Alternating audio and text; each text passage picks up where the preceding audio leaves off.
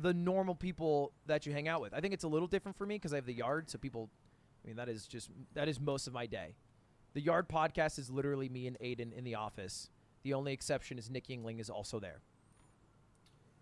But I don't even think it's a fake thing. It's more like there's a mutually beneficial relationship that forms naturally, and then there's a giant group of people who watch these relationships and draw conclusions that aren't based off of the relationships, but are rather based like with the reality of the relationships, but what they see of the relationship. Feels bad for Saikuno. Bro, why is he so parasocial, bro? Also, what is this? Nice argument, Senator. Why don't you back it up with a source? My source is that I made it the fuck up. You know? And that's just what it is. It's the same reason people start shipping instantly. You know? It's kind of like the teachers don't have lives outside of school phenomenon, except it's like I don't know these streamers outside of what they show on stream, and on stream Ludwig always hangs out with Saikuno. They're probably the best friends in the world. I love Saikuno. I like hanging out with him. I have fun every time we do. We rarely hang out outside of stream. Okay. He's a guy who likes staying in his house. I'm a guy who likes staying in my house. Okay, okay. Last one before I leave this shit, okay? One last thing about this, okay? It's not about how often you hang out with them. It's... You know, Slicker used to say everyone in this industry is a fake. Huh. For 5... It's like I've been saying everyone's a pussy. So it's like, what if it leaked that I get pegged and wear a tutu dress behind the scenes? It's like one of those. People have been waiting. Destiny went down. Slicker went down. Every streamer went down in controversy. And people are waiting for the Zherka one. They're like, oh, I can't wait for the Zherka one. What is Zherka's deepest, darkest secrets? We need to know. Stay tuned. Like, it feels young Ray Leslie. I hang out with the Yard Boys on a Saturday night when I'm not streaming, where you're not usually going to chill. I'd like to, but it's not usually what happens. So I think that's like a weird reality. And it's even weirder when you're the biggest streamer in the world. With you. I receptive to that. Think, which is what XQC has. Wait, what did I say? It's even weirder when you're the biggest streamer in the world. In the world! Which is what XQC has. My favorite one was the LSF stuff about Zherka punches little kids, punches women, punches his mom, like all that stuff. Those are my favorite hate threads about me. Because hate threads hurt until they're too ridiculous, and then they stop hurting. I sent my mom that, and she's like, my baby. And I'm like, I know. Hey, mom, right, here comes the cross. And she's like, don't joke like that. It's like, oh, yeah. Fuck, man, the internet is so fucked. A lot of you guys want to be streamers, but you wouldn't handle this shit. Not one of you. You guys would get canceled and be traumatized. And I hang out with Maki sometimes here and there. Can you imagine if secretly it leaks that every night I burn an effigy in front of a giant globe, right? And I pray to Satan, right? And I have like an Epstein temple, and I'm actually like a pedo that just DMs underage girls all the time and cheats on Jill. And everyone be like, whoa, that's why he called everyone a pedo on Twitch. He was the fucking pedophile the whole time. Oh my God. Pepe Payne's Andy. We've improved since then. And I think that's because he sees that I you see fucking Datum go live. He stole my whole flow. Bar for bar. What the fuck? Like I have to fight Datum. It's less the dynamic isn't as nefarious as you would think it'd be, because he's wording in a way that's like, dude, more like seeing Datum in person was such a shock to me, because I was like, you gonna punch me? What a big boy in person. Like, jeez, he's a big guy. So, but we had a blast, actually. We had a blast that day, right? We had a blast. Like, that guy was the first dude that's ever said something. He's making out with an e-girl on the balcony, her legs split, and he's making out. And Dan the Dangler and me, we're just staring through the window because Dan kicked them out. Like, guys, stop making out, like, leave. And she was nice about it, so they left to the balcony. And Dan and I, as much as we were talking shit about them making out, we were just staring like cucks through the window. And as we're staring, I'm like, fuck it. I open the window, right? So he can like have no glare.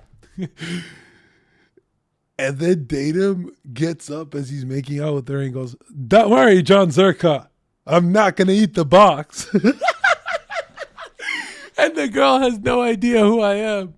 Like, she just knows I'm a streamer. She has no idea what we talk about. And she looks at him like, what the fuck? I was like, I don't boy, Datum. And then I just realized, I'm like, this is what Twitch is, dude. Like, if my chat saw that moment, that even offline we talk about the same shit.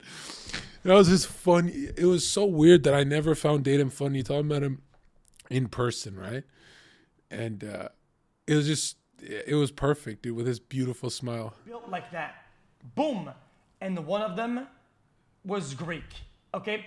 It's why it's hard for people to say, oh yeah, because Greek is leached his way up to the top. But it didn't matter. Because even when Greek didn't stream...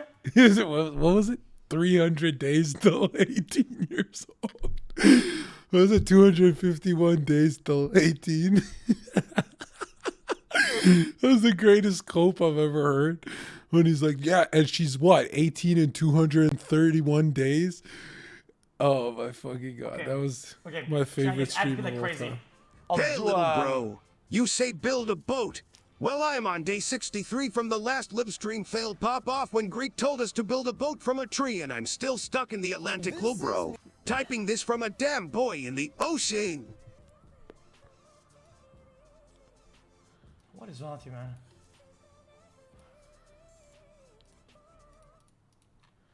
Why is this so loud? It's just this TTS particularly. Knuckles is, I think it's broken. It's so fucking loud. Rewiring, I'll give you a raise if you fix this shit, bro. Dude, just fix this, please. Entering an arcade wearing just your normal everyday backpack. Only technically it's not your normal everyday backpack because when I set it here and then nonchalantly load a few balls into the Has water you ever? bottle, No, it that was plays the game like a good robot should, and I win all the tickets. And that's pretty cool, but what if I told you I made similar backpacks not Bro, this stream sucks, man. Can I turn it off? Dude, what are we watching? I thought it was a commercial. He's actually reacting to this. including some hacks that cost less than $1 and actually Everyone is an adult who watches Art Attack. It's fine loving Art Attack, but every YouTube channel is the Mr. Beast formula of Art Attack. At some point, it's like, you know, in China, they'll put on their TikTok algorithm a master student of violin going crazy that just makes people so inspired to pick up the violin. But we get prank videos. We get prank videos because they want us to be jesters.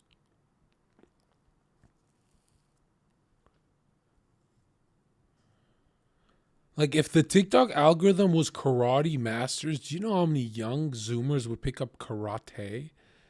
But everyone's doing prank channels. They are laughing at us, man. And it's too obvious. Has it ever been more obvious that we're being subverted? Like the West is being groomed to become a XQC subscriber? It's never been more when it was popping off on YouTube, I thought, oh, original idea, pranks. And then when it was that, the only thing on the algorithm was pranks, tits, and there's not one podcast that doesn't just do degen topics. Have you noticed that? Like, even Joe Rogan is always drunk and high and talking about DMT. Which, here, let me show you something.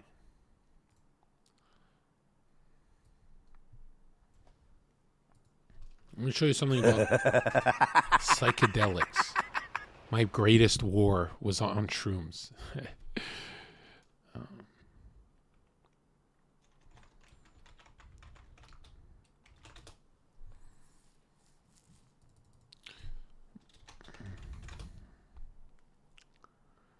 I'm trying to find it.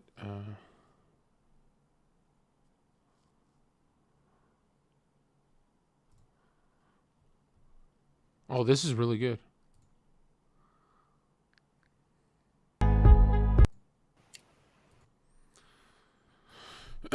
There's this thing I'm looking for. I saw it on BitChute. It was a documentary on CIA LSD.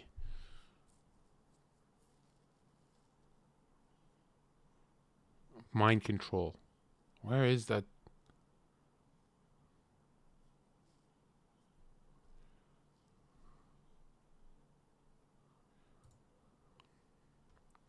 Project Monarch. You say, and it blows my mind, but that. You know what blows my mind is the CIA needed Disney movies to complete mind control with LSD. Why Disney movies? What are they triggering in our subconscious?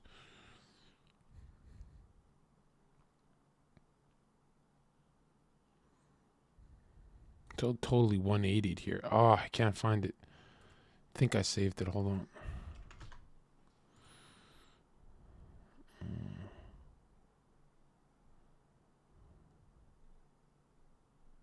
Dang it. I didn't save it. Dang. I'm sorry, guys. There's so much there for you. Dang it. Hold on.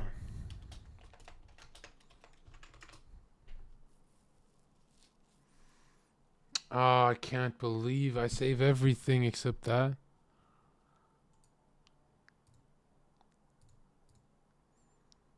Dang it. I'm so sorry, dude.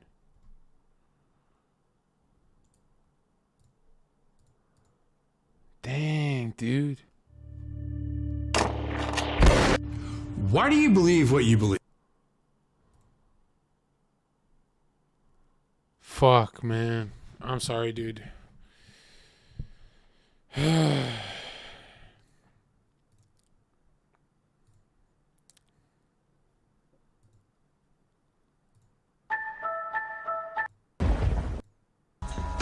That many prominent individuals, meaning they will view them with a sense of affection.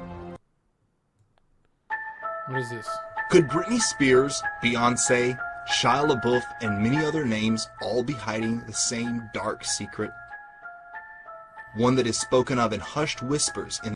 By the way, when I talk about demonic possession, Slicker's a great example of it. Slicker's problems had to have come from porn, right? The gambling and porn addiction is like a unity. It's binded. I'm pretty sure. I'm just speculating. I don't know anything about that, but I know it's usually like it's mirrored, right? Where it's like you steal one candy, then you steal from a store and it snowballs. It's one of those. They have to be they have to be connected. In the entertainment industry. In the early 50s, the CIA began a highly... Notice how Slicker started doing drugs when he met up with OTK. That's not true. First of all, OTK don't even do drugs. Streamers do a lot of drugs. Miskiff doesn't do drugs. I can't imagine Miskiff popping a molly. Slicker, I can't imagine Slicker popping a molly. That's so hard to believe. I can imagine Miskiff doing like an Adderall or something. But doing drugs like Asmongold, doing molly, I just can't see that, dude. Secretive and nefarious mind control project known as MK Ultra, and later Monarch. Its goal? To gain complete control over the human mind. Signs of this controversial mind control project soon began showing up among some of the nation's best known stars. Today, actors, musicians, politicians, and even professional athletes are said to be under this form of trauma-based total mind control. MK Ultra mind control rules in Hollywood. But what are the signs? What should you look for? Could there be more than meets the eye to some weird celebrity behavior? Join me as we break down. See, it's ridiculous to think that these guys are some kind of CIA mind control, whatever, until you see this.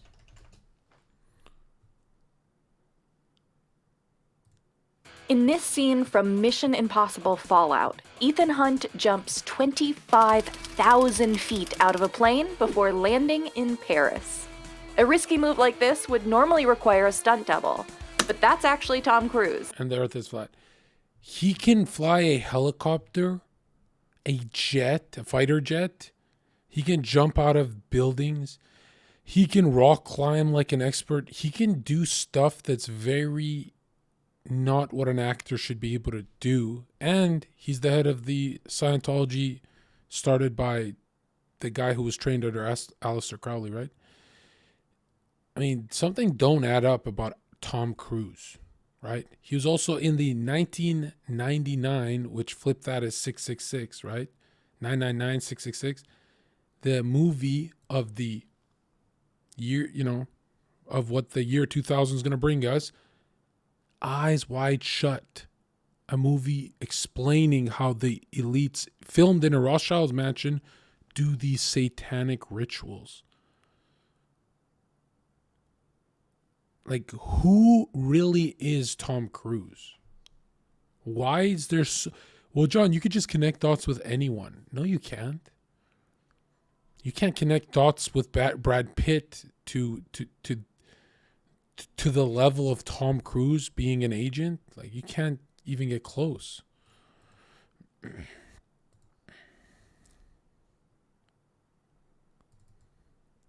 What is this? Shia LaBeouf. Now, isn't this the guy who's like, you will not replace us or divide us?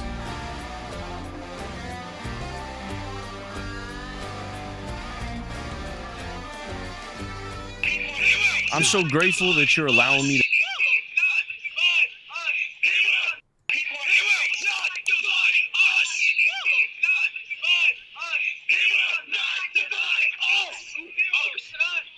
Disgusting, busting. Trust him, trust me, trust we. Goddamn, so easy. Yeah. This is like TV. No, it's not. Like live streaming. Damn, I'm still screaming. Top of my lungs, I'm losing my voice.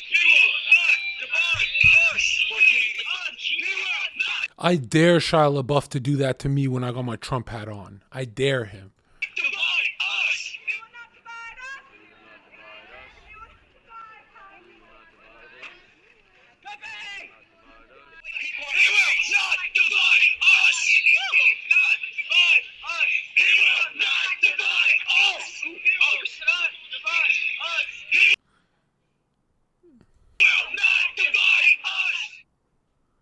What the hell is going on? 6 signs of monarch mind control.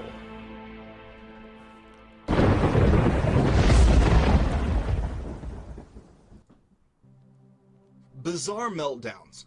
Shady. You know, people don't believe the mind control stuff, but you got to remember. Well, John, wouldn't there be malfunctions and blah, blah, blah? And they I mean, it's 2022. They mastered it in World War II. That's why MK Ultra is spelled MK. Mind control the K. This is a German thing. Handlers and alternate personalities. Are these just the antics of attention-seeking celebrities? Or could they be the signs of something more sinister?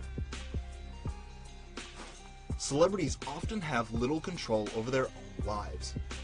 Once a star gets big enough, they're no longer a person, but a controlled asset of the Illuminati to distract the masses and push the elite's nefarious agenda. Indeed, as we shall see, many stars openly demonstrate their total enslavement through symbolism and subtle hints, as if silently screaming for help. Behind the glamour and fake tabloid drama lies a dark world of shadowy puppet masters, ritual abuse, and manipulation. I have information from various sources that many prominent individuals, including actors, actresses, professional football and baseball players, are involved in these type activities.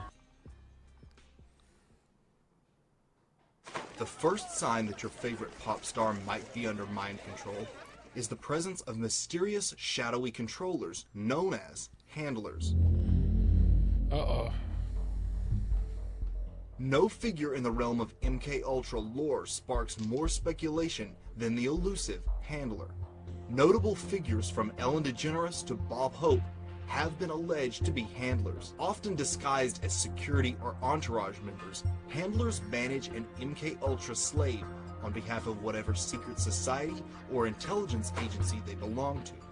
These individuals are entrusted with special code words and triggers to control the slave, ensuring victims are in the right places when required and calling forth the correct alters.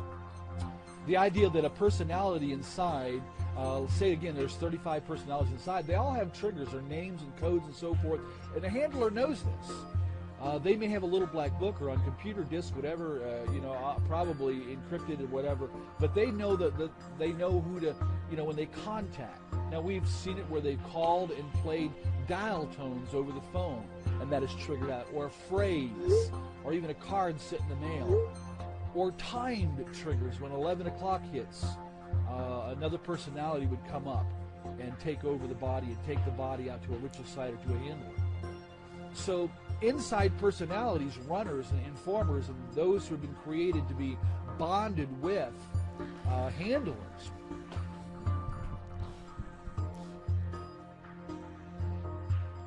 MK Ultra victims are trauma bonded to their handlers, meaning they will view them with a sense of affection. If a celebrity victim has a breakdown or switches alters unexpectedly, the handler is there to put them back in line. When MK slaves reach a certain age, they sometimes are given the opportunity to become handlers themselves, offering them a chance to regain some of the power they lost and fulfilling the victim to abuser cycle. Handlers ensure the slave is kept in a bubble, isolated from any outside influences. During a lawsuit, it was revealed that Britney Spears' one-time handler, Sam Lufty, cut the phone lines and removed all cell phone chargers at the singer's mansion. The term handler, as a handler, this person who, or individual or half-demon sort of person, would inflict control upon your life. Who is controlling them? The handlers that I had were associated with the CIA, but most of all, my owner in MK Ultra Mind Control was U.S. Senator Robert C. Byrd. And Senator Byrd directed my activities. He's the one who decided who my handlers would be. Whoa. And he chose different handlers for certain purposes. My first handler, for example, was for trauma. My second handler was primarily for being able to travel throughout the United States and the Caribbean and Mexico, Canada, and the country music industry. So he chose them according to what they could provide. And as a handler, they followed Senator Byrd's orders, but they were already still associated with the CIA. These Svengali figures have long been a staple of Hollywood stardom. Legendary entertainer Bob Hope has been alleged by multiple victims to be a handler himself.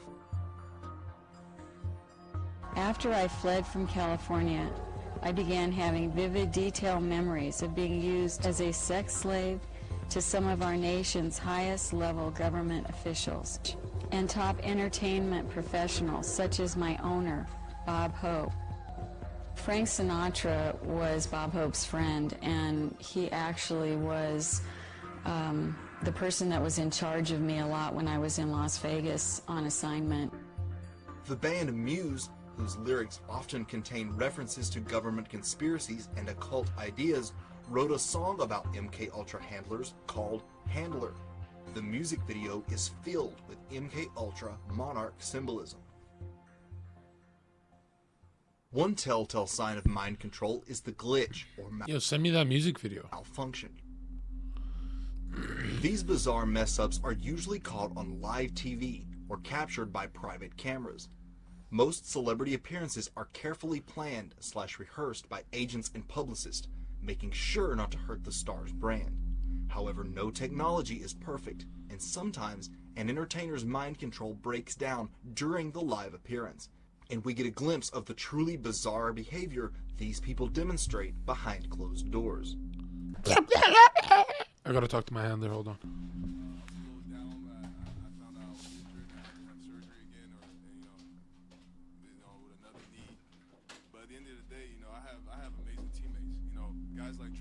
everybody on this team, Feeling very, I feel nervous, a little bit overwhelmed. I feel a little shaky. I don't know what's wrong with me. No, but it's good. No, it's good. You go. It's good. People of Australia and of our show, we were very empathetic about what happened and very sort of horrified.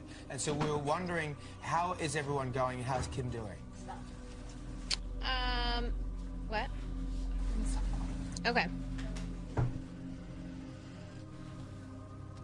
I'm sorry, is there someone talking to you? Yes, sorry. Sorry about that. So I just was wondering They how just everyone's came doing. in. I thought it's just because she's retarded. Hello, Courtney, have we lost you?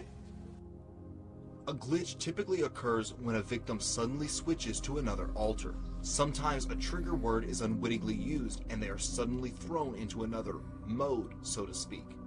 The most famous live glitch was Al Roker's notorious freezing incident during a taping of The Today Show. At Lauer and Al Roker, will someone do the junior high hug dance? It's like this. You gotta make it real awkward. That's exactly how you have to have a certain amount of distance between the bodies exactly. in junior high. Yes, like they say in Catholic school, leave room for the Holy Ghost. Anyway, there is a lot of memories today, actually. It's a big day in music history. 35 years ago today, Elvis Presley passed away. That would make sense because every time they do mind control, they do it with talking about Satan and Beelzebub and all that shit to spook the victim. Another sign of MK Ultra is the existence of alternate identities, and while this condition may be relatively rare in the normal world, it's surprisingly common. By the way, this is why people cry for no reason in today's society. Zoomers, millennials just start crying for no reason because read the studies of LSD, magic mushrooms, acid, those kind of drugs, and what they actually are doing to the brain, right? Since the sexual revolution, they shatter the mind, even at low doses. They puncture the mind at very low doses. And that's where all that crying comes from. That in the twisted realm of the entertainment industry. Beyonce has Sasha Fierce, Nicki Minaj has Roman Zelensky, and Britney Spears has a British-speaking alter. Roman is a crazy boy who lives in me, and he says the things that I don't want to say. I think he was born out of rage. He was conceived in rage. It must be nice to have. Yeah, there's some mystics who talk about, some more modern day mystics who talk about, there was Manny P. Hall in the Freemason Manny P. Hall, right? The famous author.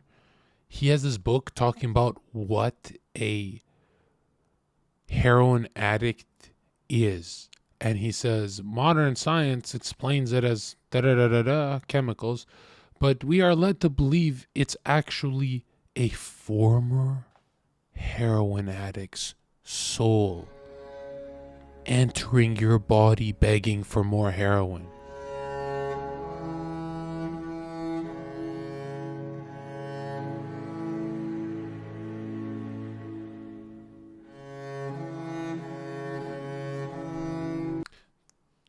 Which doesn't really make sense because then what about the first heroin addicts?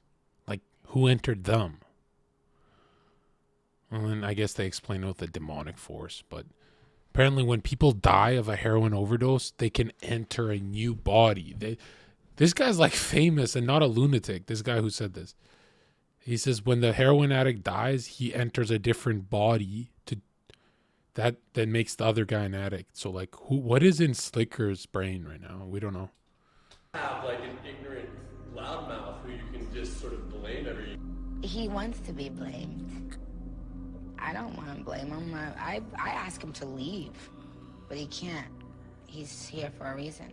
People have brought him out. People conjured him up. Now he won't leave. You know, it's really amazing. I can't describe it. It's just something that takes over me, and we named it Sasha because it's like two different people for me. And I love performing, but I think I'm a little boring in real life. You're not and if boring. people saw that, they'd be like, okay, why did I pay my money to see this show? So I've kind of created this character, and I lose myself completely. I don't even remember what I do when I'm performing. With Britney Spears, so you just do the same thing. Go to YouTube. Favorite singer? I don't know. The not gay one? I don't know. Britney Spears, alter ego. And she's coming along in a car. She's leaning out the window. She's got a pink wig on. And she's talking in a British accent. And she says that she has no idea who this guy is that the reporters have asked her about. Who's her boyfriend that she'd been dating for like the last 6 weeks or something. Huh. And the paparazzi say they always know they're in for a show when she comes out with the pink wig on. But then shortly after that, she's interviewed. She's not wearing the pink wig. She's not talking in a British accent. And she says, well, yeah, that guy's my boyfriend. I know him. Different alters are used for the various roles they will perform for their masters. The most prevalent and identifiable alter represented among entertainers is the beta sex kitten alter.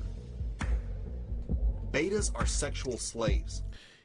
This is so hot to me. That when they got the leopard print, cat-like behavior, betas, like a kitty cat.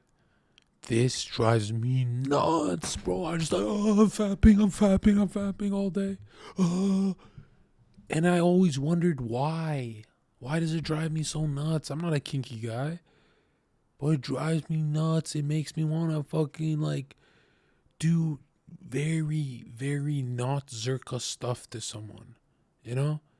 But it's because I've been subverted by the mainstream media, of course. They had to have done something in my brain. Not a furry, man. Come on. This programming erases all learned moral convictions and stimulates the primitive sexual instinct, devoid of reservations or inhibitions. Sex kitten symbolism is a staple of monarch mind control. Dude, there's nothing hotter than a beta woman in the bed. When you know, like when you like, you know what I mean? When you're like about to smash and she's just beta as fuck. Like, wow. People talk about a switch and a, wow, dude. Wow, man. Wow. Is found with disturbing frequency in mass media and pop culture. What the fuck? Something that I learnt about is another expression of MK Ultra style mind control programming, which goes alongside Monarch programming. It's known as beta sex kitten programming, and it's symbolized by big cats. So when you see leopards or tigers or lions, any other members of the big cat family, it's often a symbolic rendering of the presence of this particular style of programming. And a lot of these personalities... Why would a grown man do a whole lecture on this stuff unless it's real? Like, why would these intelligent men spend all this time talking about it unless it's actually real? Right? Jill said you sucked her toes. No, but if we're talking about a beta, dude, my Jilly, man. What a beta. What a pretzel you are, young lady. You are a pretzel. Wow. That is some good fucking sessions. Wow. Wow. I have never in my life been happier than with that streamer girl. Wow. Oh my God. I'm talking about any time. I could wake up in the middle of the night and be like, I want some, and I always get it. That girl's going to heaven. That girl is going, I could be in public and want it and I'll get it. That girl's going to heaven, dude. Everyone in the chat to pray for that girl. That girl's going to heaven, man. The way she has blessed me, and all I do is yell at her and do everything wrong. But wow, when I'm live, am I grateful? Like, I just think of my life and it's like, wow, dude. Wow. I should be angry too. She'd be like, I don't want to leak, but just like, dude, man, how did I get so blessed to be around just like such, wow, dude, like last trip, ish, ish, ish, ish, ish, ish, ish, ish, ish, ish, ish, ish, ish,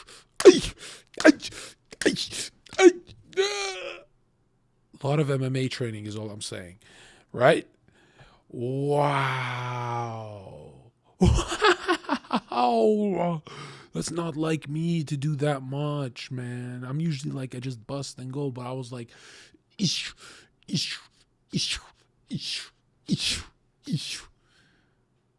Wow.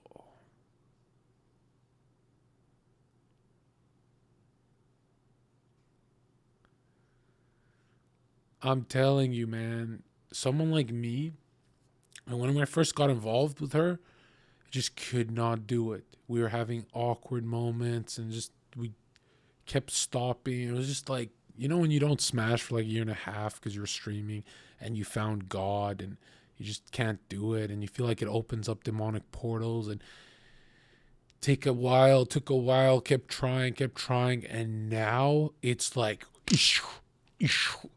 like like now it's like,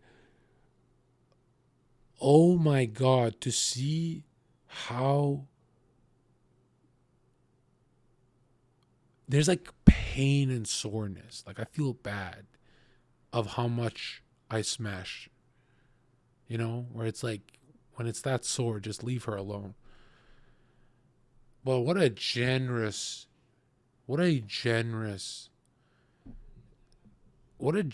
spirit partner. Like, dude, I just want to lift her up and put her into the shelf of heaven and just leave me alone. Because, like, when I tell you guys, I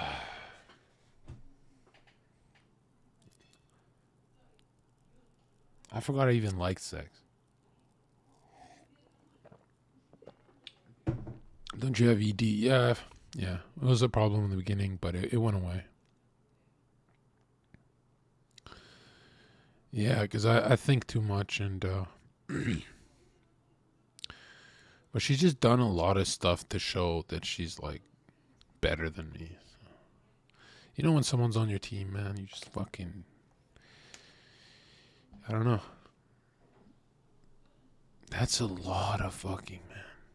Because I was trying so hard in the beginning. It got cringe when we were fucking for God, right? And then I'm like, all right, we're done. Now we're fucking like, now it's gross. Now it's like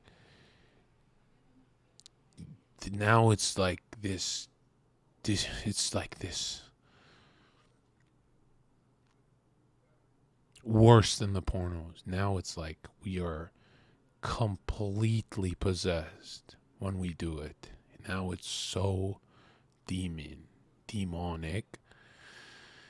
And then I just pray after, because I'm like, that got out of hand. Like, you know, if people saw that, her and I would be in jail. That's how far we're taking it.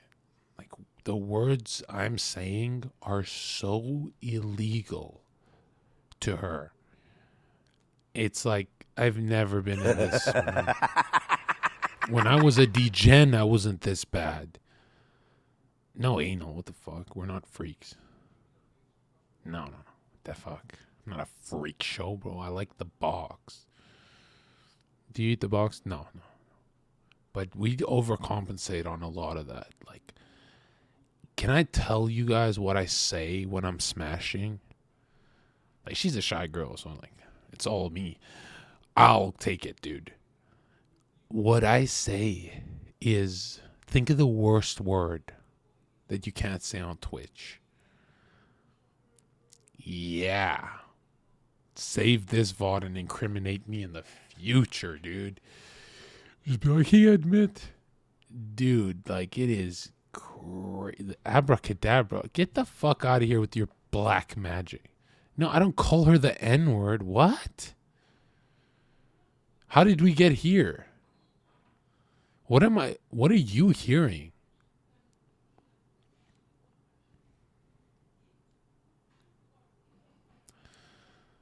What are you talking about? How is that hard? What are you talking about? No, I was thinking of, all right, whatever. Whore, no, way worse than that. It's like, now that she believes that I care about her, now it's like I'm saying way worse. Now I can get away with a lot. What is the K word? What are you talking about? For Jewish people? What the hell?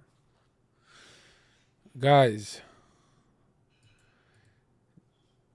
I was talking, all right, never mind. I was talking about outside the law, but never mind. Personalities will not live in reality. They live in a total science fiction world. They've been dehumanized. Here's how one of Cisco's alters perceived herself. There are some physical indicators of someone having been a victim. No, she calls me Mein Führer when we're doing it. No, I'm kidding. I'm just saying, never mind. Like, there's this type of play that sounds very satanic when two people really trust each other. You called her Mohammed Atta? What the fuck?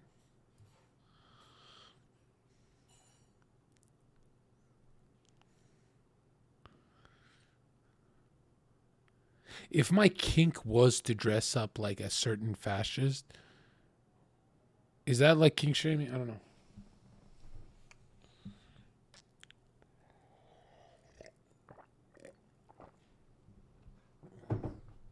Yeah, we do fruit play. I don't know where it came from, but as soon as like we realize we trust each other, we don't leak each other, we're like, let's just do some. I just brought some pears in the room. You call her slicker? No, dude, come on, that's a little too dirty. Come on, dude. Victim of MK Ultra mind control. Have you ever noticed that some people have one eye that appears wider or more pronounced than the other? According to author and researcher that's my eyeball too. Fritz Springmeier, this can be an indicator. No, don't put a banana in her. Bro, never mind, man. No, fruit play as in like Roman emperor's fruit. Yeah. There you go. Another is blonde hair. For some reason, blonde hair plays an important role in the realm of the elite. Many stars under MK Ultra mind control are forced to dye their hair or wear a blonde wig. After a meltdown, Britney Spears shaved her blonde hair off in an attempt to prevent further abuse. Bradley, did she say why? I mean, did she offer any information? They asked why she wanted to shave her head, and she said, I don't want anyone touching me. I'm tired of everybody touching me. Another employee there. John, how do you not notice what you're saying is demonic, or do you not care? I believe in honesty. I don't like pretending I'm a different person when I'm live. So if I say bad stuff, it means like that I'm actually living that way, right? Like I live a holy life and try. I cope. Told Us magazine she wasn't making sense at all, and you could tell she's not in a good place at all, and that she's totally freaking out. In the shadow world of the Illuminati, symbolism is the secret language that unites insiders. Monarch mind control is no exception, possessing its own unique codes of signs and symbols that to the outsider may seem irrelevant, but those in the know will immediately recognize. The most obvious reference is the monarch butterfly. I'm like Hassan Piker's nickname is the Cope Pope. This is total bullshit, John. One in the chat if you believe this mind control stuff is happening with some of these guys.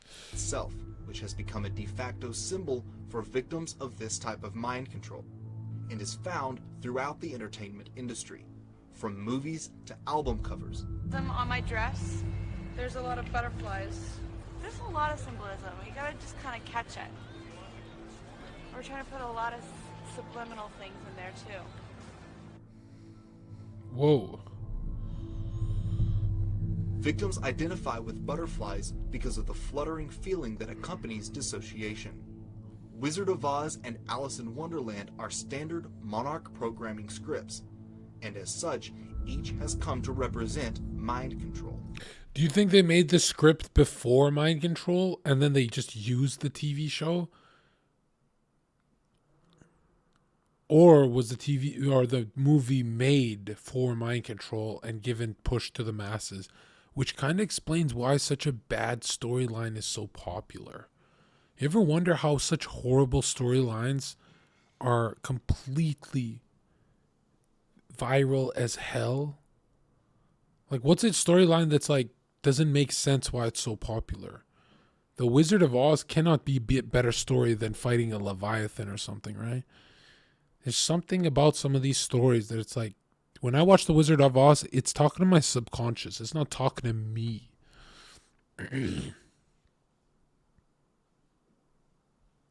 If they're Masons, why would they need mind control also? Because a Mason actually is an initiated person who can enter a meditative trance-like state. So just because you're a Mason doesn't mean you can do that, right? Like if you're a part of the club, it doesn't mean you actually can tap into your, the deeper part of your consciousness. You get controlled by the higher up Masons who can do that. The music video for Don't Come Around Here No More by Tom Petty is full of Alice in Wonderland MK Ultra symbolism. Also, notice the eerie similarity to Marina Abramovic's cake parties. Whoa. Mirrors represent the multiple personalities living inside the victim. This is a video for Duel by the German group Propaganda. And the shocking thing about this video is not that they're performing on a black and white checkerboard floor. There's nothing bloody surprising about that at all. But we get it later on in the video, round about midway, where for no apparent reason you get this young girl in a nightdress and she's getting accosted and molested by this sea of hands. They're all reaching out and touching her, and she's clearly, traumatized. It's by like the Billie situation. Eilish. What you then get is a picture of this young girl in her nightdress in the frame of a mirror. That then changes very quickly to the lead singer of Propaganda in the same mirror, and then it turns into an old lady who's holding a doll, and she uses the doll to smash the mirror.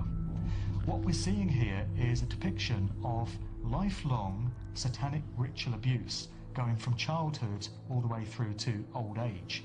And when you see shattered mirrors, like I said, it's indicating the presence of a shattered, fractured personality. Jeez. Do you think there's a country on earth that doesn't have higher ups that are Freemasons, Masonic cult? Yeah, I think North Korea has very few Masons. I know they have 4 officials, but it's extremely low. And you'd be surprised how Russian television does not have Masonic psychological warfare programming against its people, but Putin is surrounded by Masons. It's scary how many there are around him. It's insane. Same with China, Xi Jinping. So it's like, yeah, they're doing better for their people that they're not showing them this imagery, but they have just as many Masons as the Westerners. So it's like, how is one guy the good guy? It doesn't really make sense. And that's the black pill, really, is when you realize, what? It's all of them? Xi Jinping is with Masons, and Arabs have so many fucking Freemasons in the Saudi royal family. It's nuts. And here's the worst part is Freemasonry, they don't like to admit this. There's 40 pages in a row that talk about it being a religion, that it has to be a religion to the initiate. That means those Saudi families, the Chinese, the Russians, every American, Europeans, Africans, there's Freemasons in Africa. That means they're all in the same religion. That's how fake they are. They're the fakest. They're the slickers, man. No one would have believed this slicker shit a year ago.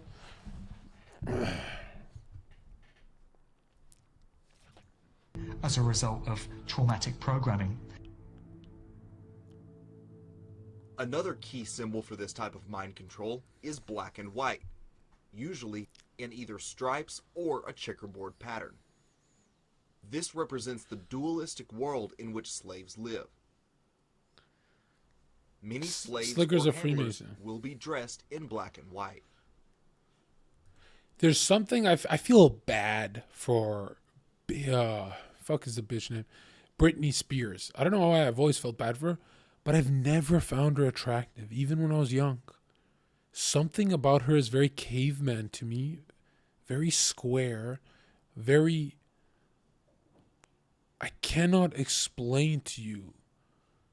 If you saw the nudes that I get, you'd say, oh my God, no wonder you think this. I have the greatest nudes ever right now. But it's satanic to focus on nudes. That's the truth. I do think there's Valley girls much hotter than Britney Spears out there.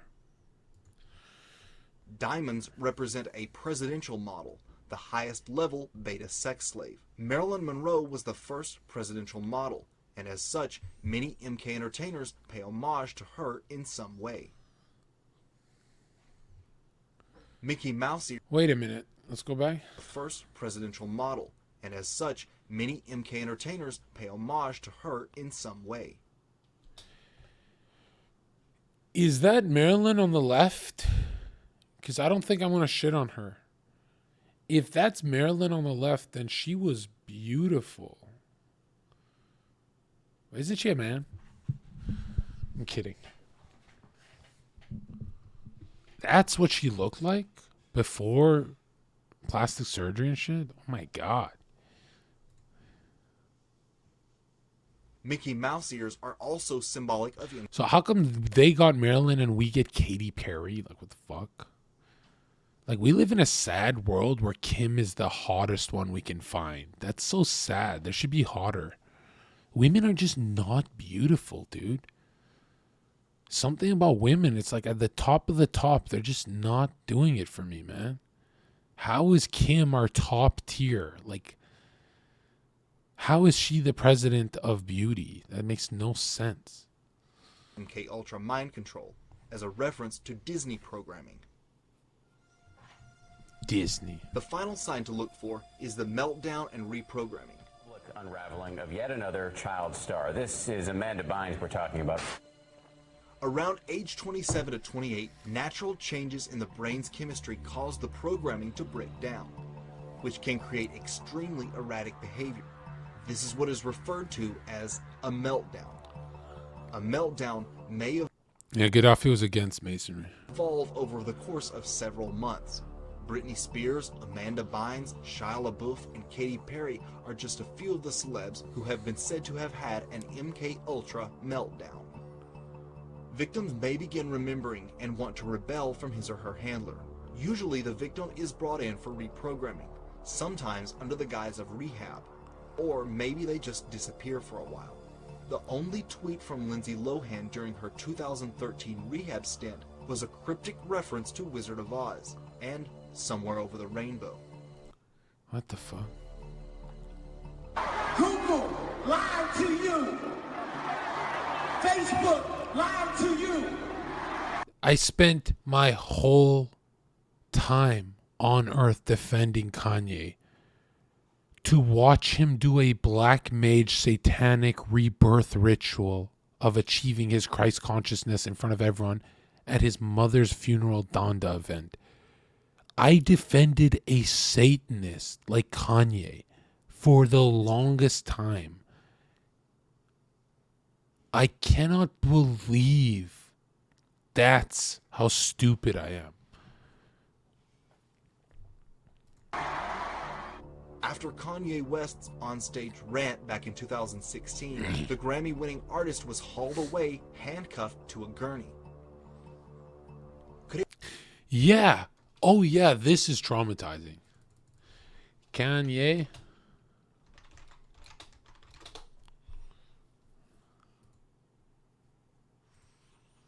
So this is what really happens with Peter, Amy, Kanye. What we do on our way to a Vogue event. Ribs and french fries. Yeah. So this is what really happens with Peter, Evie, Kanye. What we do on our way to a Vogue event. Ribs and french fries. Yeah. So this is what really happens with Why is Kim laughing at her at her husband? Peter, Evie, Kanye. What we do on our way to a Vogue event. Ribs and french fries. Yeah.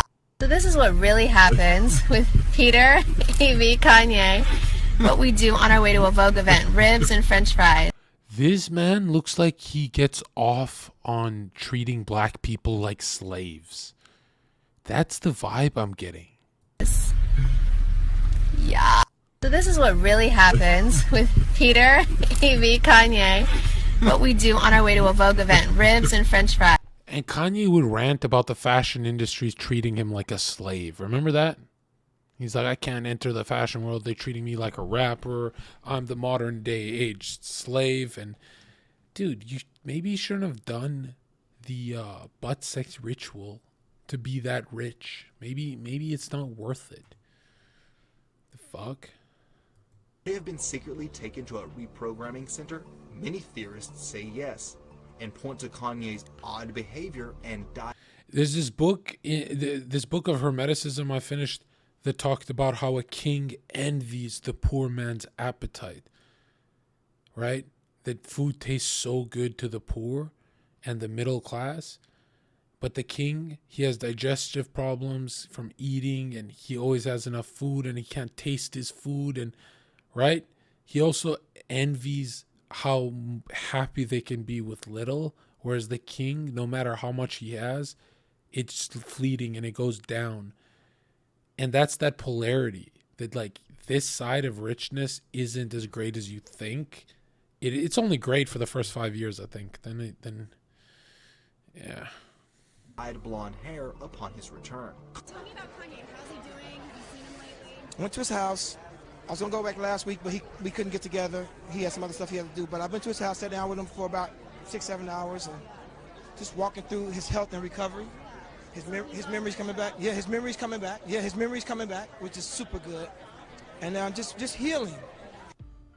We're used to a little bizarre behavior from celebs, but how much is really a sign of something darker? In Hollyweird, nothing is as it seems, and the signs of MK Ultra are everywhere. From alter personalities and shadowy... Someone sent me that Freemasons marrying little boys in dresses thing. I think I posted on Twitter. Someone send me that link. I want to show it. Controllers to troubling glitches and meltdowns, Roseanne certainly wasn't lying when she stated MK Ultra rules in Hollywood. Yeah, I mean, this one's pretty believable, actually. Guys. Yeah. So this is what really happens with Peter, Evie, Kanye. What we do on our way to a Vogue event. Ribs and french fries. Yeah. So this is what really happens with Peter, Evie, Kanye. What we do on our way to a Vogue event. Ribs and french fries.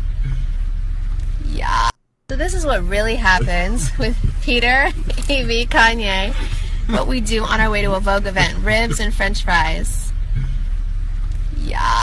So this is what really happens with Peter. Dude, the elites, the ruling class is so sickening. They're so creepy. Look at this guy. Evie, Kanye. What we do on our way to a Vogue event. Ribs and french fries. So gross, man. The fuck? To just talk. Come on, man. And I love what you did with this thing. I was watching all the, because I'm fearful too. So I was watching all the interviews that you've done with Bo and Kevin, and man, there's just like you found a gap. Not a whole lot of places a guy like me can come and talk my truth, or Bo talk his truth and sit down with another cop. I think is phenomenal with you. I'm not just kissing your ass. I think this is really special. I like how small it is also. Anyway, what do you got to say? I know you do your little intros. They ain't got to be anything like that. I think the first thing I want to say is from what you said as soon as you got out of that car. Yeah. Can you lead me in a prayer? Yeah, all right, definitely. About this conversation and what we're trying to achieve? First off, I'm prepared to go every which way. Let's go, yeah, man.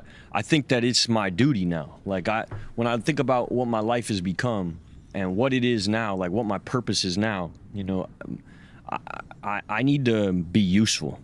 And when I look at this Me Too environment, there's not a whole lot of dudes that are taking accountability. You know, I fucked up bad, like crash and burn type shit, hurt a lot of people. And I'm fully aware of that. And I'm gonna owe for the rest of my life. And I also don't have that feeling about the woman who's accused me all this shit like I did in the beginning. When it first landed, I thought, man, you know, there was I wanted to hit Twitter and be like, look, I got receipts, this, that, but this, but not that, but this, but not that. And the reality is, all of that shit is unimportant. The reality is that she saved my fucking life, dude. Wow. Yeah. So I she's like some kind of sage or like I don't know. She's a saint for me, because had she not intervened in my life and not created the avenue for me to experience ego death, I'd either have a really mediocre existence or I'd be dead in full. And you know, I had no love in my life. I had no purpose in my life. My whole purpose, as you know, was just craft. It was just, I'm gonna be good at this thing, and that's all that I have. The only thing I care about in life. A good woman does not change you. A good woman makes you more of who you already are. That's the truth. This is cope, whatever he's talking about. I don't know what he went through, but what the hell? What is he leaking? Life is being a good actor. And that's such a vapid, shallow existence. And 3 emotions that I toggled between, which was I would feel anxiety, depression, and excitement. And I thought excitement was joy, and I thought lack of depression was serenity. Peace, yeah. And I had no spiritual life. I had I was bankrupt spiritually. I thought my whole spirituality was this craft. Because other than smoking weed and drinking, the only spiritual experience I ever felt was on set. You know, that's the only time my perspective would shift and change. And it's the only time I ever felt useful. And so I'm on a spiritual growth path. By the way, you know, they're both liberal pussies, right? This guy here, Walking Dead guy that we all love, this guy went on a crybaby rant about Donald Trump. As if you don't run your house like Donald. When masculine men are pretending they don't run their house like Donald, it's pathetic. I don't care if it's your dad, I don't care who it is. It's pathetic that you run your house exactly like Donald Trump, and then you go in front of the world and say, well, he's a crazy person. He's a sexist. We know what you get up to, dude. You're not the fucking liberal cuck. I'm on a... I mean, you are for attacking him. An excavation. I'm picking it up, cleaning it up, putting it back. You know, I didn't just hurt that woman. The kind of shame my wife has to walk around with, you know, the pain that came to the people I was working with creatively. Even I built this, like, me and Bo built like something really special downtown, and all them kids, you know, I just failed a lot of people. And so when I say I'm gonna owe, it's not just her. I owe a lot of people. And so the reason I wanted to do this, and the reason why I felt like celestial mathematics when you hit me up, was it's not a lot of places I can go talk, period, you know? And I guess old me would have looked at this like, oh, well, this is an opportunity for you to, like, speak your piece. But really the only thing I want to do is, like, give dudes who fuck up hope. Absolutely. Yeah. What can this achieve? Who can this touch? Victim, perpetrator, someone lost, someone who's trying to be found. Yeah, all that. Who on that path? Pain is an adhesive, bro. If you've been through it, you can connect to people, period, end of story. The first thing I just think, like, look, man, I haven't seen you in a long time, bro. And I want to talk about that. Yeah. The first thing I just need to ask you, man, is I need to ask you about your child. Yeah. I need to ask you about your baby, bro. Yeah. Yeah. Yo, man, tell me about your... Adults don't talk like this. This is like the cool hip teacher in school trying to sound like the kids. Like the substitute cope. We don't like you, substitute. We miss our original bitch. You'll never replace that bitch. Never. I don't care how much we hate the original teacher. You are a stepfather to us, you sick, perverted pedophile of a teacher, you. I saw how you looked at Susie's tits. Susie's 17, you sick fuck. Substitute teachers are coping to be real teachers. That's the truth. Look at this shit. child. Talk about that. Come on, bro. I want to talk to you like I'm 40 years old and I'm talking to you like this, bro. When you're 40, this is how you have to talk. It seems you've gone through oceans of time to get to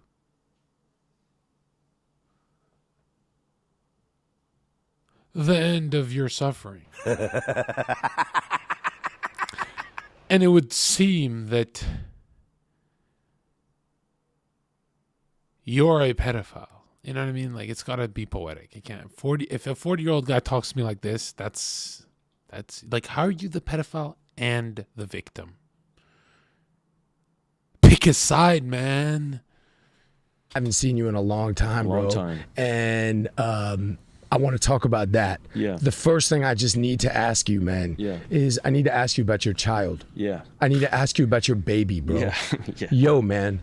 Tell me about your baby. Fuck. I mean, she is the most dynamic spark of life and most magical. It's a game changer, dog. You know, like you would always talk about your kid, and I was like, yeah, well, I've had a dog, as though them like as though these loves are like anywhere near what you experience when you have a kid. But this was all tied in too. Like, it came at a time when, you know, me and my girl been in love for a long time, but I didn't really know. Is Shia LaBeouf coping? Cope in the chat if he coping. And should an adult wear a hat? Know it, you know, I didn't really know what love was till all this shit hit the One of fan and these she was still hats? around. I thought she was in love with me because of what I could offer. I didn't know that when I had shit, jack all, fuck all, nothing to offer, she would still love me. So I didn't really know what love was, right? That's one. And out of this like newfound discovery of real love in my life, Dude, that is the greatest cope. No woman will ever stick by you if you're broke. That's never happened once in history. It's not in their DNA. Every story you've been told about that is a lie. That's never happened once, ever. That's never in the history of humanity ever happened once. That's the truth. Like, stop, dude. Why do you think men cheat on women? Men cheat because they know she'll leave if you lose your job. That's why men cheat. If men knew deep down you will never leave his side, you think that guy would cheat? That guy will never cheat.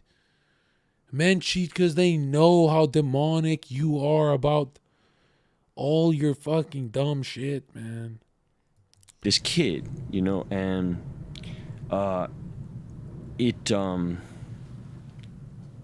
not gonna pretend like I done figured it all out. It's such a mystery, you know.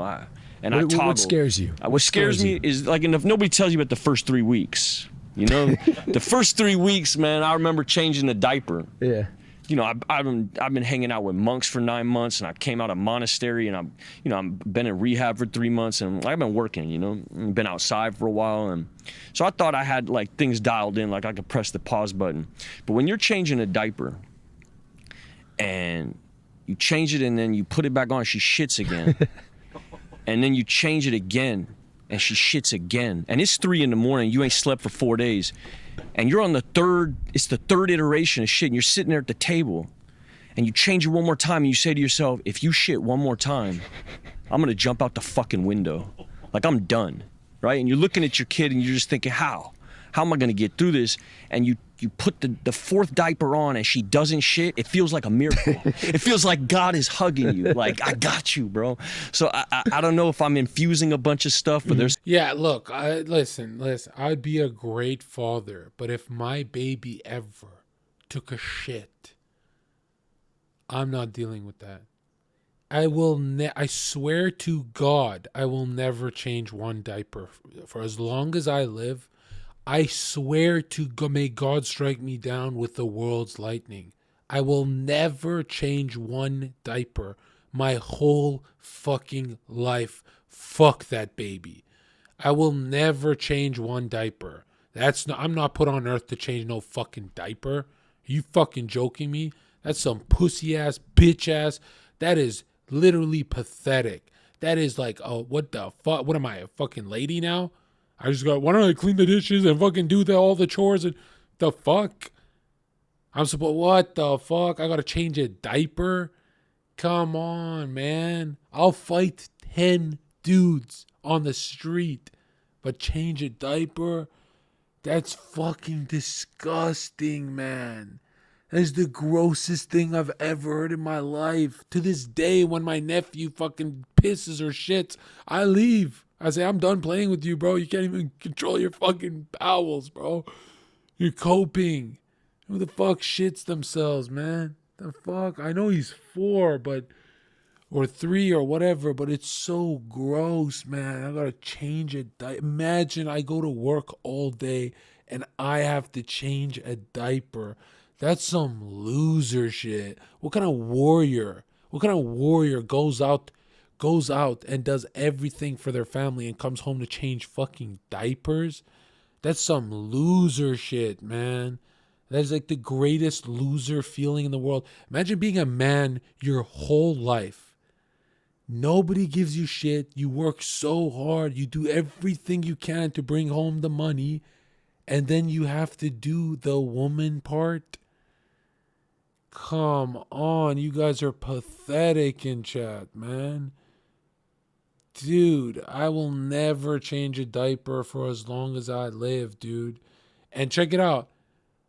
Tax me. For every diaper I don't change, you can have $500. Yeah, I'll give my wife $500 for every diaper I don't change.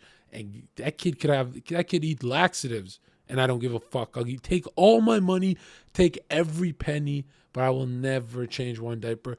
That is the grossest, most disgusting, most degenerate activity I could imagine myself doing, man. Oh my God. That's like dealing with other humans' poop. That is so fucking gross, dude. That is so gross. This is the reason why I can't fully babysit. So when the kid shits, I'm like, yo, come get your fucking kid, bro. They're being degenerate. Like, dude, there's men out there who change diapers.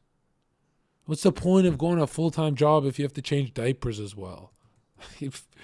It's just so sad. Do you at least cheat on her? Wait, you don't cheat? You do a full-time job and you're dealing with shit? Holy shit, bro. Oh, that is cope, man. Every diaper I cheat, I'm cheating, man. Every diaper I change, I'm smashing an ugly fat bitch. Hell no, I have to deal with feces.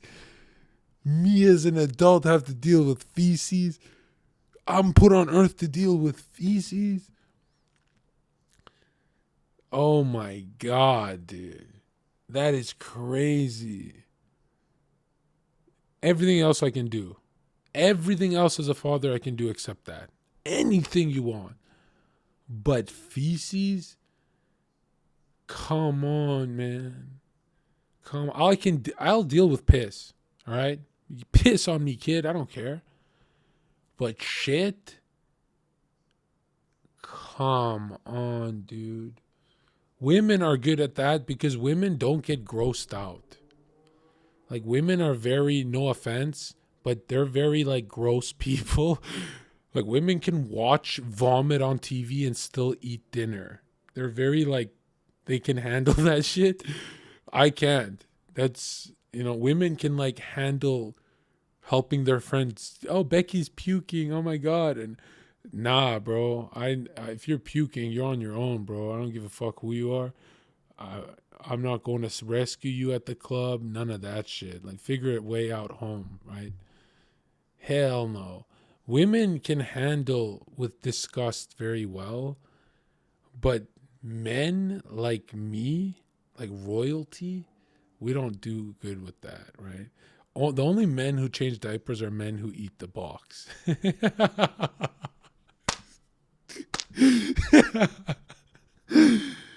They're like, man, just finished 10 hours of work. Oh, she didn't do anything besides spend my money all day? Okay. All right, time to deal with the feces.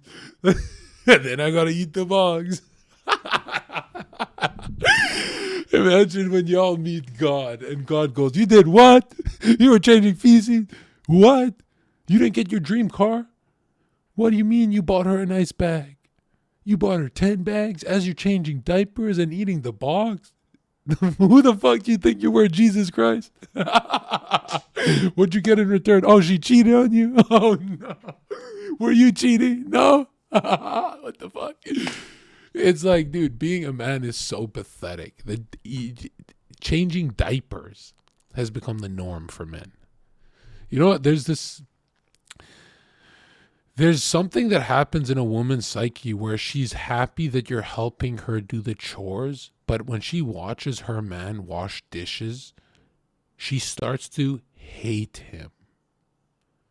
Every woman that watches their man wash dishes eventually hate their man. They hate seeing you do something that's not in line with conquering. They hate to see it. It's like you're giving them trauma. They're sleeping weird. They're having bad dreams. They don't know why they don't like you.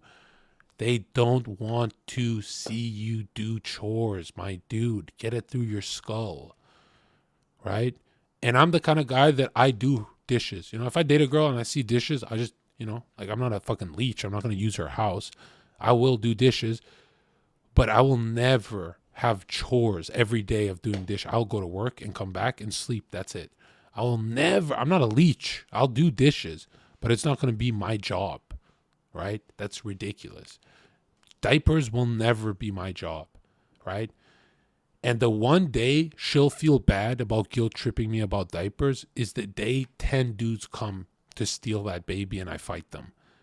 That's when I'll be like, bitch, you're useless. You didn't fight one of those guys. All right? And she'll say, okay, just leave me with the diapers. You go fight those guys.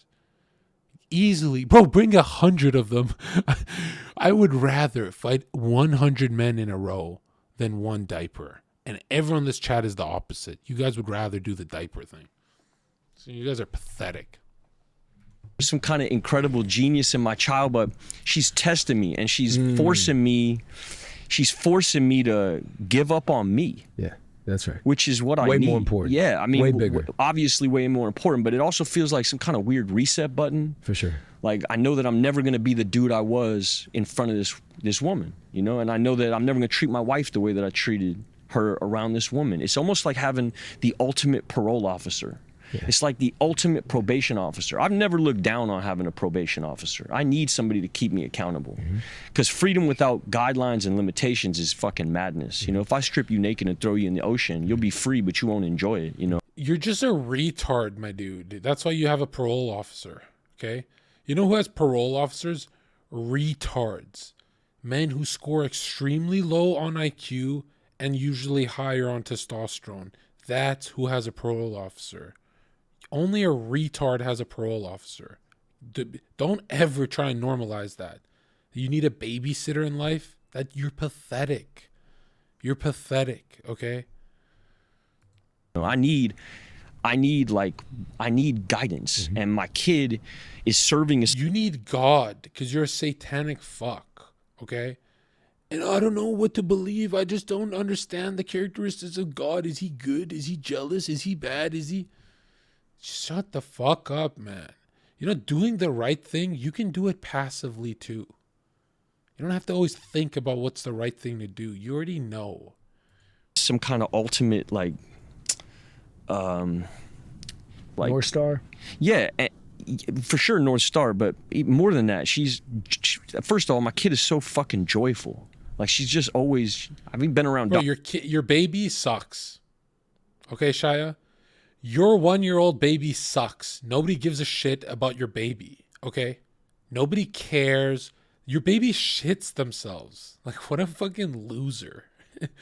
Like, go use the toilet. You shit yourself like you're an idiot? Maybe your baby needs a parole officer. Ever thought of that, rich boy?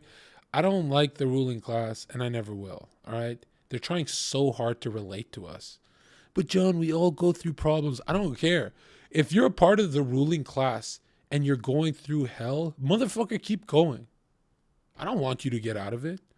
I don't want you healthy. I don't want you happy. Burn for the rest of your life, okay? Burn, and then you have done 1%. You've lived through 1% of what we have. Okay? Go burn in hell. You're all pedos. You've been caught as pedos. Doctors, and maybe all doctors say this, but like, I've been around doctors saying like, this is the most joyful kid I've ever been around. Right. You know, she's raised in complete love, and my wife is such a good mother. She's a part of a new purpose that I didn't have. You know, I was living for myself, and when you're holding a baby, like, baby don't care about none of your shit, you know. Like, what do you think being a good dad is? What do you gotta bring to the table? I'm honest. Yep. I'm loyal. I'm willing. I'm open. Curious. Super curious. And I'm. He's just throwing buzzwords. What about curious? Huh? Is that relatable enough to the retard masses that watch us? How about that Epstein Island stuff? Why don't you talk about that? You sick fuck, ugly ass. You're in Hollywood, you ugly fuck. You ugly piece of shit. I should be in Hollywood, you ugly fuck.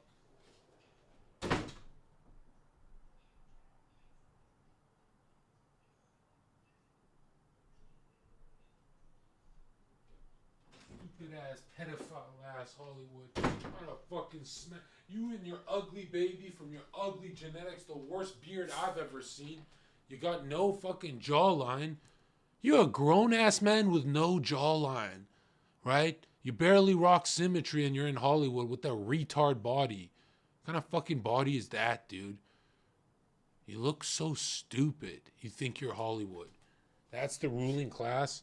Two fucking monkey looking dudes telling me how to live.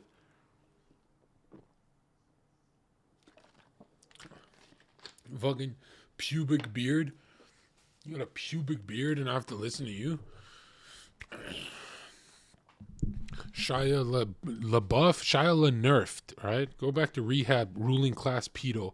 I'm open, curious, super curious, so curious, and I'm learning how to be a man of principles. Give voice to what you're scared of and what you're worried about. Yo, one in the chat if these guys were on Epstein Island. Being a dad and what you think you need to focus on and what you're worried about with your relationship with her for the future. I'm not worried about much anymore. Like, I don't live in fear. I don't have a bunch of worry like that. What do you need to work on?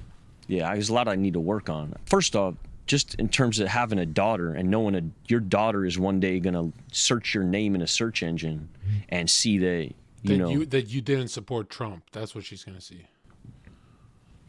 You are a deplorable. Yeah, that's what that's what Hillary called you. Fucking retard. That's your side, okay? That's where you found the word. It's like when you come out of your Democrat phase. Oh, wow, what happened? I just don't know. When I came out of my Democrat phase, I was like so ashamed, right? I started coping by saying, I gotta attack them. I gotta just fucking talk shit about them. Started fucking, every second word was these fucking Democrats. Disgusting. That's exactly what you are. Piece of shit.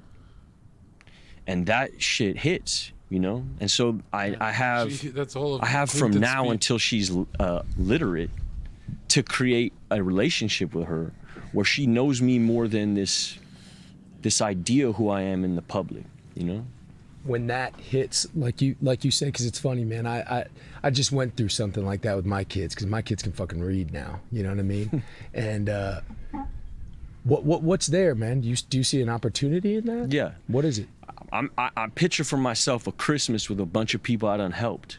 There you go. That's what I envision for myself. It's not, I used to judge my worth by the films and stuff, and like I think about my Christmases during that whole path. It was just so fucking solitary and lonely. Or it'd be like this new girl and that it was always like some like very intangible, vapid, no intrinsic value, nobody that could vapid. Like, I imagine that they're trying so hard to sound smart, and it's so pathetic because you're an actor. You can remember scripts. Why don't you remember a better script? There's dudes I'm working with now that I got 597 days of this program I'm in, and I got monks at my house. I look around sometimes at my house, even now, and I think, what? Yeah. Like, how? How did this happen? Yeah. And how much rehab do you need to bring monks home? This is the Avatar Aang, right? This is we found him in Ba Sing Se, and this is, it's like, dude, if a monk is in your house, is he even a monk? He's like on the couch chilling. It's so fucking stupid. You're being insensitive, John. To who? To the monk? Change the channel. The Hollywood is just so fucking gone, man. Maybe if I want to go to live with monks in the monastery, but what if I just brought them to the crib? So I don't want to leave the crib. We got the bong, we got the volcano bong, and we're doing dabs. What if we brought the monks here? Right? You think they'd come? Oh, yo. New text, bro. Hey, I got this. Oh, Shia. Yeah, the girls aren't coming, man. Yeah, bring them, ask the monks. Okay, the monks are coming. They're on their way. They just got on a plane. This is actually like, how come no one makes comedy about how pathetic the ruling class is? Like that they cope with bringing monks home and shit. I think it's the relationships. I think my daughter will be able to, when it does come time for her to be able to assess who her father is. Dalai Lama playing Fortnite on Shaya's couch. You'll see a man who failed, was a sinner, was honest about it. That's it. Took accountability for it, and then made course corrections. That's it. Changed. Look. Di in chat says, John, you're projecting on them. They aren't even saying anything wrong. You relate to them. That's the difference. That's why you're not critical of these people. They got your ass by talking like this. I'm talking like this, and I use the word vapid, and I'm going through things too. When I got off the Lolita Express with Jeffrey Epstein, I found out that I miss my daughter, right? I miss her as much as those other little girls that I was with. Like, come on, man. Like, you instinctively defend ruling class, and you got the broke fuck me on your side, and you don't relate to our chat. These people would fucking kick you out of their house. They'd say you're a freak, man. And then gave his life to something bigger than himself and found solace in a program of principles, service, love. You know, that's where I'm aiming at. So I think it'll be a Christmas one day where she just wakes up and goes, damn, Dad's got a lot of friends. Who are these people? And my mommy will say, like, you know, Dad had a hand to play in, like, these people finding the same thing he found. Mm-hmm. What? Mm-hmm. That's what I'm hoping for, you know? Not if, but when she falls, because everybody does, man. Sure. You're going to be able to talk about it with her, and you're going to be able to be there with her. The reason I've always connected to you is because, you know, you have depth and weight, because you done fell on your fucking face, you know, and then got back up and kept it moving. And, you know, this is people who haven't gone through that. They don't have depth and weight to the message that they have to. The most pathetic cope I ever hear is, yeah, but John, you used to be a bad person fighting people and a drug dealer. People don't have what you have. Like, you went through that, so you're better than people because you changed. And at what point is it just discrediting the people who never fucked up? Isn't it the greatest cope ever that we champion the damaged souls we have to champion? Like, there are people who just got their shit together and didn't have to do retard shit, right?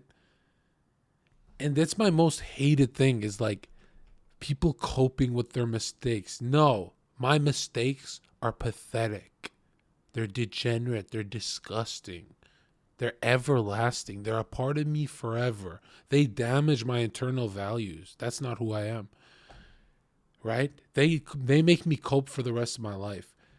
Look how they get excited to talk about their fucking shit, man. And you're going to be able to be there with her. The reason I've always connected to you is because, you know, you have depth and weight, because you done fell on your fucking face, you know, and then got back up and kept it moving. And, you know, this is people who haven't gone through that. They don't have depth and weight to the message that they have. He's always trying to take away from people like Khabib.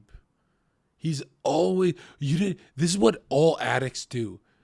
Yeah, but Khabib never went through the addiction of drugs. They never came through that.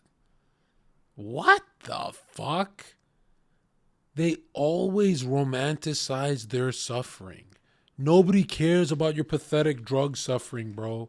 Literally nobody cares. Literally, there's LA hoes who go through what you go through. It's not that fucking spiritual, my dude. Okay? And they always cope with, well, Khabib was just never tempted. What the fuck? He got $100 million. Of course he was. They just cope, man. They cope, and we champion copers because we're coping.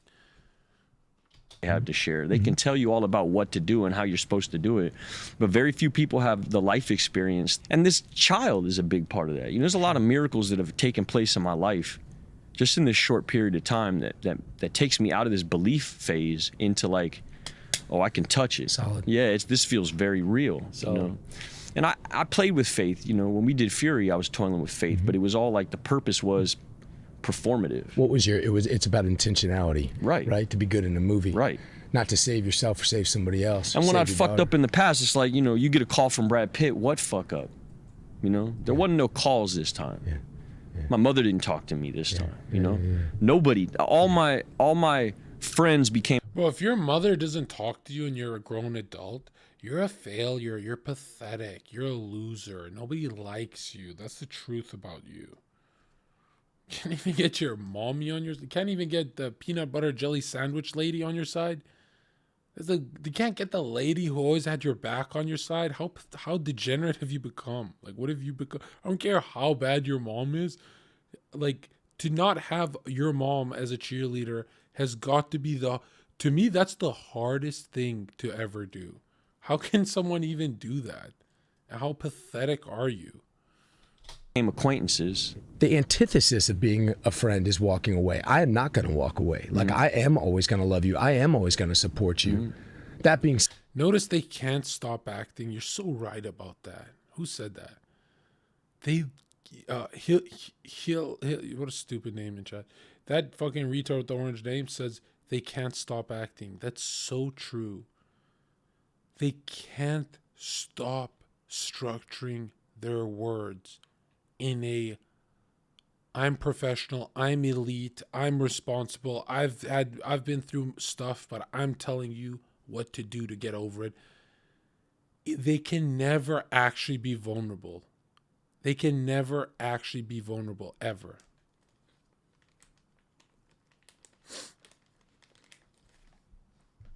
You're still an idiot, John? Yeah, and your mom's a whore. How about that? How about that? Said the things that, you know, this person said, like, I can't fuck with that. For sure. like what you said, you were right, man. Like, I fucking hurt people in my life, you know? Like, I know what that is. I know what it's like to be in that valley. I know what it's like to be left behind. I don't know what it's like, you know, to put my hands on a woman, or for a woman to say I put my hands on her. And that's something you know, like, but no. I've never put my hands on a woman, but I cannot tell you how many times they put hands on me. That's what's so crazy.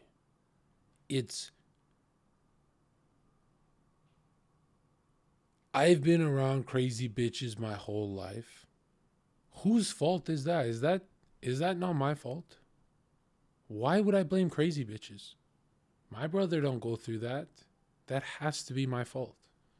No matter what the case is, my job as your friend is to, in whatever way you allow me to, or you allow me to be a part of that process, is to make sure, one, you never do it again. Make sure, two, that you're in a healthy process, and number three, that I'm a support system for why you're going through that. So I guess my question with that is, man, is like, where? I mean, you answered it a little bit, but where are you, and what do you for people who support you and love you? Like, what do you want to say to them? Yeah, I mean, I got amends to make. I got a long list of people that I need to make amends to. And so what I want to say to those people is I get it. You know, it doesn't seem, you know, when it first hit, it was like, you know, I wanted to air it out and talk about specifics, and like, none of it really matters. You know, I hurt that woman, you know, and in the process of doing that, I hurt many other people, and many other people before that woman. You know, I was living my life, I was a pleasure-seeking, selfish, self-centered, dishonest, inconsiderate, fearful human being, and I was operating on on a survival instinct. I wasn't operating as a friend. I didn't actually, all my loves and friendships were transactional. You know, I fucked with you because we worked together and I experienced great pleasure in that working situation. You know, when I look back at the friendships, people who dipped or don't talk to me, these were also part of the same kind of transactional relationships. I didn't actually understand what love was. You know, I didn't know what friendship was. I'm not trying to do a pity party thing. I was raised very specifically in my father would tell me stuff like, you know, your life is your life, son. Please get back to Freemasonry. These are their puppets. This is even richer. You know, if you want to have a good life, you got to work real hard. You got to get into a good school. You got to get a good job. That'll lead to a good relationship. You have a kid and you put that kid in a good school. And then, you know, it's all up to you. And so that kind of, it forced me into a position in my life where I was God. I was the person. This is so cringe. Who was making shit happen, and I was using people like I was in a laboratory measuring shit and like quite controlling. I mean, you know how I am on set too. You know the way I was. When I was in the most satanic phase of my life, punching dudes against their temple when I won the fight, and they're like on one knee coping. When I was the most cocky, the most God-hating, I still never said, I am God. Because I knew, even at my most satanic form, how stupid that is to say. It's just cringe. It's just like, yeah. It's just the greatest cope I ever hear. Operating on set was the actor is the poet. You know, like you're in a solitary, you're on your own like journey. That's a bunch of nonsense, but this is what I was living in. It's the shit I came up with, you know. The actors that I looked up to, the art that I was inspired by, they moved like the actor is the poet. I was moving like in my life like I was that way. Right. That does something to the way you operate in the world. Some people are attracted to it because that confidence is attractive, and it feels comforting to be around somebody who. Every time we go over content, it's men seeking masculinity. They just talk in circles trying to find it. They're like, what if I can get one masculine sentence? If I could just get one masculine sentence in the whole podcast, what if it gets clipped? It's hope. They do nothing for their real live selves. They don't even believe in a mental plane of masculinity and a feminine plane. They think this is like, oh, it's with the wind. It's with the wind. I'll be masculine tomorrow. Today I feel like gyno. Well, no, because gynocentric thinking puts you in fucking rehab. Okay? There's no order to that. You think knows something. It's attractive. It calms my own insecurity to be around a person who is fully acquainted and acclimated to their craft or their mission in life. When somebody's really confident in something, it's nice to be around that energy because it feels like guidance. It feels like you can lean on it. Yeah, they got to figure it out. They got to figure it out, right? So I get why I empathize with why my way of doing shit was attractive then. And I remember who you were on that set. I remember how fearful, how deeply insecure, you know, and For sure. And the way that you were moving on that show specifically. For sure. And the yearnings for David to hit you with certain compliments and shit. Like, you know, you needed validation from him, For sure. from us, from Kevin, more so from Kevin, you know, and like the military dudes, you constantly needed them to co-sign all your shit all the time. And I empathize with that, but that's not who I was. I was not that way in life. The way that I felt about craft and life in general was, I don't give a fuck what you think, you know? I don't care what you think about me. I had come from an environment with very little...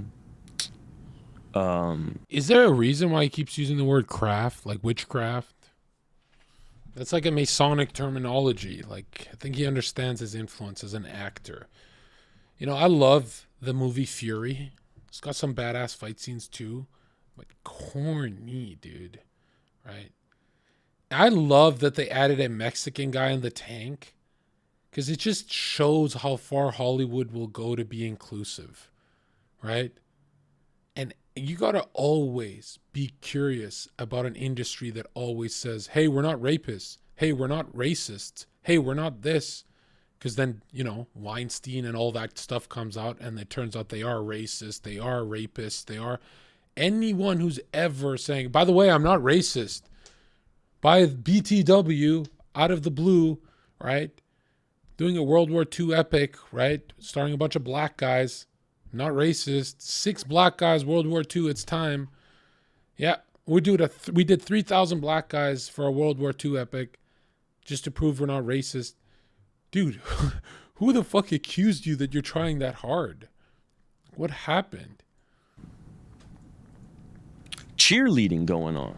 And so I created a sort of survival instinct where I would cut people out, you know, and minimize opinions. And the way that I would do that is I had to believe that my opinion was greater than everybody else's opinion around me. I remember talking shit to Spielberg. I mean, there was no director who ever directed me, you know, and I used to be proud of that. This is what I mean. Like the things that I looked up to and romanticized was I came up on a certain kind of music, a certain kind of culture, boss shit. You know, the guys I looked up to were not asking you what you thought. I thought there was something sexy and punk rock about like these islands, these men who were islands. Untouchable. Yeah. Is that possible? Is it possible to be that? It's nonsense. Yeah. It's just not real. It's fiction. It's not a real thing. It's a blanket, right? I mean, it's armor. I listen to Mickey Rourke interviews and I think, damn, bro, it's a sad boy. You scared man. You're so fucking scared, you know? And there's a lot of this tough guy armor shit, and I get it, you know. And I love Mickey Rourke, you know. He gives me hope. When you see a dude go for 12 years no craft and then come out and do the wrestler, a guy like me who's in my position looks up to shit like that. It gives me hope. It makes me feel inspired. Like, all right, if I'm patient for 12 years, maybe one day, guys like me in my position need stories like that. And simultaneously, I listen to his interviews and I go, there's no evolution here. You're still shitting on Tom Cruise, bro. Like, why? And it's insecurity, you know, and I was that way. I was so competitive. My acting wasn't collaborative. It was competitive. It was a sport. And my life was this way. And this is what created.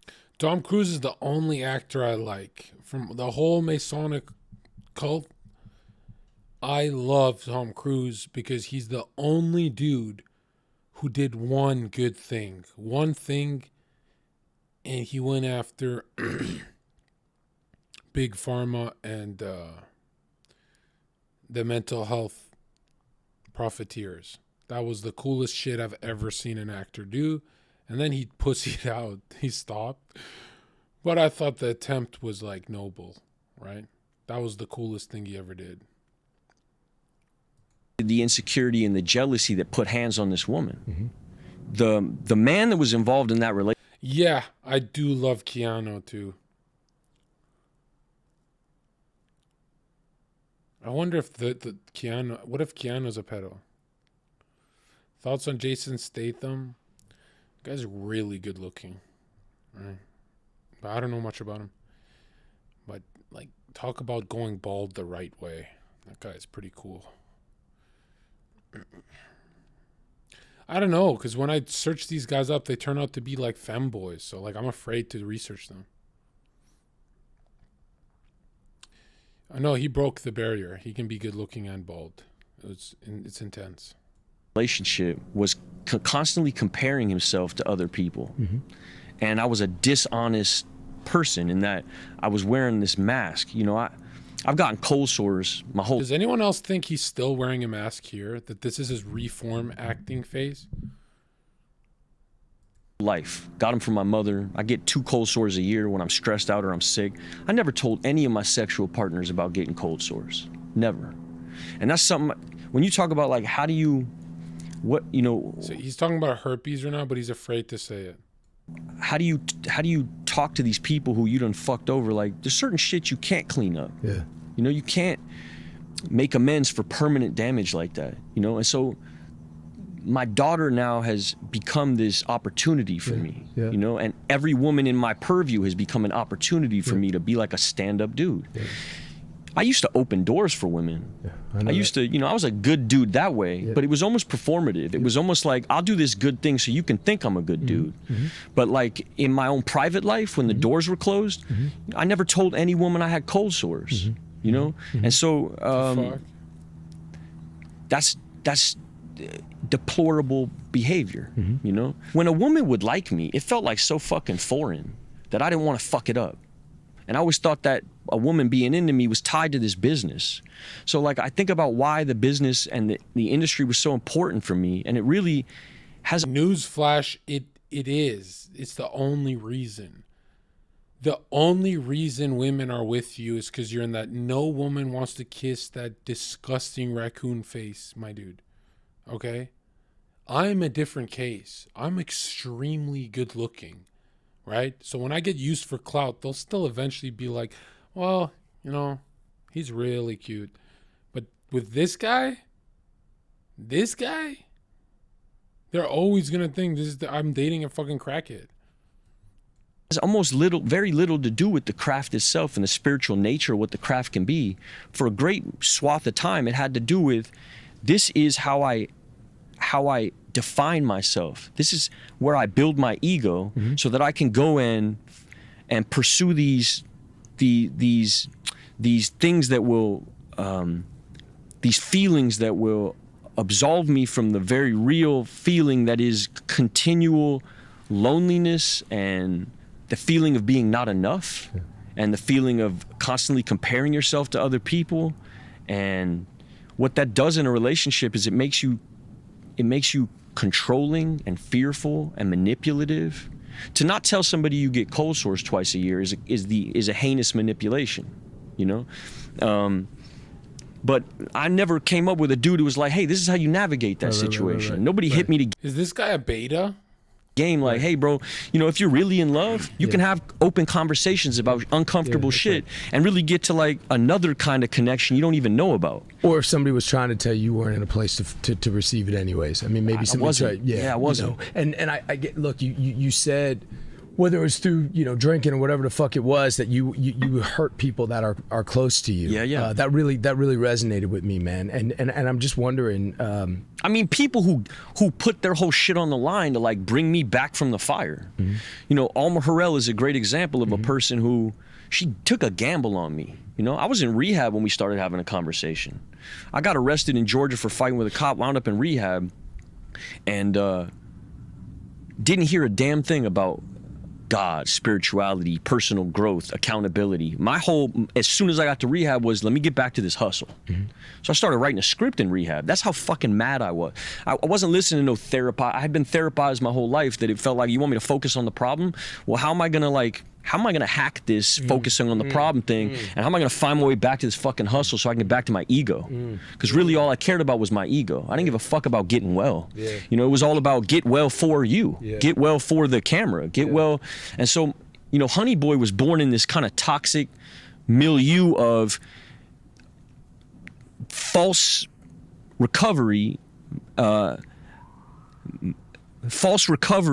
masked as some kind of like upliftive product, and she was in on it because she thought that it was, I mean, I don't know what her motivations were, but it felt like she was doing kind of what you're doing here. When the conversation first started with Alma, it was like, man, we got to get to the root of what the fuck is going on here. You know, something wrong with you. You know, let's get well. It was out of love. It was out of love. Like, y'all fucked with each other. You made stuff together. I love you. What can we do? It wasn't let's build a product. It wasn't fetishizing product when we first, it wasn't. John, I thought you would like Shia.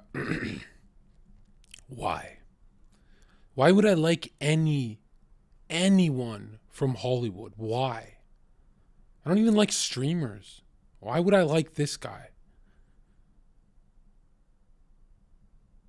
It wasn't like I was in an environment where she's like, Academy Award. Yeah, let me go hit you up for a script idea. It wasn't that. She hit me up like, hey, I'm in the same, I'm living a principled life. Because he's the GOAT. The GOAT of cope? The GOAT of hating Donald Trump? The GOAT of what? Huh? The GOAT of rehab? The GOAT of changing diapers? What is he the GOAT of? I want to know. Also, maybe you should get involved in this thing. And immediately I was on a, as a matter of fact, here's a fucking 60-page monologue I wrote about my dad while I was doing this 4th step, and right away it was almost like I manipulated her into directing this movie. And then that put me in a situation where I was even sicker, because then self-will is run riot in full. Because now I'm at Sundance. We just done one Sundance, and I'm like thinking that I can that I'm the ultimate manipulative master. And I was telling other people who would come to me after seeing that movie, asking me about how to help, and I would tell them, well, you just got to paint with your pain, and all this fucking nonsense. It just wasn't. I had no spiritual life, none. The fact that your spiritual life at that point was bankrupt, and the fact that came out of a transactional, less than weak part of you, if that's what you're saying here. Yeah. Is it still possible that through the art that you made Men are so pathetic, they find God through trauma, right? Something has to happen to a man where he just needs a spiritual life. Let's just use logic, dude. Who put you on earth? Who put mankind on earth? Okay? Oh, it's just a random, we're just on a rock flying through space, dude. Like, it's enough of the cope. Stop running from responsibility. Stop coping. It inspired people or helped people. It still could have. Oh, I know it has. Fair enough. Okay. And I don't think, and I don't want to get too spiritual, too much God talk in here, because I know that it landed on deaf ears when I wasn't ready. But yep. God uses people in many ways, and I've interacted with people, and Alma has interacted with people who that movie has had a hand in helping them find their way back to the route, and that's very fulfilling. Yep. So I can't deny that craft and art is a huge instigator in people. When you think about Catholicism in full, beauty is a huge part of the religion. That's right. Art has a huge hand Music, in painting, evangelizing stainless, people and bringing them to God. And absolutely. so. But there's also been some real toxicity and some morally bankrupt things that use that art in order to draw people in for own personal gain and for weak parts of those people. Which is where I was. And I think, man, it's when I think about you, you have this ability to inspire and to. Do you think God actively engages with reality? No, what the fuck are you talking about? You know what God means? You know how big that word is? You know how big infinity is? Dude, your problems, my dude, you gotta handle them yourself. This is cope. God this, God that. I need God for everything. You need God for the health of your family, the health of your mind, and the grace before a meal. That's it. There's no wish, career. I need a better career from God and casting couch with God. And there's nothing else there. The rest is all you. That's it. You're coping. Fucking need God for everything. You need God to wipe my ass. And why the fuck did he give you hands?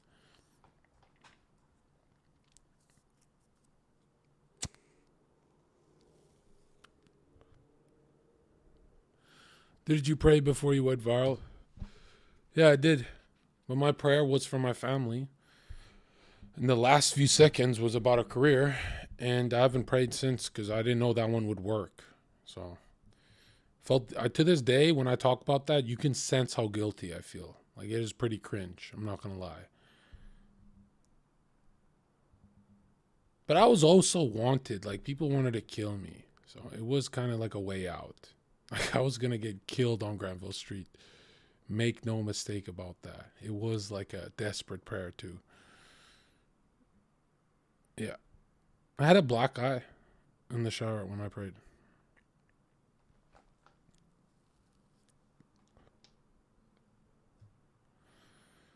All right. Galvanize and ignite people. You can make people feel enormously strong and powerful and joyous. I've also seen you humiliate people. Yeah. I've seen you completely destroy the joy in in an environment, you know, and that's and I think these things. You know what's something that's so embarrassing to leak?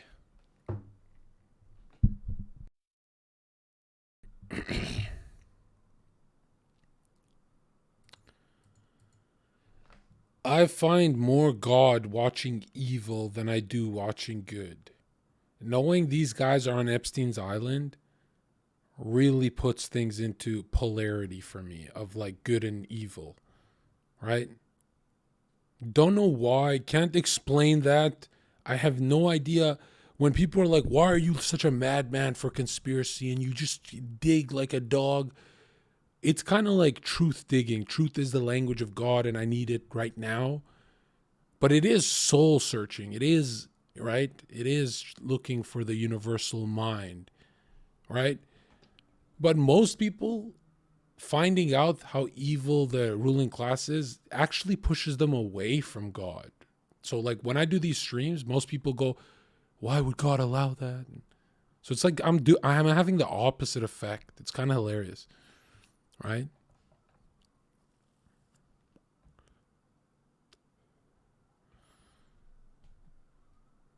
Like if evil was more in the shadows, it would be very hard for me to ever think of God. Right? But it's because it's so blatant and it's so in my face. And could you imagine a greater war? Isn't the greatest war us versus these ruling, disgusting pedocrats? Isn't that like, I live for this war. I love it. This is exactly what I've been searching for my whole life. I said, hey, God, I can't do that peaceful thing, man. I can't do that priest-like shit. I can't do that. I need a war, man. I think I'm satanic. I need a war. And God's like, then go after those globalists and build your army. I was like, oh, thank God I get to fight. Thank God. And it's really just coping with your masculine spirit. But without this war, I would be like this fucking loser on TV. This guy got no war. They're cousins, man. Like you cannot have one without the other. And it is a constant, I think it is a constant work. It is a constant mission if you're going to try to walk the path where you're trying to live. Also, every jihadist thoughts.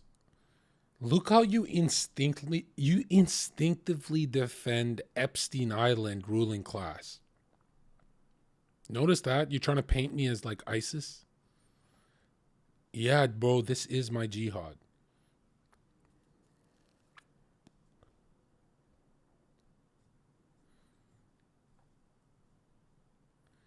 And some people are like, you're just jealous of the billions of dollars they have, right? Maybe you're just... That's even better. If my war is a petty war, that's way better. Then I'll be a thorn at their side that's just petty. There's nothing spiritual about it. That's even better, right? I don't mind that at all. You can say that. You can say I'm jealous. I don't mind that at all. Have you ever felt like you lost your masculine spirit? Yeah, every time I left the nightclub through the back door because I knew I was going to get jumped, my stomach would turn and I'd start to puke from cowardice, right? Because it's one thing to feel cowardly as a civilian, but if you've been in one-on-one street fights and you always won the fight, then you're running. It's not like a peasant running from a battle. You feel like a knight with armor that's running. It's a way worse feeling. So yeah, I would cope by smoking weed and like smashing chicks every time I did something cowardly. But it wasn't cowardly, you know? It's like, you're not going to fight 10 guys. Yeah. What's the most satanic thing you've ever seen in a club? Well, I'm a simple guy, so it's like when men buy women drinks, right? That's right then I knew the feminine spirit is evil. Live for positivity. You're trying to bring people up because that doesn't go away. That shit will never ever go away. For and sure. It's constant work. Yeah. And I'm telling you, every time I saw a dude get stabbed outside of a club, it's because of a lady. Like, they would rile up the boys would take it too far, and the ladies would be traumatized and being like, I need therapy for what I just saw. And it was like, can't explain to you how many times it's the woman's fault. Because it's like, she knows she's dealing with demons. These guys got face tattoos. Like, she knows what she's doing. Yeah. Like, these are some caged demons that women are just unleashing. Dating in 20 years will be just like Tokyo right now. Most people are marrying VR, virtual reality, whatever. Marriage is dead as an institution. That's what dating will be in 20 years. Like, look in Tokyo. Look what's happening in Tokyo and how men are coping without women. That's the future, man.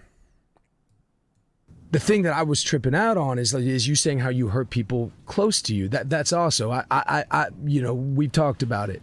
I definitely understand what it's like to hurt people. I've hurt people in ways I'm disgusted with myself for what I've done. Yeah. I haven't hurt people that are close to me. I can't imagine what that's like. And I want to know, first, I guess I want to know, how does that... You haven't hurt people close to you? That's what you're selling us? So what's the point of building up the fact that you've hurt people? Like, you hurt the producer of the movie? Like, what do you mean? And is that really hurt if they're not close to you? Like, why do you have to do that illusion of I'm the good guy? Close to you. That's also, we've talked about it. I definitely understand what it's like to hurt people. I've hurt people in ways I'm disgusted with myself for what I've done. Yeah. I haven't hurt people that are close to me. I can't. How have you, you're 40 years old, you've never hurt someone close to you? Dude, he's going with the I'm sinless thing. It's so pathetic. Imagine what that's like. And I want to know, first, I guess I want to know, how does that feel? Do you know that you're doing that while you're doing it? Look, Shia LaBeouf is shocked that the guy's lying to his face. Look. I know. Look at it. Look at Shia's face. I feel so bad for Shia now. Definitely. You know, it's like you open up to someone and they high road you as you're opening up. This is so fucking bad. I understand what it's like to hurt people. I've hurt people in ways I'm disgusted with myself for what I've done. Yeah. I haven't hurt people that are close to me. I can't imagine what that's like. And I want to know, first, I guess I want to know, how does that feel? Do you know that you're doing that while you're doing it? And what is the realization? Like, what does that feel like to know you've done that or to know you're doing that? Yeah, I mean... he's handling the cringe well. Jon Zherka, be honest, you probably wronged the random viewer and felt really bad for it. What are you talking about? I've never gave a fuck about what happens to my viewers. What the fuck are you talking about? If a dude streams 15 hours a day giving you advice and you do the opposite, I'm glad your life is going wrong. I'm glad you're suffering, okay? Right? If I'm speaking all day and it all falls on deaf ears and you took it the wrong way and you just changed what I said, and like, I'm glad you're fucking up your life. What the hell? This is most of my viewers will watch me live my life and say how I live my life and how based it is. And they'll challenge it and challenge it and challenge it. Then they'll fuck off, destroy their lives, and come back and be like, hey man, shrooms isn't good and I shouldn't have let my girl get banged by that other dude in front of me. Turns out I don't know, it was a bad idea. And it'll be like 4 months later. And I'll be looking at them in chat like, you know that I don't feel bad for you no matter who you are in this chat? You know that deep down, I'm glad that happened to you? Because I speak with strong conviction when I say I hate shrooms and cuck shit, right? And if you don't want to listen to that, I'm glad your wife got banged in front of you. I'm glad, right? So there's two perspectives on it. There's where I am now and who I was then. Yeah. And I've had to do a lot of inventory on what was motivating this perspective. Yep. I come from like, and this isn't a boohoo shit either, but I know abandonment. I know like deuces. And I would test relationships, and as a way of like finding a barometer. I'd also like You know what that reminds me of is that flat Earth stream I did. Jill and I faked a breakup on stream, and we're like trolling, and you know the inside chatters knew. Like my core subscribers and I we're like orchestrating the keks, but I thought everyone kind of knew. And so we let it run for a bit. And there's this guy who got on my stream talking about flat Earth. I don't know who saw this stream, but it was fucking hilarious. The Red Bull one. And he's like, yeah, that's why Jill left you. He's like losing a debate, right? And you know me, I'm like, I'm not going to leak it. So I'm like, okay, yeah, that's fine, right? And everyone's like, oh, Zherka destroyed. And I was like, all right, whatever, I'll take it. And then as we're talking, he says, I forgot what I said. I was like, oh, are you married? And he's like, I was, but my wife left me in the middle of the night and she never told me. She just packed her shit up and abandoned me, the love of my life. And immediately then I was like, oh, that's why he was so stuck on the whole, you're the streamer I watch and your girl left you. That's why he was so vicious. That's why he needed that to be true, because that's his trauma. He sees that in everyone. And the first thing I said to this heartbroken man was, your wife left you? That's pathetic. And my whole chat's like, that is so evil what you said to this guy. And I remember thinking, I'm like, that's how I know I'm not a good person. That I said that to that broken man, like completely broken. I could have just said to him, hey, we're not actually broken up. We're actually still dating. I could have made it like nice.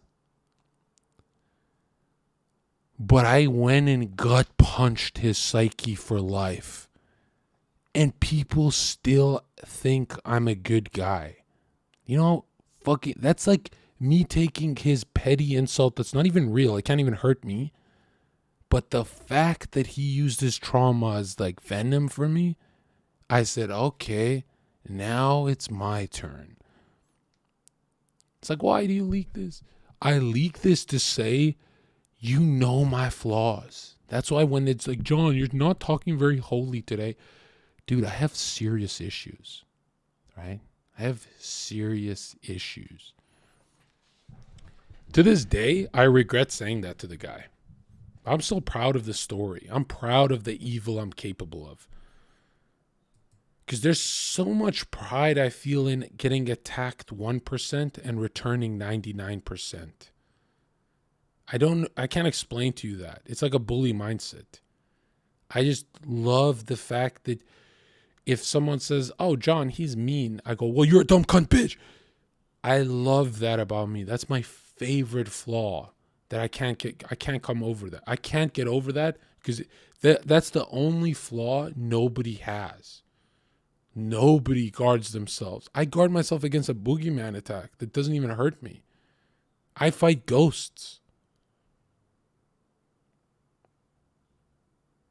Right? So when you say, oh, I've heard a viewer, I can't think of what you're talking about, but I'm thinking of that. And I go, that was the most satanic shit I've done to one of my guys.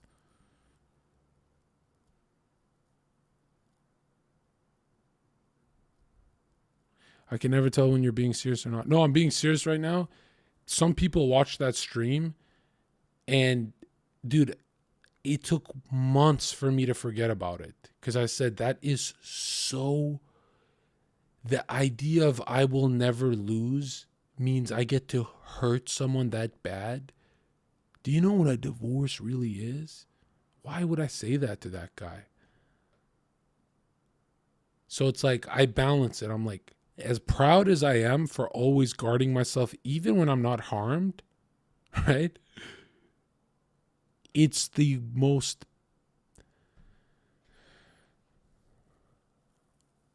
It's the least godly thing about me. Right? When I think of the worst thing about me is vengeance. Do you regret saying that, or do you feel bad for him? Or yeah, that's what I'm saying. I feel bad for the guy. Obviously, that's the only part I care about. yeah. He took it like a champ. He didn't really, you know, but because I'm never a guy about low blows, right?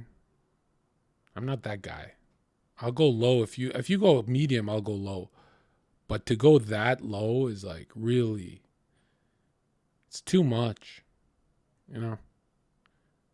And I've been holding this for months. I was like, I wonder if I'll ever talk about that. And people forgot, you know, this was like the daytime stream without you guys. So.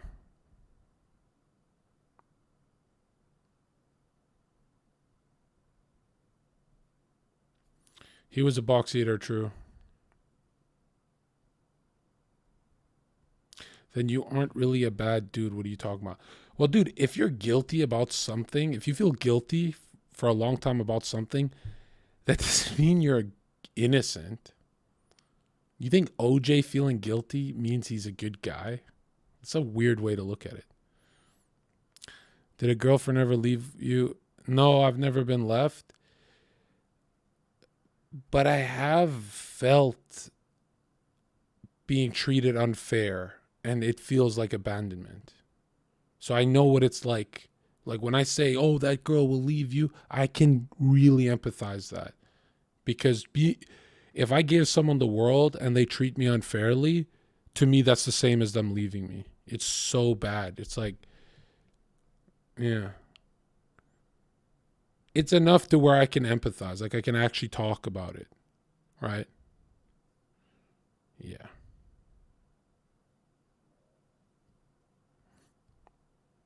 You've been cheated on, you just don't know it. No, I could go on a lie detector test. I've never been cheated on. I think, because dating means like you're dating them, right? And that means her lips pressed another man's. I've never felt that feeling. But I can feel it if I try hard in my head, right? I can feel it. It's happened to my buddies that I love, so I can feel it. I'm not new to that feeling. But I cannot ever, in good conscience, say I've been cheated on. That is cope. And it's kind of like a false message, right? It has to be a false message. Because if I say, oh, I've been cheated on, I don't think I'd have this level of confidence, man. Right? When you run a perfect game, you talk like me. Right? Couldn't imagine talking like this if that happened to me. I would talk more in a cope way.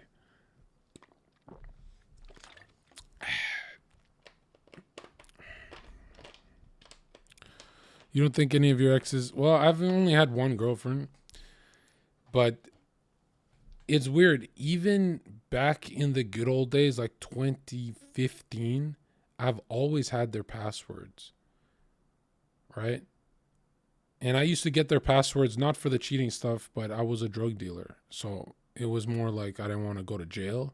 So I'd always be logged in their shit. And yeah, I never found anything or stuff like that. I mean, the only time I can imagine that happening is on Twitch. You know, how everyone's social on Twitch, everyone DMs each other. I can imagine hoe-ass behavior on Twitch. But I've never dated on Twitch. I just smashed people. Smashed like a couple years ago, and that's it. So I don't know. Hold on. I would hurt people just out of straight selfishness. No, like, there's no intellectual facet to it. Just the fact that, you know, the fact that I cheated on every woman I'd ever been with. You know, the fact that directors who put me on, who took me from nothing and put me on, I eviscerated in public life. Even on set, when I would sense weakness in another person on the other side of a scene, I would lean in. I wouldn't try to uplift nobody. I would try to lean in. And it was this constant trying to define myself in the world. It has to do with not feeling enough. You know, all actors battle identity crisis the hardest because they're always acting. Right? I don't battle that. I think that's the only healthy thing about streaming is that it does It's not acting. I mean, it is for most, but like if you do it long enough, you do develop a sense of identity where it's like, that's that guy on the internet. But these guys have to switch characters, and sometimes they read scripts about a masculine role, and then they're like, I want to be masculine now.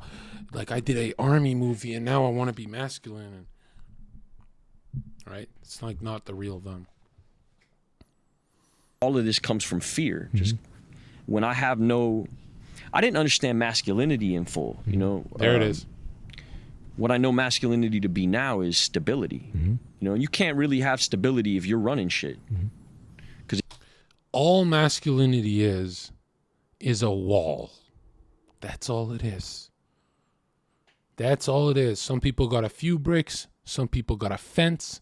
Some people got a wall. Some people got a wall with heavy, fiery, roasting archers like me. That's all it is a wall around your mental health, your brain. Okay? Most people got a couple bricks, and we're like, oh, that guy's like Jordan Peterson is so smart, and that's all it is. And if you notice, masculinity does not shift. Khabib does not shift. His psyche has not shifted. But when your psyche is shifting a lot, you're very chaotic. You're very woman-like. That's why I always say, if you absorb 10 different types of streamers, and they're all different from each other, you have a woman's brain. Like something's completely wrong with you. If you absorb Trainwrecks, Zherka, Donald Trump, there's a theme, there's a pattern, and it makes sense. But if you like Zherka and Hassan and this guy dressed in a fairy dress and XQC, and if you're all over the place and there's no theme to your psyche, your thinking has no theme, there's no direction, there's no arrow. What are you becoming? Are you becoming Zherka in a dress listening to Hassan? Who are you going to become consuming all that? Right? if you're just a dude, like, you know how infinitesimally fucking small? We don't even know how deep Lake Michigan is, Right, you know? right, Like, right. what are you really running? If you get your personality from a streamer, something's wrong with you. Well, whether you want to admit it or not, you are getting your personality from what you consume. Period. Most guys who love and subscribe to me right away, they either hear their older brother, their dad, or their uncle, and they subscribe to me. So it's not actually them fiending to sound like me. It's them fiending for their family. They're fiending to be around their family. That's what it is.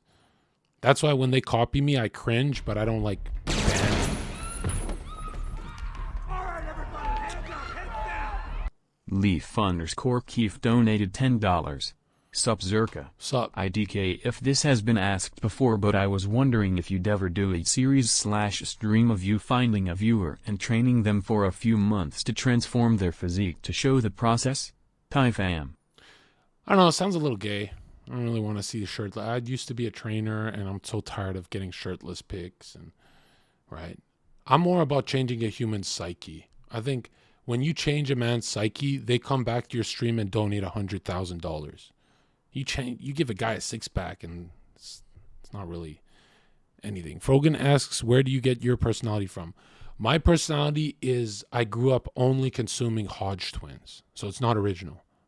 Right? All I did is watch Hodge. I'm a twin. I'm a toxic twin. So I watch Hodge twins. So I watched Hodge twins for the longest time, which is so funny when their politics became aligned with mine. I was like, oh, thank God. And,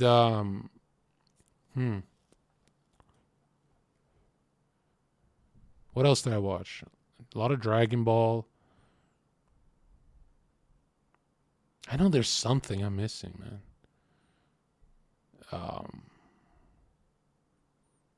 There's something. I just can't remember. I swear I'm not hiding it. I know that I'm not original. I know that for a fact. I can't tell you, man. Yeah. No, some girl once said that to me. She's like, dude, you are Inuyasha. The way he treats Kagome is how you talk to women. I was like, oh, yeah, it is. Yeah, probably Inuyasha. I don't know. All I know is I'm not original. I'm just more original than you. But I don't believe humans are original. That's cope. There's no original human. That's cope. That's straight up cope. Right? Because the day I think I'm original is the day I'm open to being influenced by satanic forces. You have to remind yourself every day of your life you're being influenced to block the influence.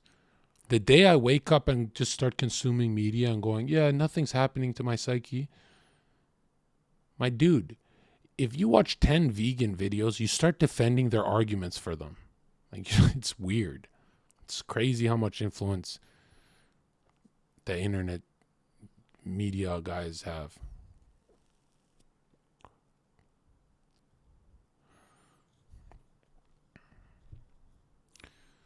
Yeah, but I've never been a religious guy, so I've, never been into that. I've never been, I don't know where it comes from.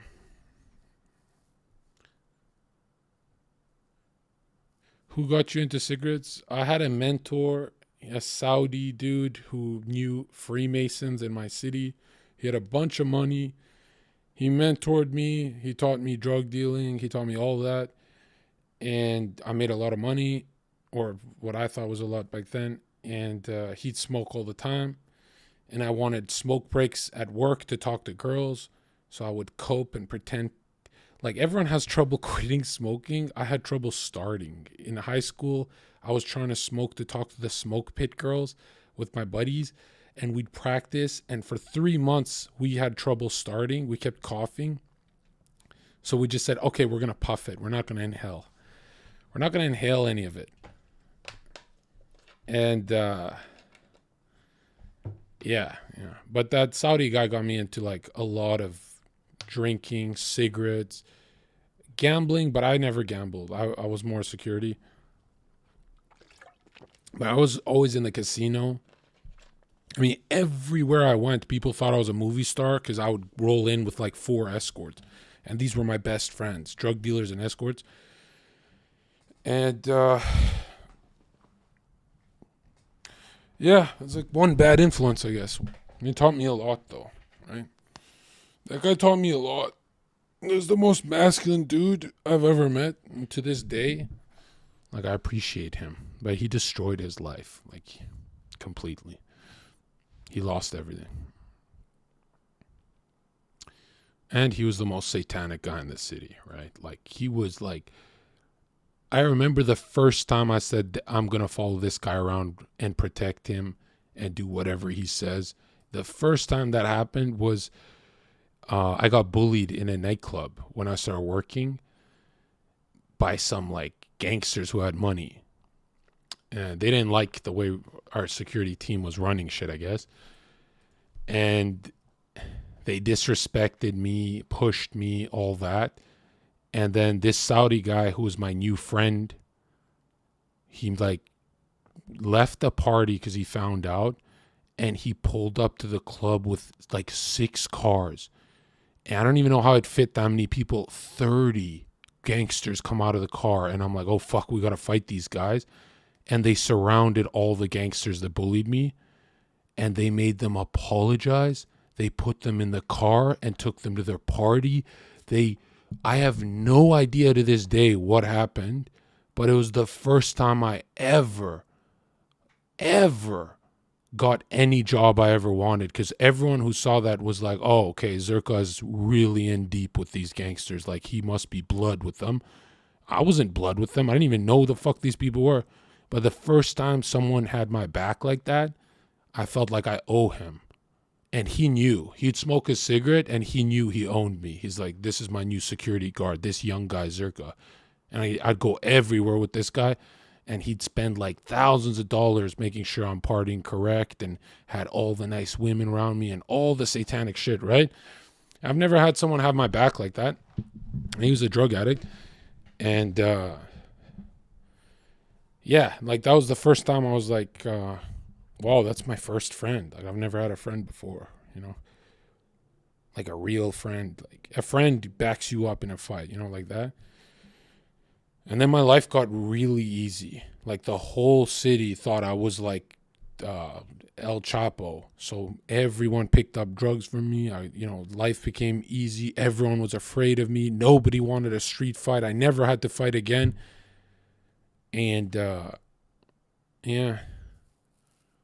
But it's weird how transactional that was, because he did that because I was his brother. But he really did that because he needed to like have another guy on the inside. He can't get a 40-year-old security guard to be on the inside working for him in the club. So he got the young guy. You know what I mean? Like I was still targeted by the guy. But yeah, that was my greatest influence, is this Saudi guy. And he didn't live like a Saudi. He lived like a rapper. This is like very Western. Kind of like he thought he was a rapper or something. But yeah, that is 100% where my personality came from, is that guy, right? And that's all the guy would do is, hey, bitch, get me some fucking water, with his accent, right? Get me some fucking water and sit the fuck down and do something and stand up and leave. And he'd say weird shit that doesn't make sense. And the hottest chicks you've ever seen in your life, like MK Ultra programming, would follow him. He wasn't even the richest guy in the city. So I'm like, why are they following him? And he just fucking give orders to these ladies and treat them like shit. And they loved him. One of them married him. They had a whole wedding. And every millionaire was trying to get that girl. There was like guys with $20 million who couldn't get the one girl in the city. And this ugly drug dealer got her just because he was the masculine one. And I was like, whoa, right? And then you can even see when I first joined Twitch, I told everyone, suck my dick. It's very like that. But when I realized there's satanic forces, I realized he's going down the wrong path. I predicted his ending. And yeah, he crashed. Like his life sucked. I don't know if it sucks, but it definitely crashed. I don't know what he's doing now. I'm afraid to check up on him. And you're running nothing. Right. And so this idea that if you're bossing your life, you're always going to be in a tremendous amount of fear. Mm-hmm. And that in fear, denial, right? In denial. It's just not real. Yeah, you have to. You have to deny anybody else's God. You have to deny God in full, and you have to, you fall into this like Sam Harris, Christopher Hitchens hole, where you're trying to intellectualize everything and rationalize everything. You're fragile, dude. We're all fragile. But then you get caught up with like, I hung out with like philosophers and shit. I would backstop all my shit with like these philosophies and like fucking words. Play these word spells on people. And was using like performance art to like create this, running word spells, just a bunch of fucking nonsense. Really, at the end of the day, that all had to do with the same thing that hurt people. It was all about, my propulsion system was fucked. My motivations behind the way I was living my life was wrong. I had to get a new propulsion system. I wasn't looking at life like, how can I be useful to other people? I wasn't looking to be of service to nobody, even including a director. I listen to Ethan Hawke sometimes, do interviews about how he looks at the craft, and he's always talking about like, my job is just to be in service of the director. And that's like foreign to me. Yeah. I remember being in service to a director and getting fucked over. I remember doing movies with certain dudes who like led me down a weird path. And looking back at the project thinking like, nah, man, I was right all along. You were wrong. And then I stopped listening to any kind of director, and that innocent dude who came into the industry with all this wild, wide-eyed wonderment, that disappeared pretty quick. And then it became like, I got around some dudes who I saw work a very specific way. And I thought the answer to this having to rely on the infallible man that is the director is you just don't listen to the director and you just do your own shit, because trust your instincts, buddy, because you're God. I remember calling my manager and saying like, what do you mean? I'm God. This is really where I was at, because I thought my craft was God. I thought love, art, and God all meant the same thing to me. That's exactly Masonry. Science, love, art, liberty, equality. That's literally Masonry. That you become your own God and you influence others to reach their own Christ consciousness, and they become their own gods. And as long as everyone's pursuing liberty, everything's going to be fine. And that's crazy that he's admitting it, right? And to somebody who's because I understand you're looking at it from two different perspectives. It's where you're at now and where you were going through it. So for somebody who may be going through that right now, or for somebody who...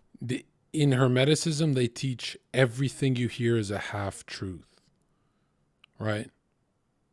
Like, think of even me. So close to God, but so satanic at the same time. I'm a half-truth, right? I'm a holy man until you slap me, and then God doesn't exist and I'm breaking your teeth, right? That's not correct. That's not it. That polarity is not healthy. That shouldn't exist in me. All they speak about is half-truths. That's why they always speak about God, but they're degenerates behind the scenes. Who, you know, maybe is close to somebody who is going through that. Were there ever times of empathy? Were there ever times of realization? Were there ever times of shame when you're like, fuck, I just hurt that person? What would you say to that dude? I'll tell you like this. I remember being in Georgia when I was doing this movie with this kid, Zach. You were there for part of it. Yeah. And I remember getting arrested. Yeah. And I remember getting out of jail the next day, and I remember sitting down with Zach, and there were moments of like lucid articulation from this man. Mm-hmm. And this happened to be one of them. And he said, you know, this is my one shot. You make movies all the time, but this is my one shot. And you're ruining it for me. Mm-hmm. And to say that you don't feel that when it lands is not true. Mm-hmm. I felt it deeply. But it's what you do with that feeling. You know, do you change? Mm-hmm. And I didn't. You know, I would always I always had an inch left. I always had some fucking wiggle room. Mm-hmm. Every time I would fuck up, there was always some wiggle. There was always a Brad Pitt on the phone. There was always some Sundance award. Some next project. There was always Alma. There was always there was always wiggle room to get back into ego. Mm-hmm. And this time, there wasn't no wiggle room. That's why I attribute this woman with saving my life, because she destroyed any route towards that wiggle. That's real. It is real. Rock fucking bottom. Rock bottom. Bottom isn't when you experience the worst moment of your life. Definitely bottom is when you change. That's right. It's when you actually, it's when you touch it, when you smell it, when it's right on your face, yeah, and you feel it. And it's not about severity of what the thing is. It's about talking about ass eating. That's rock bottom to these guys. Moment of your life. Definitely bottom is when you change. That's right. It's when you actually, it's when you touch it, when you smell it, when it's right on your face, yeah, and you feel it. And it's not about severity of what the thing is. It's about what you do with it once it happens. So like, once it happened, I mean, when it landed, I forgot how to breathe.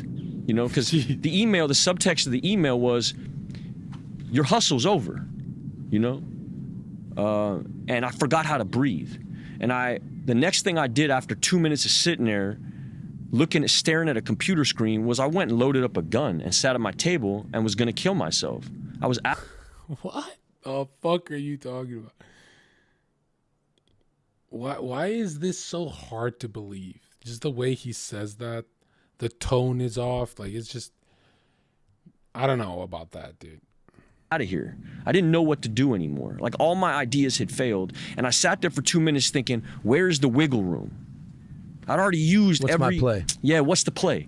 And there were no options. It was like there was nowhere to go. It's not like I could go outside and get a Choco Taco and chill on the, you know, people driving down the street, rolling down the window like, fuck off and die, you know? This is where I was in the early days of this shit. So I didn't even want to leave my house. And I had a woman living in my house who wasn't my wife. And I was on my way to go do some movie I didn't give a fuck about, you know, just like momentum building kind of shit, you know, movies, no intrinsic value, just like I need something on the cards, you know, for this year. I need my 2 or 3 projects, one of these things. And I felt disconnected from all of it. And I wound up getting emails from certain dudes who, like you, were still involved in my life, even when it got ugly, you know, when it got chunky. One of those dudes was Sean Penn. Their biggest problem is they are stuck in their me and can never tap into their I. There is no will to these people. It's just me, me, me. My shell and who I think I am, who the world, well, no, who the world thinks I am. Everyone knows that's not you. Everyone knows you're me. There's something else. There's something deeper. Like, everyone knows this is not the real Shia. Involved in my life, even when it got ugly, you know, when it got chunky. One of those dudes was Sean Penn. And Sean's like, you need to call Brolin. And I called Brolin, and he told me he was going to this meeting online. Now, the gun is loaded. Like, I haven't left my sitting position, you know? And I wound up signing on to this meeting, and I heard one of the dudes who was speaking that night say, if you're new and you just entered, you know, you don't have everything you want right now, but you got everything you need right now. Wow. Now. Now. Now. Now. And he did that for like 2 minutes. And the first minute I'm thinking, you can't spend the whole rest of your share just snapping your fingers and saying now. Like, this shit is ludicrous. And I went into this judgment, which is what my alcoholism sounds like. It sounds like criticality. It sounds like judgment.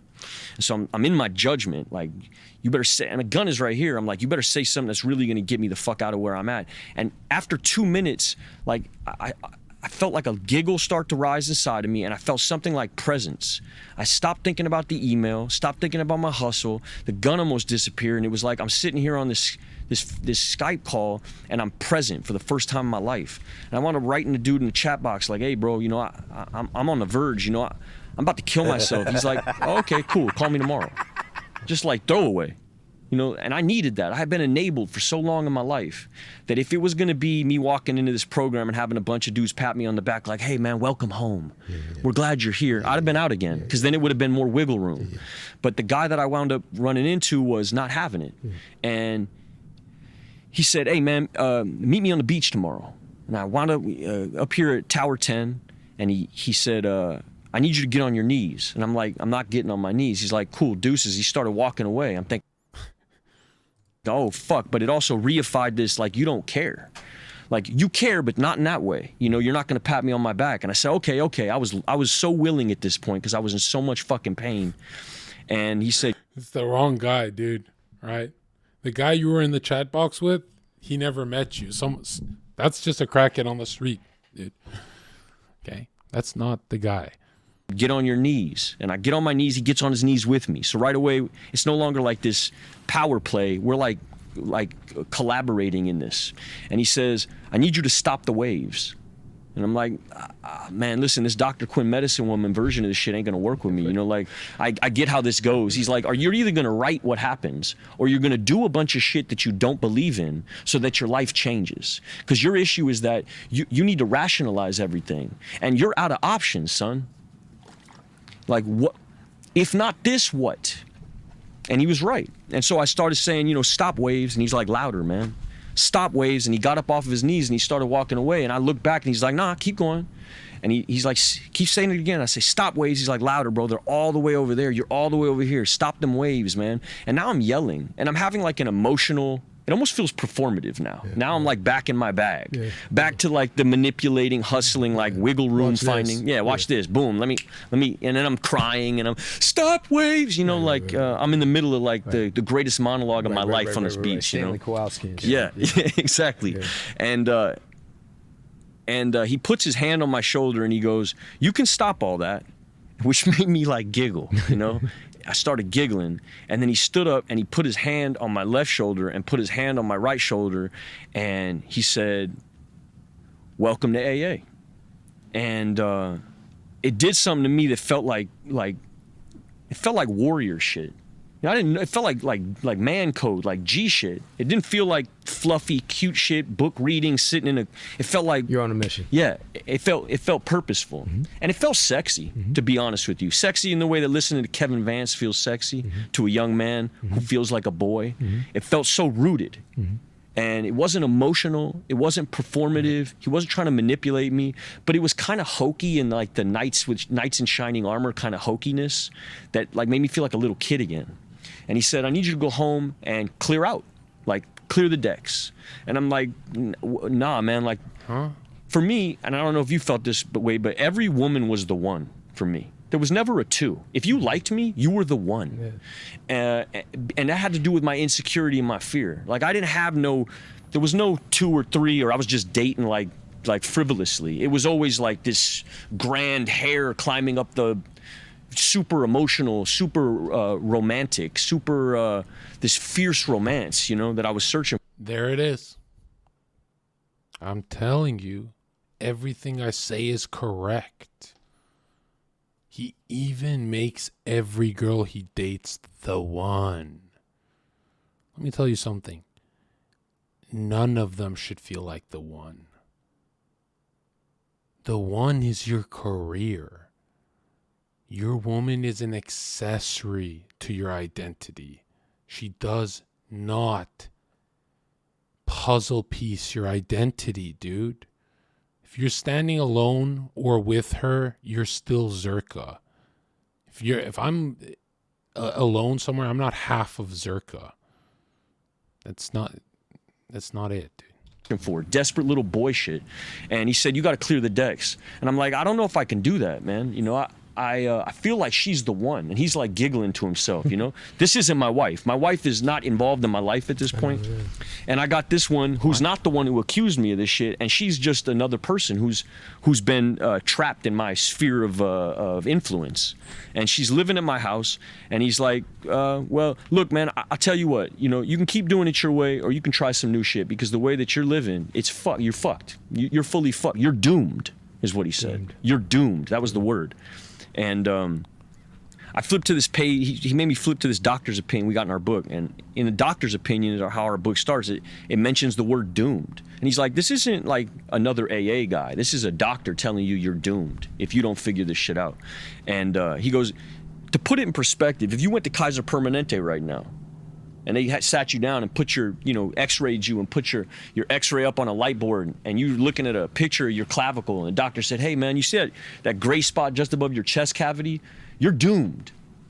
What would happen to you was your asshole would suck, you would fucking start sweating bullets, and you wouldn't be thinking about the job that you got to get to, or the girl you got to hold on to, or where you're going to go for Father's Day, or what that you immediately, your whole life would get very small, and the only rational response to that kind of information is, well, what do I do? And if I told you to staple a dog's dick to your fucking chin and walk up and down the street picking a cigarette butts, you would do it. You wouldn't ask me why or whether you believe in it or nothing. You go look for a dog, you know? And so that made sense to me. He puts me in a car. He says, I need you to listen to this Sandy Beach tape. Now, at this point in my life, like I'm like barely hanging on. And I'm using this woman like drugs. You know, every time I need validation, I'm with this woman, and she becomes what the mask of success that the job created for me, which kept me from like really looking at myself. She became that for me in the interim. And he's like, you got to get rid of all of it. You know, there is no more work and no more romance for a year. You're going to have to give me a year. And I'm thinking like, I'm not going to be able to pull that off, you know. And right away, I'm half measuring, and this is my wiggle room. I can't. And he says, I need you to download this tape, this Sandy Beach tape. Sandy Beach is a big speaker. And in this what was the speech? Yeah, the speech was, he's talking about this Chinese farmer. And this Chinese farmer and his son, they're picking radishes about the ground, and they don't own the land that they're farming off of. And they're barely subsisting. They're giving 70% to the landowner. They're living off of 30% of these radishes. Their whole financial legacy is tied up into this workhorse. And one day, and the son is really working the land because the man is too old. And one day the workhorse runs up off the hill. He just fucks off. He's up the hill. And the son runs into the house and he shakes his dad up and he says, Dad, you're not gonna believe it. This is a travesty. We're gonna die out here. I can't get these radishes to grow unless I turn this land over, and I can't move that hoe without the horse, and the horse is gone. This is a nightmare. And the old man, nonplussed, looks at his son. He goes, I don't know what this is, son. I don't know if it is a nightmare. I can't call it. And the son thinks his dad's out to lunch, or like ambivalent, or something's wrong, or he's too old. And a couple days later, the kid is chilling on the porch, and he sees the horse running down the hill with 50 wild stallions behind it. And they run into the paddock, and he locks the paddock, and he runs inside, and he hits the dad. He's like, man, this is, fuck radishes. Like, we're rich, you know, we're in the horse business. We're in the horse trading business now. This is a miracle, Dad. I'm gonna go tell everybody we're trading horses now. And the father looks at his son nonplussed again and says, I don't know what this is. I don't know if it's a miracle. I can't call it. And a couple more days pass, and the son's trying to break these horses down, domesticate these horses. He doesn't know anything about horses. He's a radish farmer. So, one of the horses ain't having it. And he rears up, kicks him in his leg. It's like 1400s China. There's no Kaiser Permanente. His shit is shattered. Yeah. They wrap him in some like tobacco leaves and sprinkle some mint on it. Go sit in a chair for a while. And and he's wailing, and the townspeople hear about it, and the townspeople run up on the little shack, and oh man, what are you gonna do? You know, you can't domesticate these horses, you can't move this. He's so good. It's like sounding, he's bringing us to like some profound statement, and it never comes. It's always like we're building like a roller coaster that never drops. This is unreal how bad this is. I keep falling for it. I'm not. So, you guys are fully fucked. I don't know what you're gonna do, but this is pretty much the end, right? Like, this is a nightmare. And the old man says, I don't know what this is. He looks at his son's leg. He goes, I don't know what this is. I can't really call it. A couple more days pass. He's sitting with his son. He's trying to calm him down. He's in the middle of pain, and they hear this thunderous noise, and they look up on the ridge line, and they see 5,000 samurai on horseback running towards their little hut. Bro? And the commanding officer gets off. I swear I'm still at the beach yelling at the waves to stop with a dude telling me to be on my knees. How are we at samurai? What the hell did I miss? I tuned out for like 5 seconds. Off his horse and says, give us your son. We're going to fight the Maoist army. And he looks at his son's leg, and he looks back at the samurai army, and he goes, I would, but he can't get out the chair. You know, dog dick. He can't get on his, he can't. No, I can't. Who still has a dog dick stapled to their face? I'm at the beach. I forgot about the dog dick. Does anyone go up to the samurai part? What is the esoteric knowledge?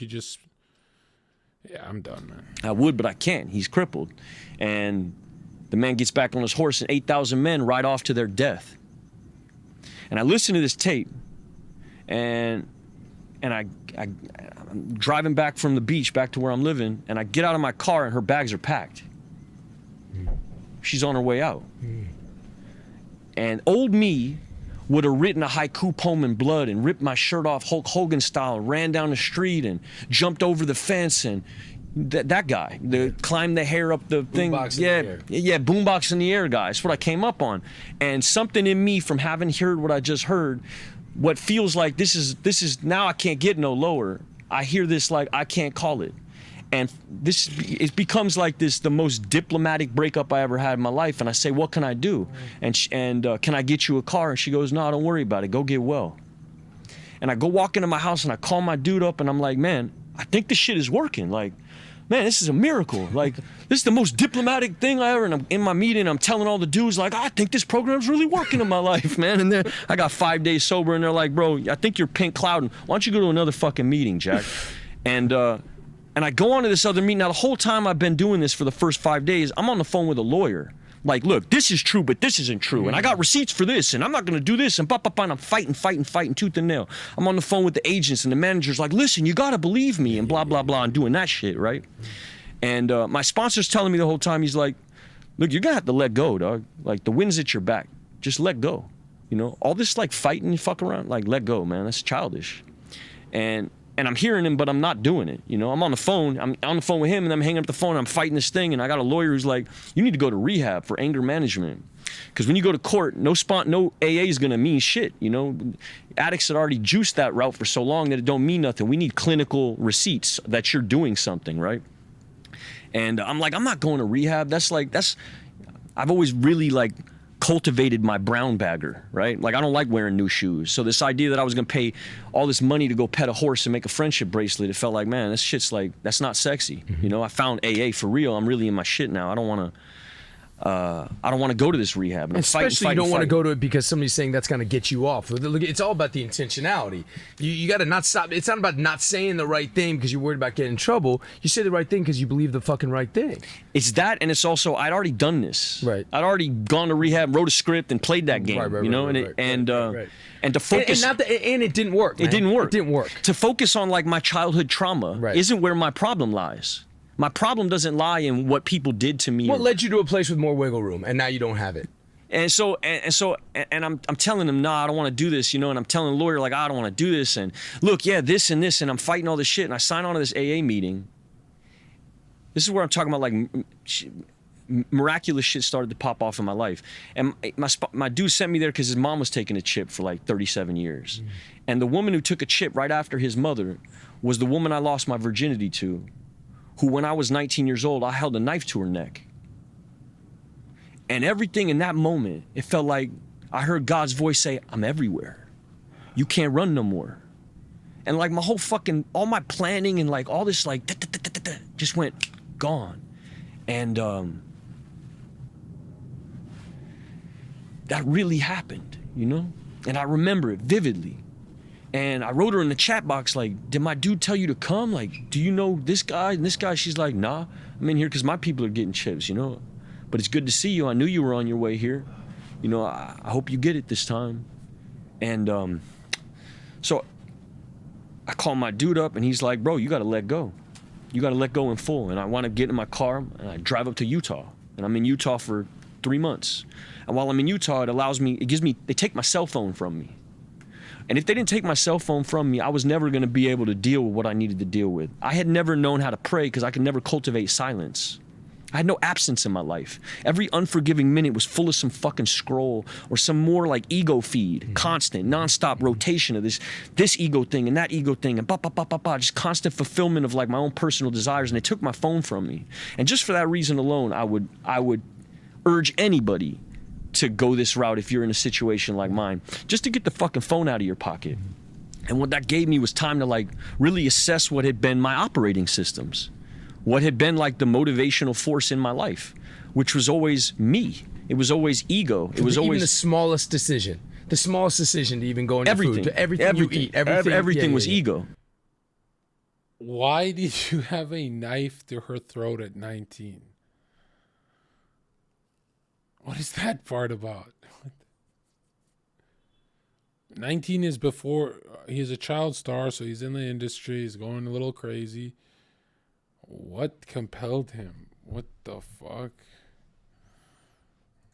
Everything was ego. I would eat that not because it tasted good, but because it would do this or do that, you know?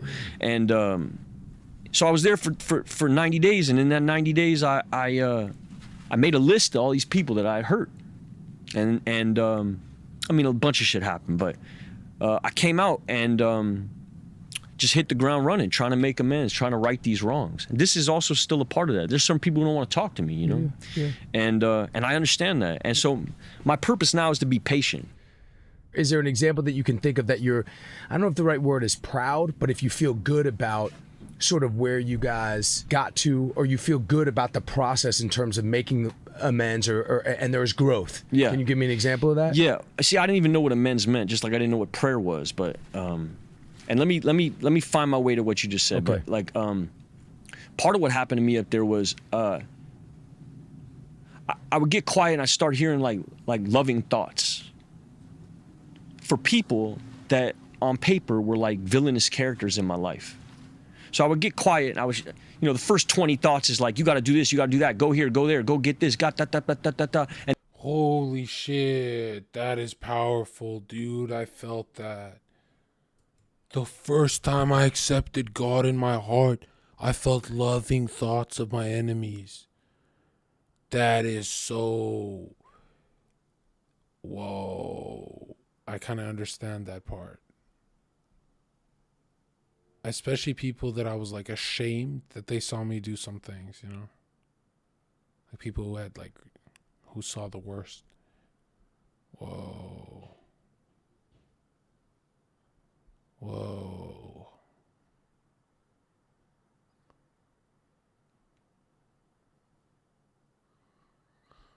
It's fleeting though, you know? If I have a bad negative day, I hate them again. Hold on. And then there'd be like the 30th thought that's like, hit your dad up, tell him you love him. Now, me and my dad weren't talking, you know, and this is how my prayer life works now. It's like I can't imagine a greater trauma than not talking to your dad. Whoa. I don't mean like deep conversation. I mean just like shooting the shit or fishing or normal shit. Dude, imagine that. That is crazy, man. Quiet, I hear loving thoughts, and then when I act on these loving thoughts, miraculous shit happens in my life. You know, I wind up in service, or and then I feel peace, but also like I get all these like incredible, like with my dad, I wound up hitting my dad up. Now here's a man who I done vilified on a grand scale. I put all this shit in the street, you know, and used him, juiced my dad as like, this is the reason I'm fucking foul out here. You know, I'm come from this wayward upbringing, and you know, my dad is the reason I'm such a fuck up. You know, he's a biker and a wild man and a criminal and a da-da-da and abusive and I wrote this narrative, which was just fucking nonsense. My dad was so loving to me my whole life. Fractured, sure. Crooked, sure. Like wonky for sure. But never was not loving. Never was not there. He was always there. He was always there. And I done a world press tour about how fucked he was as a man. Honey Boy is basically like a big woe is me story about how fucked my father is. And I wronged him. And I remember getting on the phone with him and him being like, you know, I never read this stuff in the script you sent, you know, because I didn't put that shit in there, you know. And I was bullshitting him. I was, you know, just trying to get him to sign his fucking piece of paper. He thought I was gonna tell the story like Braveheart, you know. And I didn't, you know. I told the story like this dude who, and I turned the knob up on certain shit that wasn't real. My dad never hit me. Never. He spanked me once, one time. And the story that gets painted in Honey Boy is like this dude was like abusing his kid all the time. You know, my dad tried to keep me from smoking cigarettes. That's when he spanked me. He found me smoking cigarettes in the shower. He pulled me out. He spanked me. That's when he spanked me. But that wasn't my narrative because it didn't position me as like this wounded, fractured child that you could root for. I would love to be spanked if I was found with, if my dad caught me with cigarettes. Oh my God. That's a UFC fight against little old teenage me. That is like, I wish, Spanky, I wish I could get that. Oh my God. That is just, that's illegal. What my dad would have done to me is, wow.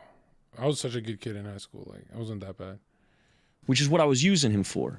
And so when I got on the phone with him, I took accountability for all that and knew very clearly that I couldn't take it back. You know, my dad was going to live with this certain narrative about him on a public scale for a very long time, you know, probably the rest of his life. And I done put all this shit in the street, you know.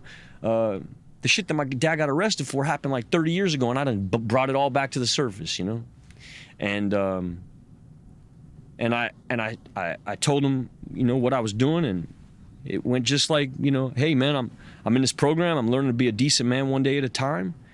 I know I done fucked you over here, you know, I done put your shit in the street, and I know I made it harder for you to move around in the world, and I defined you as like this villainous character when really you were like an amazing dude for me in my life, and like, you know, I really look up to you and the way that you've moved through your. That's what happens when people find God.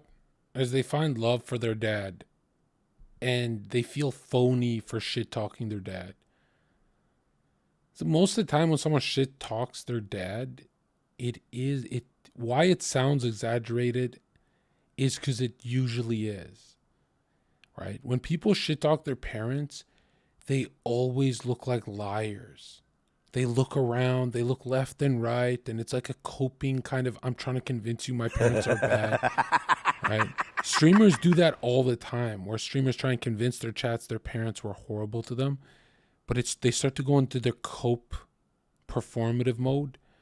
It's like, what the hell? Your failings and the father that you've been to me. You've been a great man to me, and if there's ever anything I can do, be it blood, counsel, money, whatever, if there's ever anything I can do to make your life better in any way, please don't hesitate to let me know. And my dad was living in Costa Rica on his fucking cocaine farm at the time, you know, and living with a bunch of Nicaraguans, and like, he said, I want to come home. And so I got him back, and when my dad was like me, I was a big pothead. And so here I am with I got like 10 months of sobriety. I'm about to go pick my dad up. I'm in a weed shop buying like $500 worth of weed for my dad, and sober. And I get it in the bag, and I show up at the airport, and my dad gets out, and I see my dad in a wheelchair. He's got COPD. Dude could barely breathe.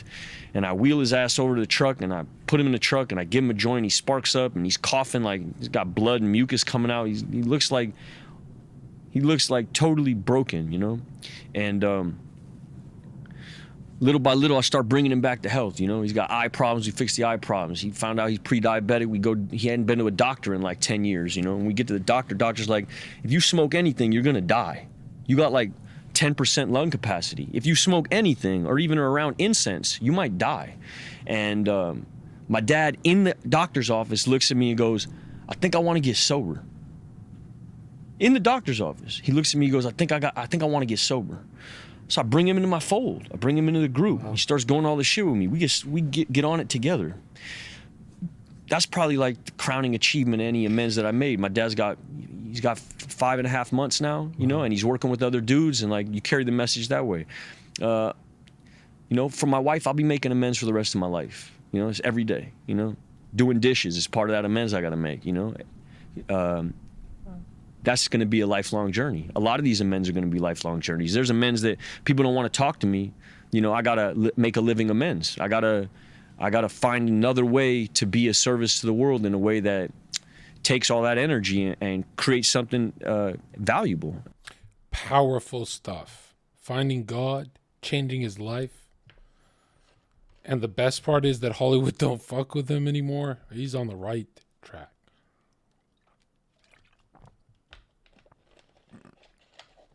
You know what's weird about pissing off your girlfriend, pissing off your wife?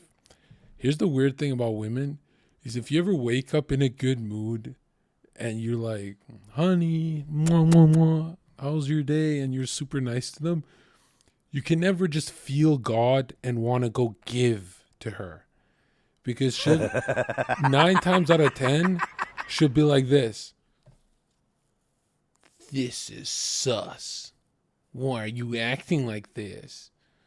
And then it becomes like this whole you're cheating on me energy. You know? So anytime I feel God and I want to do right, I always, don't do it. Don't do it. Because people think I'm doing it for like, oh, I'm going to get something in return, or I'm trying to hide something. So anytime I feel God, I want to do the right thing, I always stop myself, because I'm like, other people who don't have God, they don't feel it. So they think something's up. Yeah. It's weird. Because Satan is their daddy. That's brilliant. Something valuable for another person. I mean, I got amends, you know, that girl who was on that meeting, you know, I reached out to her. She was in the program, so she kind of knew what was going on, and that amends was made. Me and Alma had sort of made some. You got woman trauma, John. I cannot name one person in this chat that doesn't have woman trauma. Are you kidding me?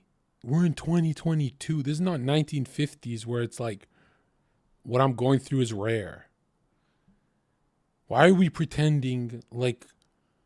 Come on, man. Do you know one normal girl? One? You can't say your mom. You can't say a boomer. Go, name one. Bridge the gap there. We're not like talking every day, but there's been I'm making contact, communication little by little. You know, it's only been 597 days. I'm still at the beginning of this whole journey. Have you noticed God isn't real to anyone, but when it's in your psyche and you fix your life and it's the only thing that gets you sober, right? In Alcoholics Anonymous, they say serving a higher purpose to God is more important than science in getting sober. Why would they say that? Have you noticed, if God is not real, why does it affect the psyche that severely? Like over pharmaceuticals, over anything you can take. If it's the thing that changes you the most, how is it not real? How do people like just dismiss it as, it's actually just placebo, John? That's too much, man. That's a fish story. In my life, which is going to be for the rest of my life. And yeah, I go to every single person out unharmed, and I try to figure out where I can be of service to their life in any way that's possible. And yeah, sometimes it'll be like these really neon versions of it, like with my dad. And then sometimes it'll be, you know, Vanessa Kirby, right? Like, Vanessa Kirby was on her way to go get an Oscar when all this shit landed, you know? And she's been supportive of me this whole time. But I remember she had to answer for me out there because I wasn't communicating. I wasn't like, because I didn't have nothing to communicate. I was still like, you know, like this little myopic litigator. My dude kept saying, don't say nothing. Just shut the fuck up and start working, you know? And so I wasn't out there talking, but she was in the middle of promoting a movie. And she had this whole Oscar campaign that was set up for her, you know? And for the movie and the cast and whole. And my damage fucked those chances up. Because as you know, this is a very political thing. It's not about the quality of the material. It becomes like this positioning, political, and like to be attached to this heretic wasn't sexy. And so it fucked up her opportunities. And so like making amends there was, you know, how do you rewind that? You don't, you know?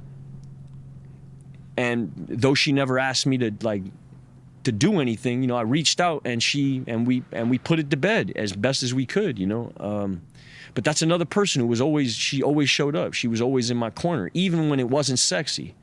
It's like my wife. It's like, it's not sexy to be married and have a kid with a dude who's like this public abuser of women, you know? Sometimes you know, I'll go look up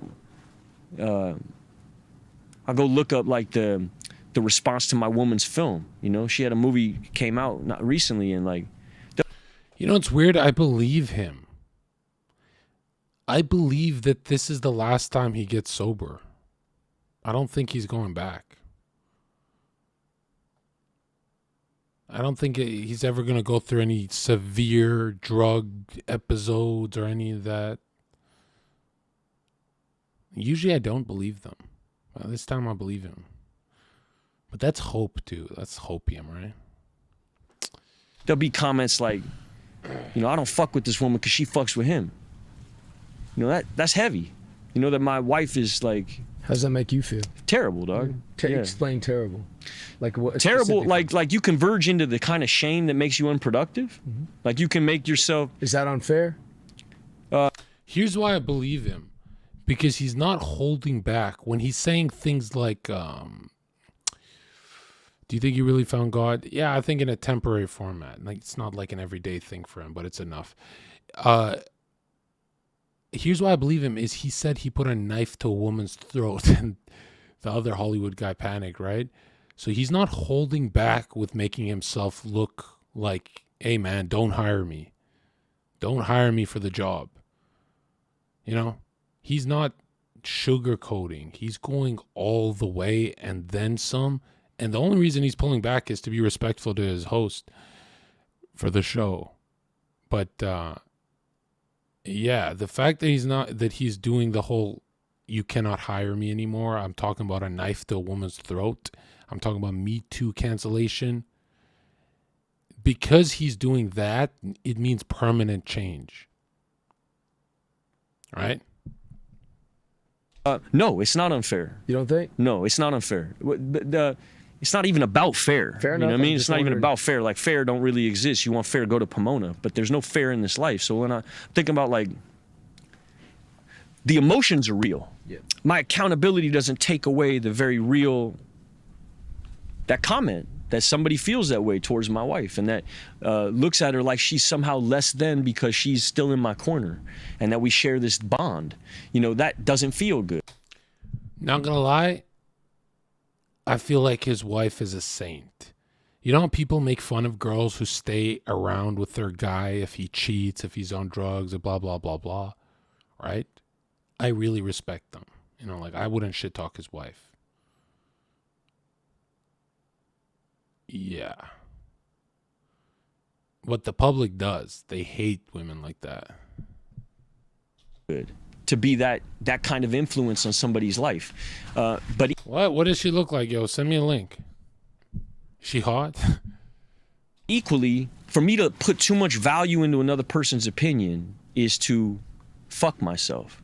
It's to fuck my marriage. It's to put me in the shame spiral that doesn't do the dishes no more. Now I'm just in like my own little haiku room, you know, just like spiraling into my little woe is me shit again. Right. And I've been there and I done that, you know. And so my job isn't to feel right. Mm-hmm. Mm-hmm. My purpose in life isn't to be happy no more. That's what my purpose used to be, which is such a shitty aim in life. Mm-hmm. My aim in life in totality, my whole purpose for existing in life was to be happy. Mm-hmm. And That's not my purpose anymore. And now? Yeah, my purpose now is to be useful. And so it doesn't make me useful to my wife to shame spiral on some shit like that. It makes me useful to my wife to show up for my wife and be stable for my wife when we take our kid to the children's hospital and she's tripping. And I happen to have a relationship with God that centers me at this point where I can be in an environment like that and be able to. Here it is.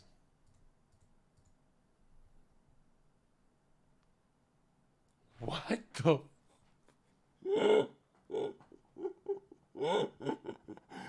Bro, God is not real, man. I'm done. That's it. Yeah, I'm done. It's blaspheme time. You're telling me $100 million and a Hollywood career gets me this? It's exactly what it's like everyone who tells me to go for a holy girl. John, you can get a holy girl. They'll put up with you. And I just think of that. And I go, yeah, that's good. She'll provide me good mental health. That's for sure. But I do have a problem.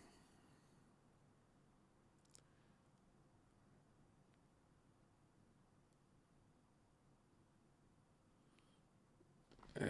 Oh, we always shit on the pure. That's how satanic we are, man. We gotta stop. Hold it down in that environment. So that's what my amends looks like today. When my wife is tripping and she looks at me like, what's gonna happen? Because my 3-month-old baby has a bump on her head that feels like something scary, you know, and we know now it wasn't. It was called a hemogenoma, which is really scary when you first catch that. You know, you feel like, oh man, this is, and my wife was tripping.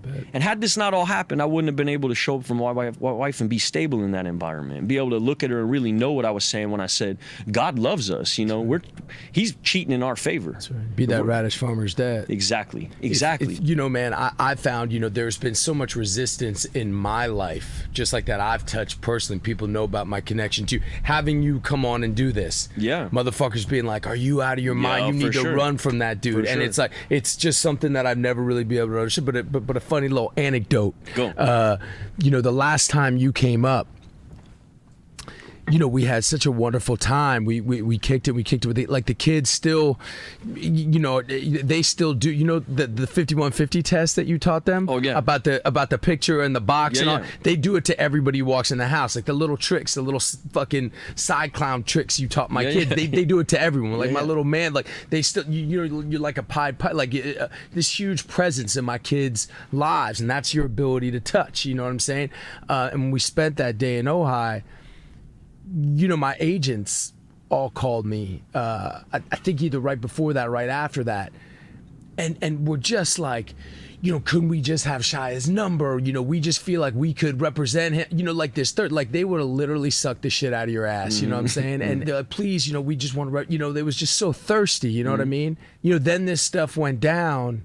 And some months later, you know, I got to know Bo and I got to connect with Bo, and we decided to put this thing on, you know, at Slauson, and it was this beautiful event.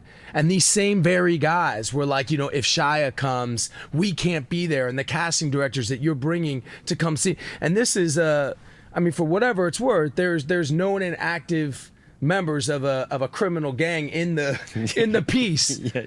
But you've been accused of something, and they're no longer those people that were and to me the hypocrisy of where we're at in discourse in this country, period, but especially in this industry, it just was mind-blowing to me. And on one side, when we can have convicted murderers on this show who by the way, I mean, they've done the crime and they've done the time, and that work has been done. Yeah. But that's something that's celebrated. But then when I want to have you on this same industry that you've given so much to, in the same industry, you know, they can't touch you. And does that hurt? Can you divorce yourself? Because that's not. I don't imagine you care about what those people think, right? No. So how do you decipher the not? Because I'm sure what you were saying, it really hit me, man. That you're driving down the street, people rolling down their window. Yeah.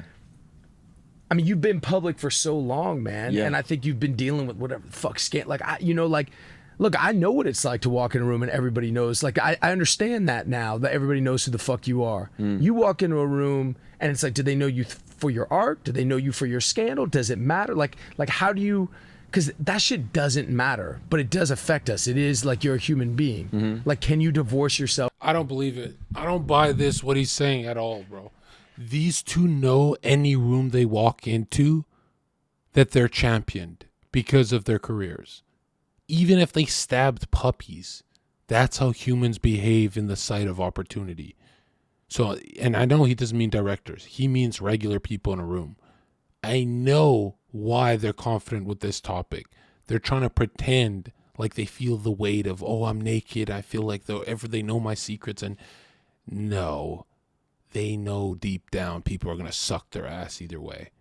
Okay? From the nonsense easily. It makes me useful. Tell me. People don't question whether I was a fuck up. My shit was neon. So like my message when I'm talking to a dude who's in a similar situation, I don't have to do all this qualifying. Right. Yo, I don't gotta like walk you through all the bang bang. Right. You know what I mean? Like you know what it was. Right. It creates an avenue to be effective in somebody's life. You know, the reason Bo is effective down there is because nobody questions him, right? It's like his shit was neon. Dude was the key holder of the Pueblos for a long period of time. So when he's moving around, youngsters don't like need him to like, I mean, I remember being in like, I was getting ready to get in, and I had no business in the middle of it, but it was quite a contentious thing running that theater program down there. And there's a whole lot of like race relations you had to deal with down there, you know? And a whole lot of like art kids from like Studio City would drive down to the hood and like, after a while, like the neighborhood was like, man, fuck all this shit. Like, I don't want you down here, you know, unless these opportunities for people from this zip code, then get out of here. And that became quite contentious. And I remember like watching Bo go and talk down every single one of these neighbors. And it was short conversations. And it wasn't rah-rah. It was like, they knew right away they were talking to tribe. This is what I mean by like, I'm in the tribe of the fuck-ups. And I'm like a very public... You're the king. A very public sinner. Very fallible person in the public sphere. And so what I think now my purpose is to not do this like the other examples that we've had of how to navigate something like this, which is to go after the woman or try to like win a court case or like get back into a fucking movie or like get back on it all. You know, my purpose, and I mean this with every fiber of my being, is to be instructive with my life so that I can be an advertisement, like a billboard for a principled way of living, and that this shit on the other side of being where I was is still fucking sexy.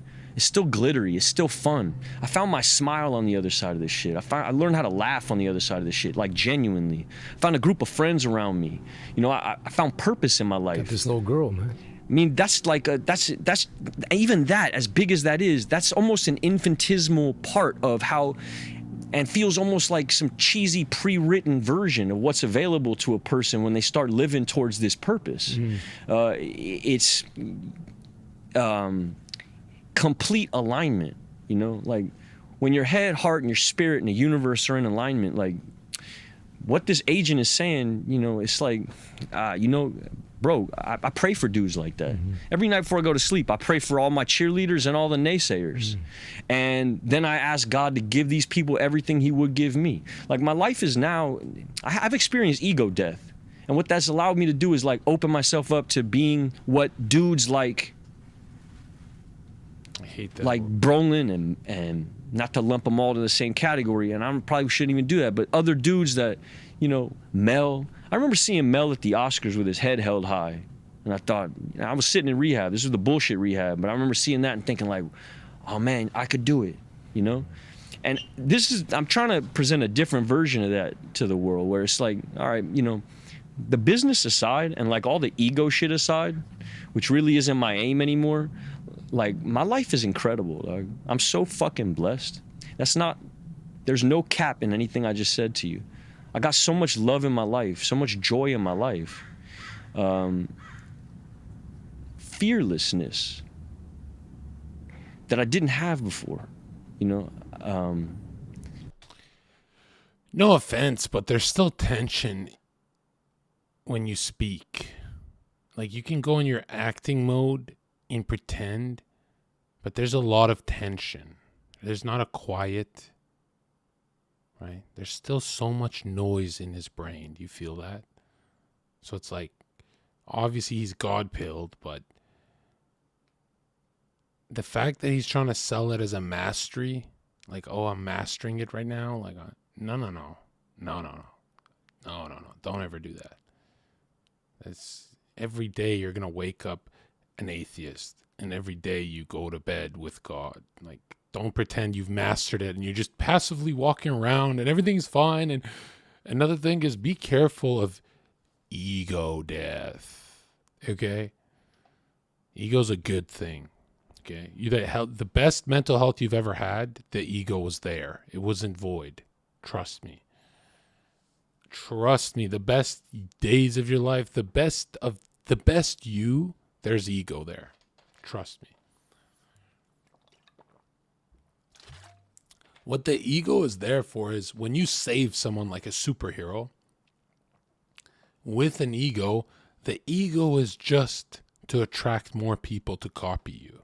Because if you save a life with no ego, you can't turn people into heroes. The ego is what makes people go, oh my God, he's glowing. I want to be just like that guy. But if you save someone with no ego, it's not contagious, right? You can save more souls having ego. You can turn more lives. The ego is the most attacked thing in society. That should tell you everything you need to know. When the mainstream is obsessed with chopping down the ego, really begs the question, why? Is the masculine spirit, does that masculine spirit have ego? Of course. Think of throwing a spear.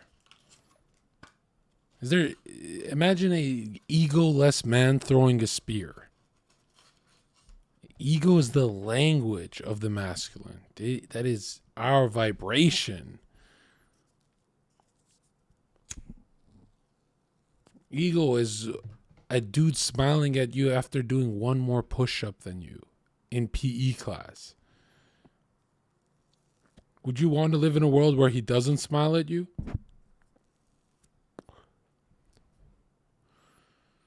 Because it stings, but you love that he smiled at you. You love that you're trying to do more push-ups than him. Would you want to live in a world where he doesn't laugh at you doing more push-ups than you? Fuck, unless you have no brothers, you're not going to get it. A calm, a serenity. My life is full, and it's not full of like the stuff that I was chasing before. I'm not here to like find my way back into nothing. Those people who don't get down with me, they probably never will, you know? To say that I don't love the craft is not true, but it's secondary to this other thing I got going on, because this is all temporary. And I don't want to get too far into this route, but like, people may not forgive me, but I know that I have been forgiven, you know? And I know that I am loved. And when you really know that in your fiber and on a cellular level, then what people think about you, you know, like, God bless them. It's not that it don't matter. She sounds kind of gay, Shia, okay? No ego.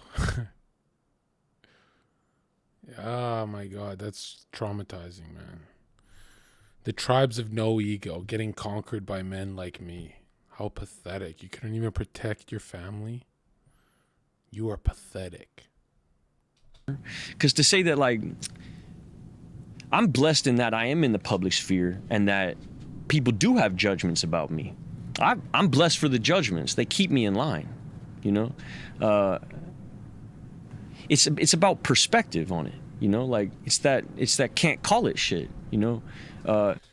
The ego is just the polish, right, of experience. Your life experience is like a Ferrari polish. That's why when people fake it, it's so cringe. It's like someone faking they have life experience. I mean, any man you meet talking like a fucking hippie eventually ruins their life, right? Have you ever met a dude talking about ego death that you're like, I actually want to be just like that guy. I feel like that's the right path. Here's what true ego death is. It's being the best artist in your class and crying and never showing off until you're at Da Vinci's level. That's true ego death. True ego death is being the best MMA fighter in your gym, but crying when you watch Jon Jones, right? And understanding how pathetic you are, right?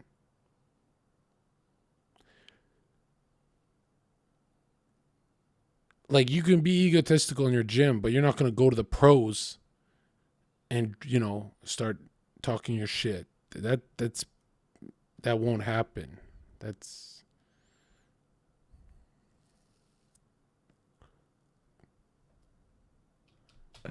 I wasn't supposed to be there for whatever reason. Now, he's got his reasons, but he's got, you know, there's a bunch of other reasons that I wasn't supposed to be there for that.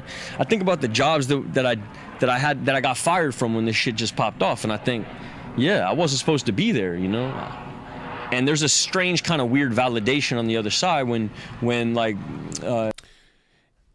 Ego death is accepting defeat against evil. For example, I dare you to have an ego death in a street fight. I dare you to have that revelation right before you get into a street fight. I dare you. Show me your ego death 5 seconds before you enter a street fight. I dare you to enter a street fight with that psyche. I dare you. So when people talk about ego death, they're saying, I don't care if people rape and kill my family. No, you should understand there's evil out to harm you. You should want to become your most masculine self. You should want to be like, remember in Troy, Achilles would throw the spear and he'd be like so cocky about it, right? He didn't throw it in a weak way. He threw it like, I'm better at throwing spears than the rest of the Myrmidians, right? But then they like kind of butt fucked each other. When you feel like you've been saved from certain situations. And like, if I sit for 12 years, it's because I'm supposed to be sitting for 12 years, you know? If I never work again, that's exactly what's supposed to be happening. Like, my purpose isn't tied up in my craft like that anymore. And the other thing that's happened to me, because I've been blessed with opportunities since this shit happened, is when I do show up, my way of working is totally different. How so? It's free. It's free. It's like, I mean, I heard people talk about this, but it's not so like controlling and nitpicking and trying to figure out what I got in my pockets and how I'm going to sit and let me do it this way. And like, there's a perfect take and a fuck take and like, you know, it's not that anymore. It really. Imagine Mike Tyson with ego death, right? That's what he talks about. But imagine in his prime, I'm the most vicious and ruthless champion there's ever been. There's no one like me. My style is impregnable. Imagine him talking with, imagine getting into his boxing matches with ego death. Oh man, the world isn't safe enough for an ego death. You're crazy, man. Really becomes like this, like a jazz routine with me and the universe. You know, I pray before I do shit. I be looking at my coworkers like, bro, I love you. You know, I guess like the motivator. That's him now. Exactly. Like, do you want to be, which Tyson do you want to be? Do you want to be the one that's like capable of combating evil, or the Mike Tyson right now that's wise and you know, open to things harming him? Mike Tyson's a bad example because he's a smart guy. It's a different propulsion system. But he also copes a lot. He's always stoned. He's always something, shrooms and licking toads that have poison on them. And there's a lot of cope going on there. So, yeah, so even that has changed in my life. And I never thought I was going to work again. And the fact that the job that I got to come back put me into the church, in a real way, not in a way that I had done it previously, in a very real way, felt almost bigger than the job. Wow. It still feels bigger than the job. Yeah. And so I have a very defined version of God in my life. It's very defined, and I needed it defined. Now, that may not be for everybody, and that's cool. You know, you call it what you want. At the end of the Would you rather have ego or perfect peace? Perfect peace is an illusion that the ruling class pushes onto your retarded ass. Perfect peace doesn't exist. Okay? You're gonna have problems. Life is gonna fuck you up. Life doesn't go, oh, you had an ego death? Oh, my bad. My bad. Okay, yeah, you're cool. You're so enlightened, dude. I'm just gonna leave you alone.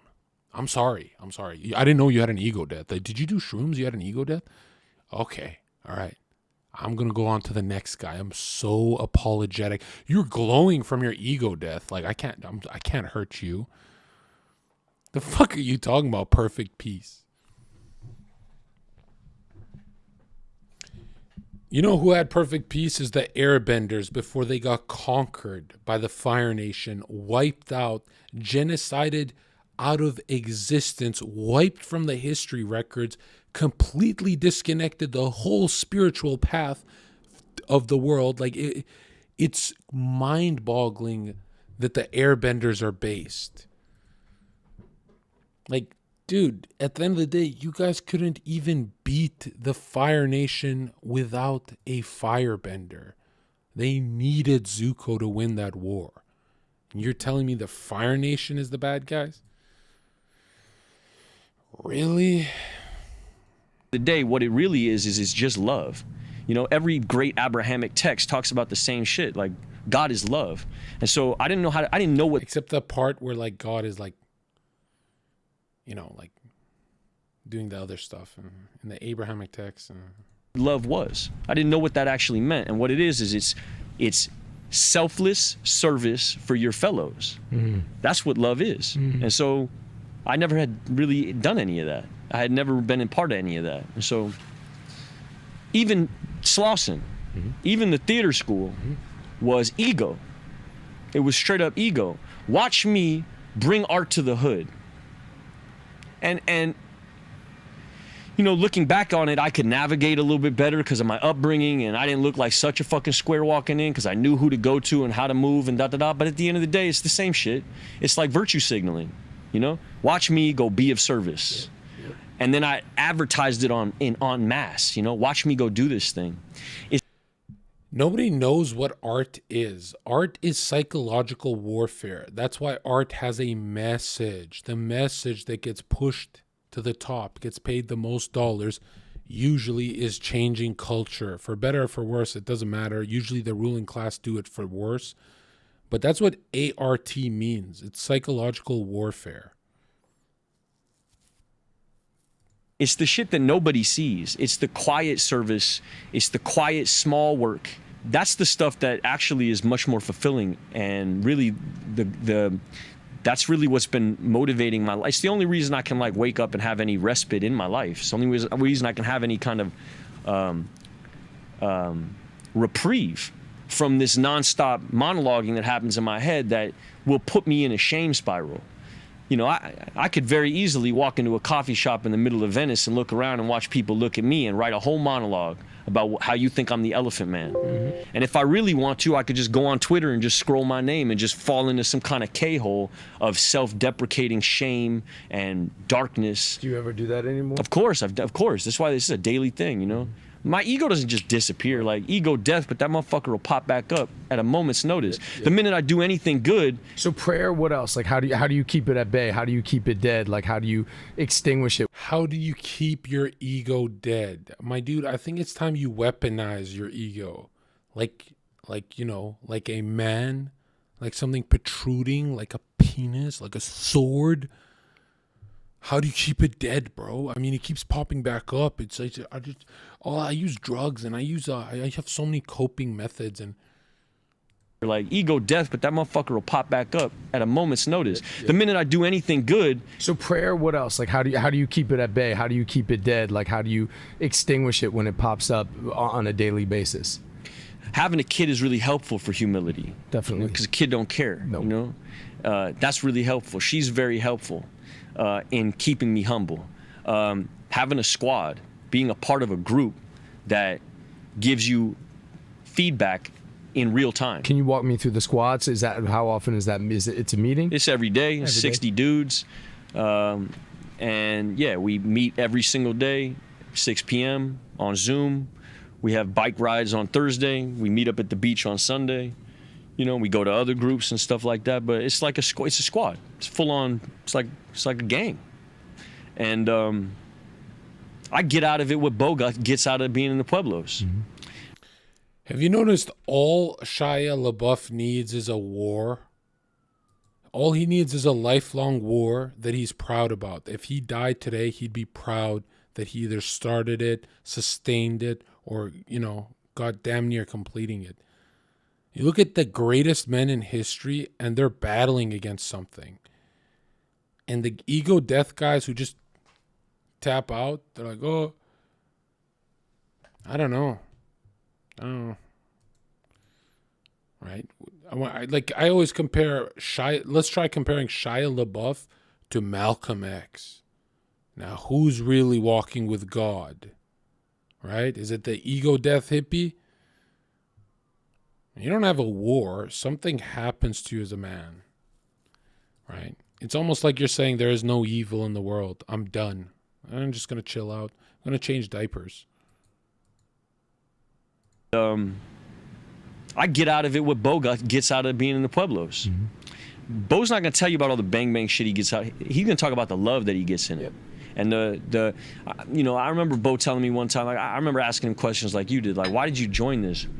And I remember him telling me a story about how, like, he was in the middle of some shit at a house and 50 dudes showed up for him to help him.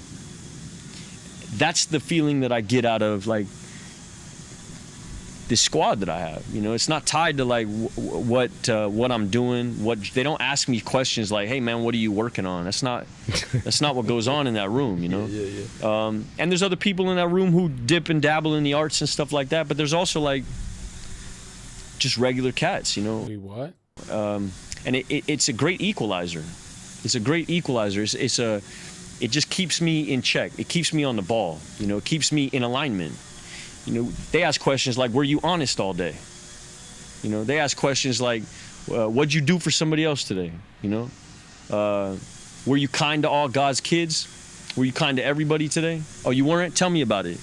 Well, I flipped a dude off in traffic. Word? Why? You know, well, and then you talk it out. Not that you're trying to dwell in the toxicity, but like you're trying to build an awareness around how you move in this life so that you can create like a bit of distance from your reactions. I'm such a reactive person, and being like... Reactive person is the feminine mental plane. The chaotic feminine mental plane. Right? It really comes down to, you receive bad news, are you going to work? Because a woman will not go to work if she receives bad news. Right? That's what it really comes down to. If you like, lashing out and, bad news. There's bad news coming to you guys every day of your life for the next 70 years. Get over it. Get over it. Stop reacting. Being a cat who like, I'm not Stanislavski. I don't know why people credit me with this shit. That's your thing. I was never that guy. I was far more into a different craft. You know, I was far more reactive. And when you work that way, then it's very difficult to like navigate the world and not be that. You know, I was very reactive in life, which is a lot of where this drama came from. A lot of this trauma and pain that I perpetuated on people was so reactive. So I'm developing a pause. I'm developing like the ability to shut the fuck up and not do anything. You know, and it felt so emasculine to not do something. It feels like emasculine to not do something. And for me, there's nothing more masculine than a mountain. Tell me why. You just don't do much, and it's always there. Yeah, yeah. And you can't move it. Yeah. And so like, that's it's what complicated. It's got all kinds of shit on it. Yeah, but it's also super simple. That's true too. Yeah, I mean, not to get too. That is the opposite definition of what I hold masculinity like the rapids, like a river. It's active. It's always moving. Right? His is more like ego death, mountain, Buddha, chill, freeze, nothing can harm me, I'm immovable, one with the universe, blah, blah, blah. Okay. Like arty-farty with the shit, but I like the stability of a mountain. I like the simplicity of a mountain. I like the complexity of a Water is feminine. I'll say that to a tsunami. mountain. There's different notes, sure, you know, different elevations. Yeah, I'm not interested in like a monotone, naive optimism either. You know, that's not what I'm pitching. It's not. It doesn't make me effective to tell a dude who's in the middle of being on fire, hey, it's all gonna be okay, because it's not. Some shit's not gonna be okay, and then you got to ask yourself why that's happening. And God either is or he isn't. You know, that's just, it's very simple. And so even the negativity that befalls your life or any kind of tragic shit that happens in your life really is, you're being tapped. You know, this is how God refines. And so I'm blessed, bro. I'm blessed for all the fuck ups too. I'm blessed that I had a group of people around me who, when I was in triage mode, could really grab my arm and tie a tourniquet. Notice how they're addicted to people and being around people. And it's like, don't you think books could help this man? If he got into reading as much as he liked acting and being around people, like at some point you have to become a bearded old man who's just reading a bunch. You need to become that. And now I'm able to pay it forward and be a service to other people, and even show up here and like look another man in the eye. Just that was like a big hurdle to get past. When you're in the kind of shame that I was in, and you've been defined a certain kind of way in the public, just to get to the place where you could sit down and look another man in the eye and speak honestly about where you're at, that's like a testament to a lot of work that got done. 100%. And really, if that's all you get out of doing the work, then do the work, you know. So, and I keep going to this God thing, and it's not like the get out of jail free card for me, you know. It's not like I'm trying to say this stuff to absolve myself of anything, you know. I'm trying to be an advertisement for what this did in my life. It changed my life. I was kicking it with these monks for 9 months, and for a while I just thought, like, where all right, were you with them? Santa Ynez, there's a monastery. One thing I hate is when people are apologetic for talking about God.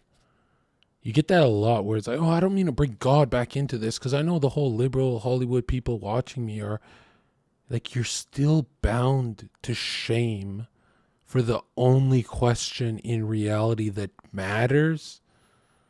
Why are you ashamed to talk about God? This is crazy, dude. No other question matters besides that one. And you're making it like there's something shameful about it. He is so stuck in the Hollywood bubble, man. Called the San Lorenzo Novitiate. It's a monastery. Franciscan monks. And I was there living in my truck in a parking lot for months until they brought me in, and wound up being like this 9-month journey with them. And they laugh so much. You never think monks are they just they're laughing all the time. They're laughing a laugh that feels pure. It's not based on like this cutting anybody up. It's like, can you give me an example? Like somebody like lets a fart out, or yeah, like it's that. Kind of it's stuff. just like childish baby shit. People have been laughing about since they're little kids, bro. It's like they've cultivated their innocence. They're like kids. How about I take 10 chatters of mine to those monks, right? And we pull swords out on them. Okay? Let's pull swords out since they're kid-like. I want to see how they deal with evil. I want to see just how base they are. Why don't we just do that? Why don't I grab 10 moderators and just go fly there, and I want to show you how base they are. Stop it, man. They'll do anything to run from responsibility, masculinity, order, everything that we Dude, we love that. Why are you running from it? We love it. They're not, but there's this innocence to them when they don't have to they've taken permanent vows of chastity, obedience, and poverty. And when you cut that shit out of your life, it leaves you with a very specific palette with which to paint. When money isn't dictating any of your decisions because you don't have a bank account, when sexual relations and pussy, and that's not clouding your brain, infringing on your ability to see shit. If you're not in charge of nothing, if you're completely obedient to basically their commanding officer, their the head of vocations, then it puts you in this very like whimsical wonder. There's a lot of wonder. Yeah. It's like they're in awe all the time. Conservatism, the politics of fear. Oh, sorry. All right, let me hit you back. Liberalism, the politics of pedophiles. Okay. What a dumb comment in my chat. Not like in a naive way. You never seen people have more fun at a barbecue kind of way. The kind of shit where, like, I remember one time there was a couple of monks there, they would go get groceries. People don't. You know what he's saying is true. No, I'm not. These monks are fucking pathetic. Okay? It's nice doing that for a few years. That's based. But if you don't get married and you don't have kids, the fuck did you do? You're like 70 years old and just walk around in flip-flops like, oh, I'm so based. Oh, I'm just so based. Totally made use of my full potential from God. Yeah, that's exactly what God wanted. Donate stuff to them, right? They don't buy shit. They live off of the whatever some days it's going to be edamame, some days it's going to be gummy bears. They're living off of what they get, right? And there's a beauty to it. Are they happy with as fuck with everything? No, but I mean, like, there's no preference. Lima beans, like for real? Yeah, straight up. But is the lima beans, is that disappointment? They will freak some lima beans. It's not like they don't know what to do with lima beans. They're good with it. They're gonna freak lima beans. Yeah. And lima beans is gonna be something you want to have. Yeah. They're gonna freak it out, whatever it is. It's funny.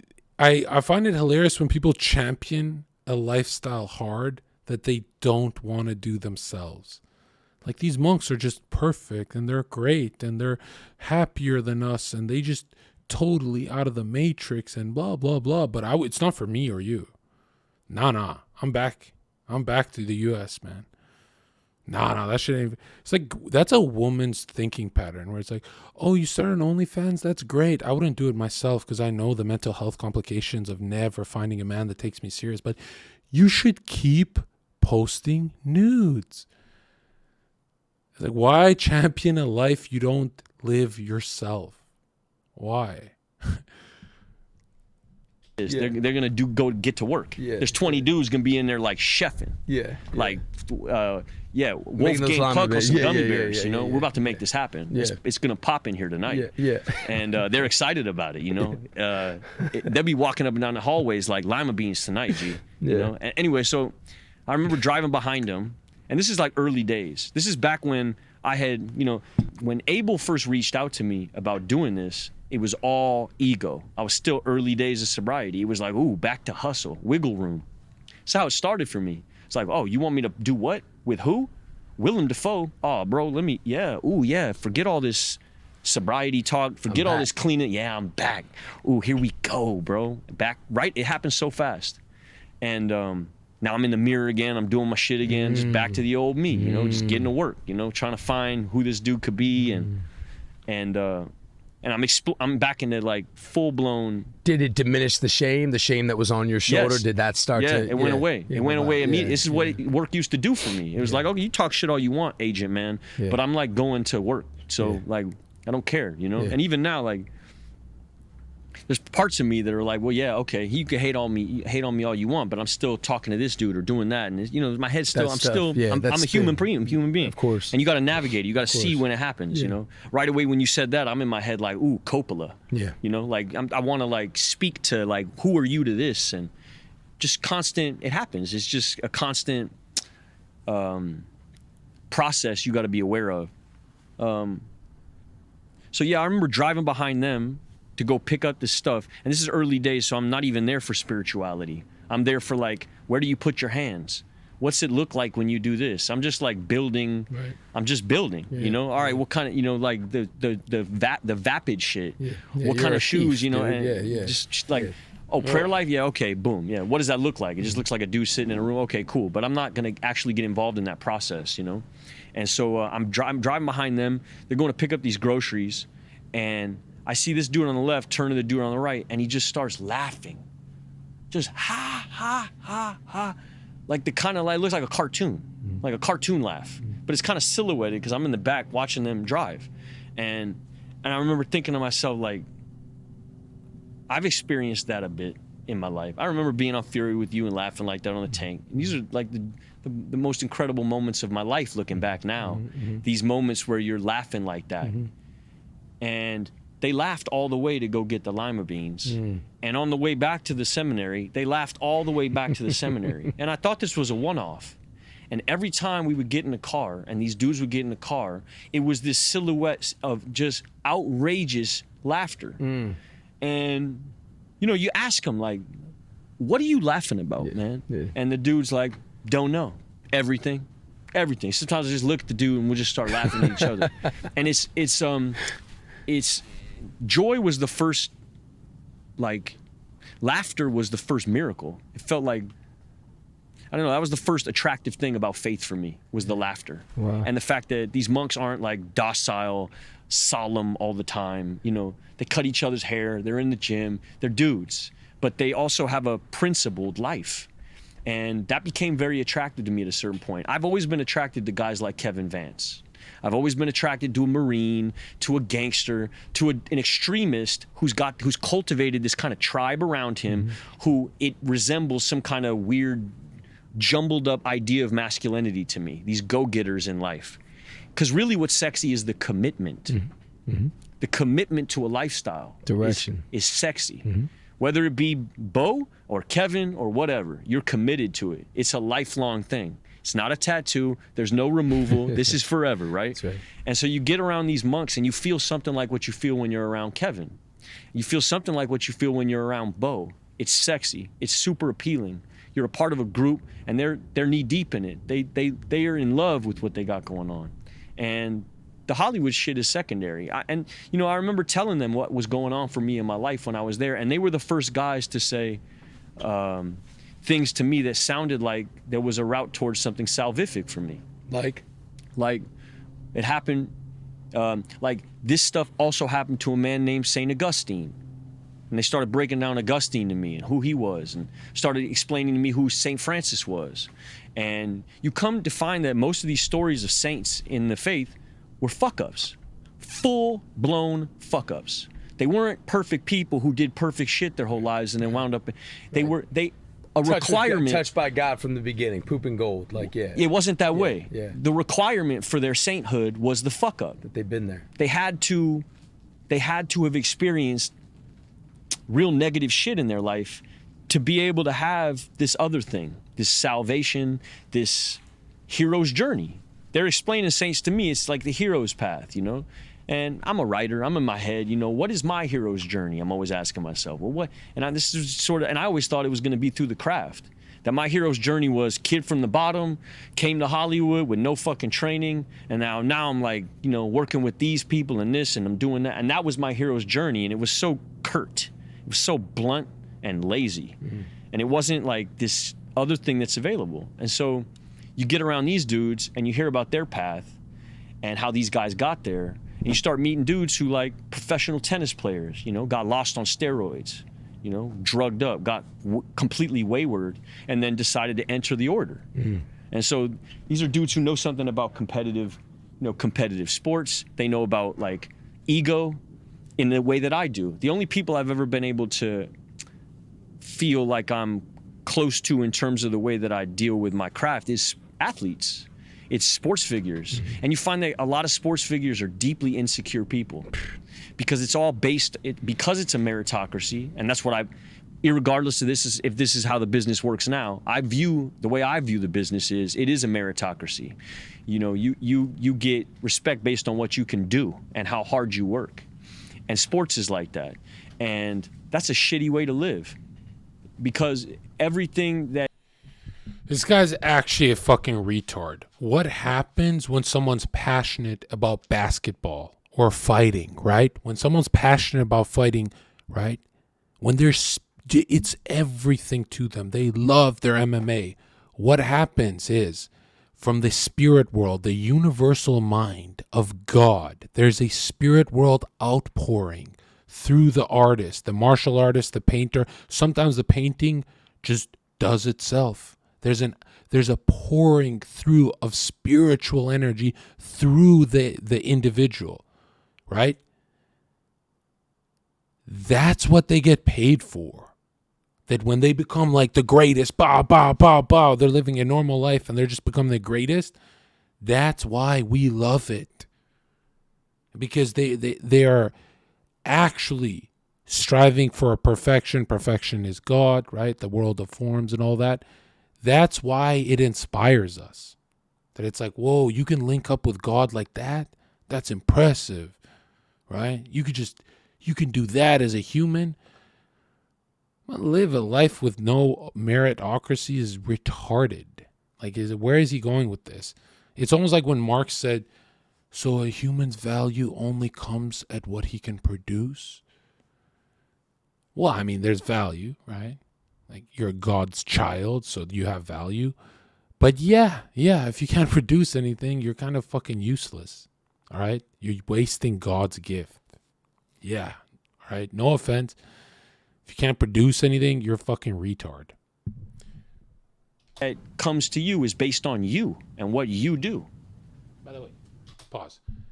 I don't actually believe there's humans who cannot produce something. I think they find distractions, drugs, liquor, whatever, gambling, slicker. I actually think every human can produce something. Like, it's still fair. Does that make sense? Does that make sense?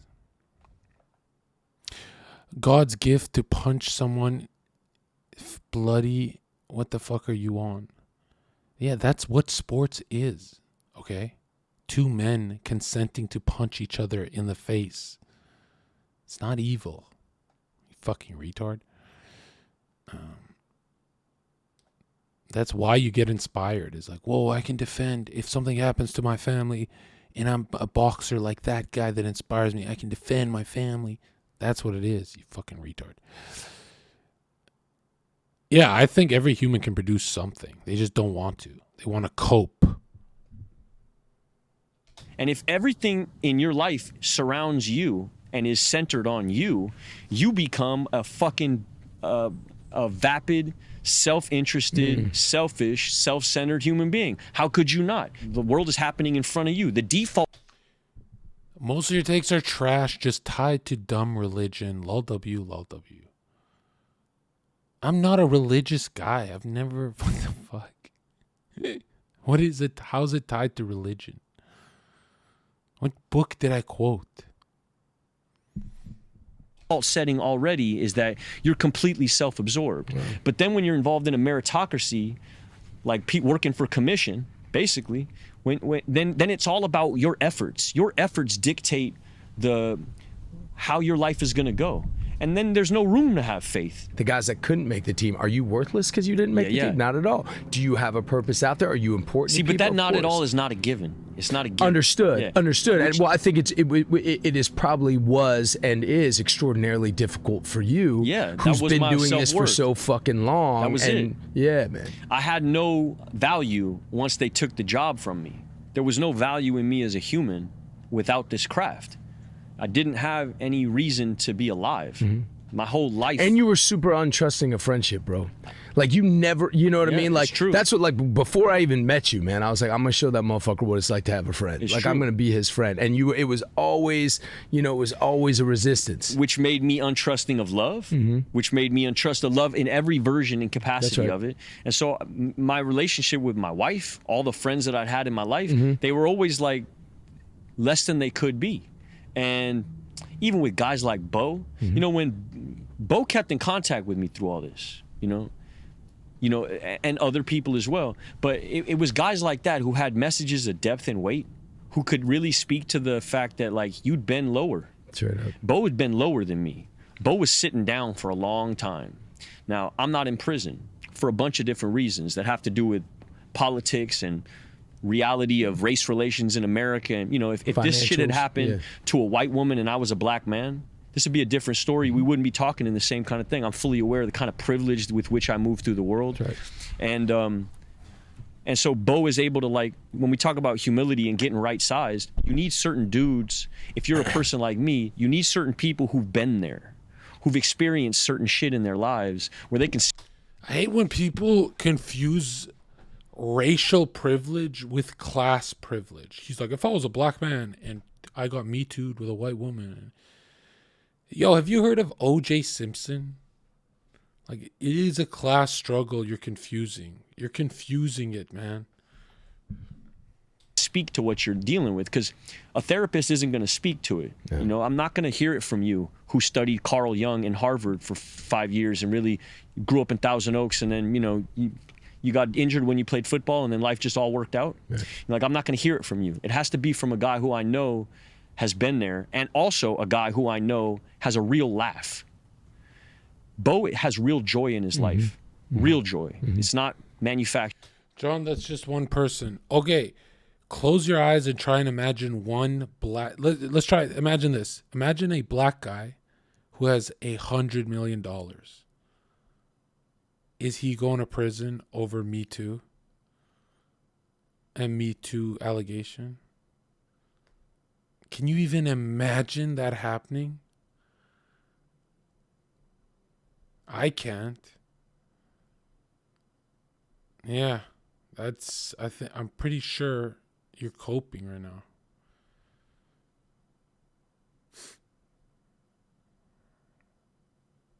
Yeah, Jay-Z's a good example. Can't Jay-Z just get away with anything? Like, can they ever really harm Jay? R. Kelly is a different story. I'm talking about, like, Top Dog. I could see Jay-Z doing anything. He'll get away with it, right?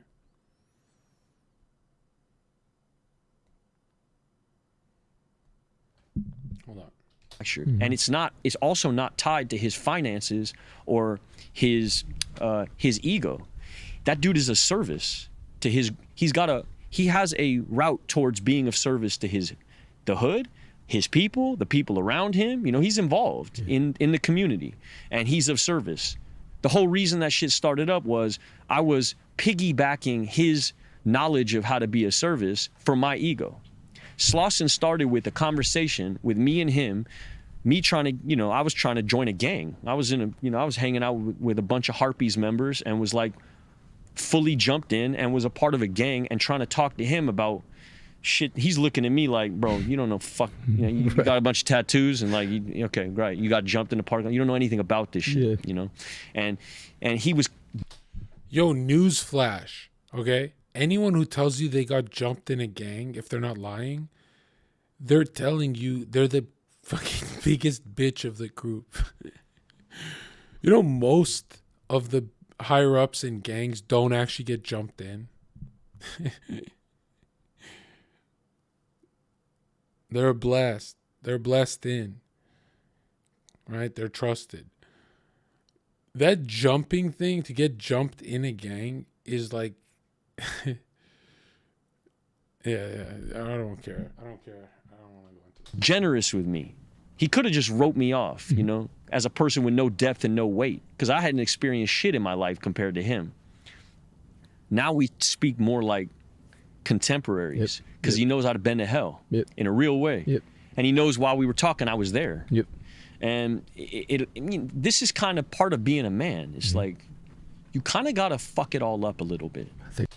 Look, if you've ever been jumped to get in a gang, you're not a part of the gang. They don't trust you. They think you're the biggest bitch. You're less than a grunt. Like, come on, dude. Come on. People actually believe the gangland stories. I was watching Gangland, John, and you have to get punched in the face 38 seconds in a row in front of the other gangsters to be initiated. Oh my God. I think so.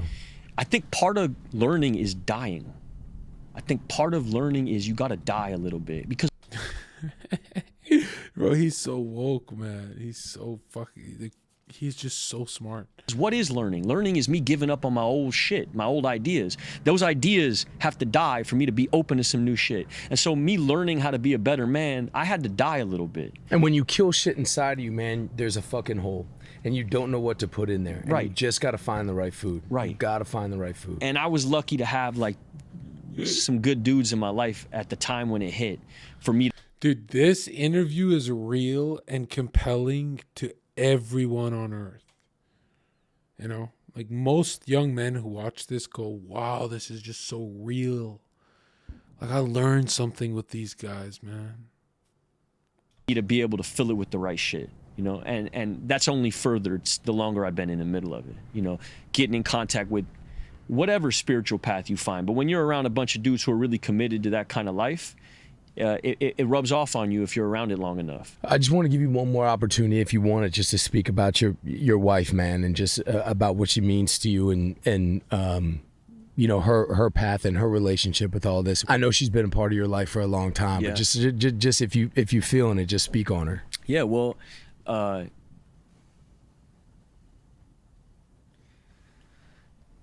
I'll never be able to speak on it. I don't know nothing like this relationship. I never have in my life. I never had, even my parents, even my father, you know, I never had what I got with her, which is, you know,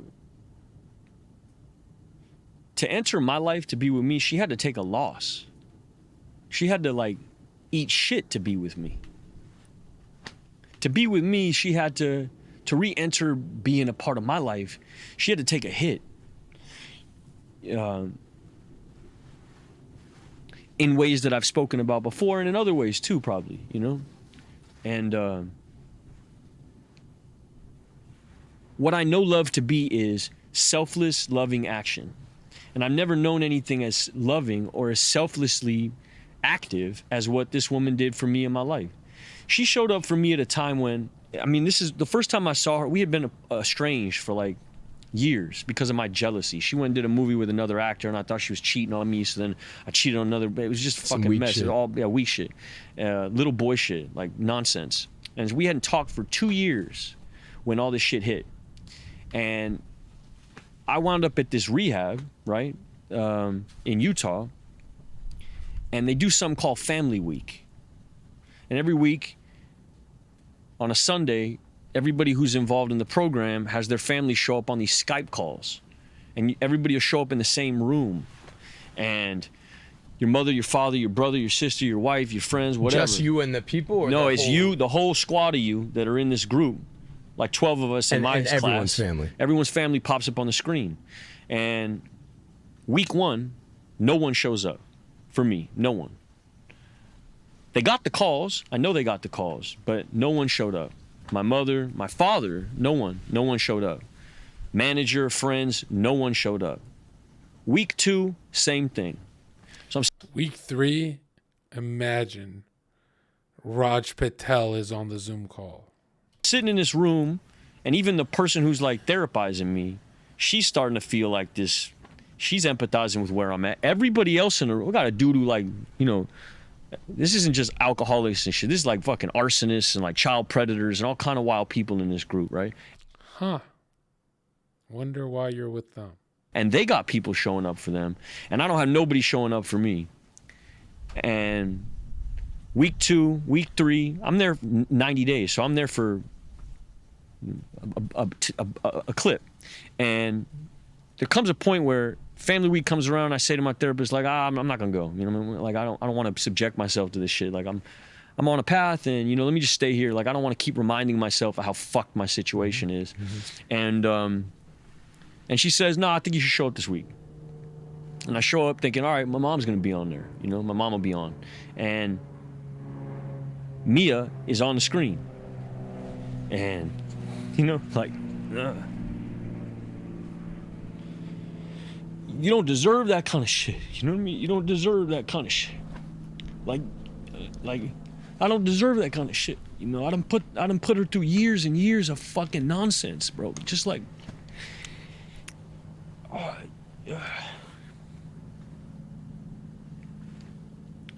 I don't have nothing to offer her either. You know what I mean? I'm in the middle of my shit. You know, I'm fucking like,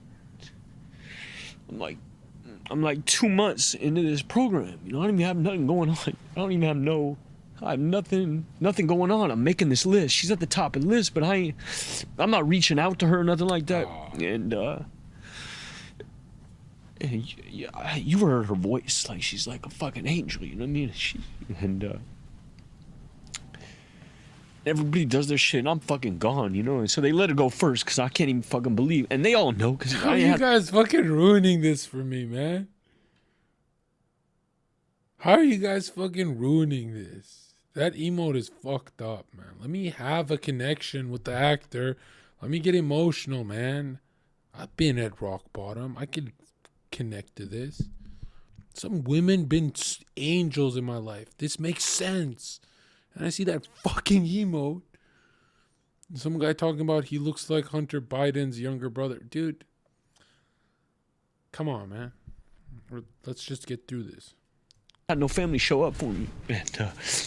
And she mutes and she's... We're redoing this, man. I'm doing this the correct way on fucking emote only mode. I want to feel this. I want to understand him. I want to know just how sorry he is for treating that lady bad. All right.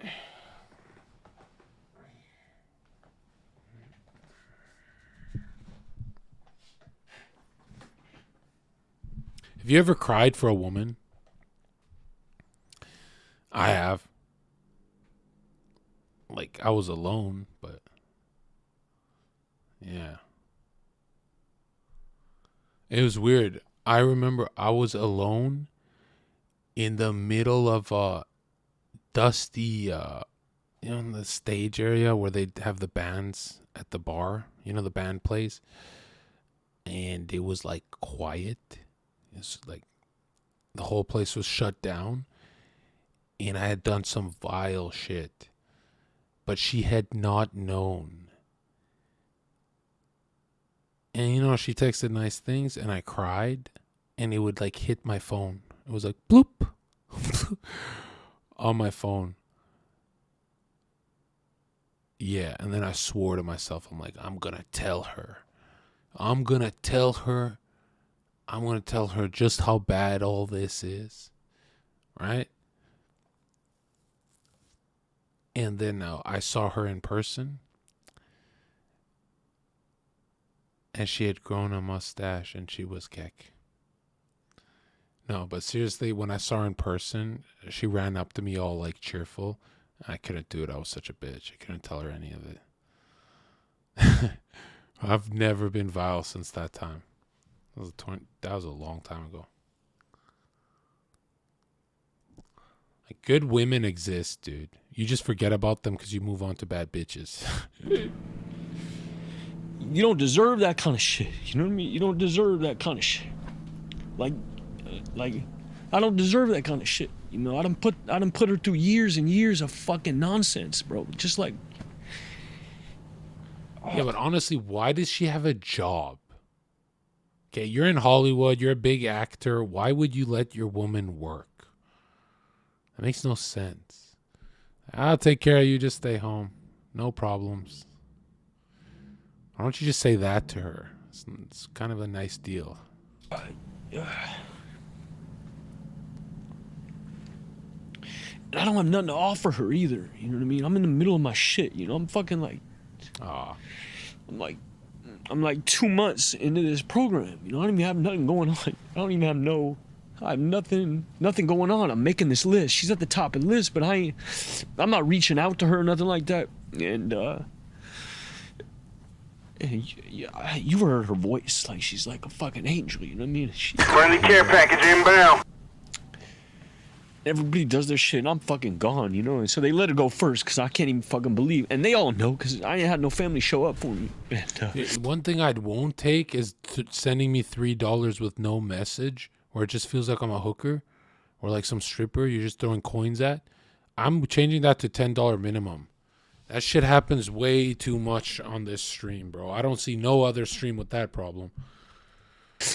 And she unmutes and she's like, "Hi, Shia." You know, and it's like, she's prepping a movie. She ain't got no fucking time for this, you know? But she found time and she said, hi, Shia. And we just smiled. We had nothing else to say. But she saved my fucking life, dog. Like, before the kid, before the job, before God, before any religion, before a laugh. Yo, you guys are memeing, man. This means War donated $10. Yo. Before Bo, before a phone, before anything, was this woman's face. And there wasn't no promises made, wasn't no long conversation being had, nothing. Just her presence, the ministry of presence. Sometimes that's all you need to offer a person who's in a situation like that, is like, just to be present. And she was present for me at a time when I didn't deserve to have nobody in my life. Especially her. And I'm not trying to do this boo shit, because right away my head goes to like, how's it? It's more emotional than that time Slicker, he generated $500,000 for charities. And he told me he's like on a mission and he needs my help. And I thought, like, I'm so fucking glad to have people like Slicker in my life, man.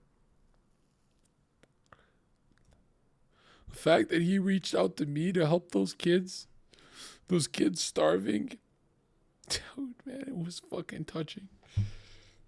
This is being viewed. I'm such a fuck this way, but good. Come on, man. Yeah. She's a real one. You remember the time Slicker's family, I think his mom got attacked by aliens? And they came down on a saucer and they said, if you don't give $10,000, and he didn't have it. He asked me, and I knew I had to just save his life, man. I knew I had to save that family, man. That's my fucking boy right there, man. I can't let the fucking aliens get him. They turned the freaking frogs gay. They were fucking with everything. Yeah, Slicker's message to that fucking kid, his young viewer, was, yo, do you have a job?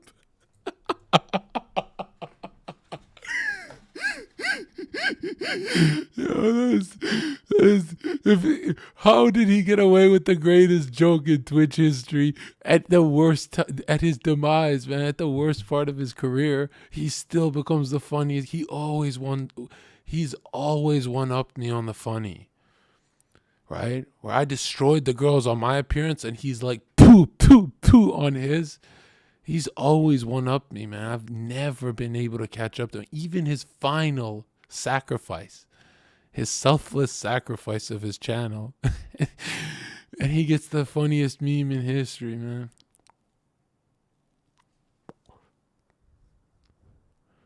I'll never be that funny. He has the fucking underage kid if he's got a job. Dude, that is just, you couldn't write this in a script, man. Right, I got a sick sense of humor, bro. Like, we shouldn't be laughing right now. She's a real one. And I'll never be able to. I'll never be able to.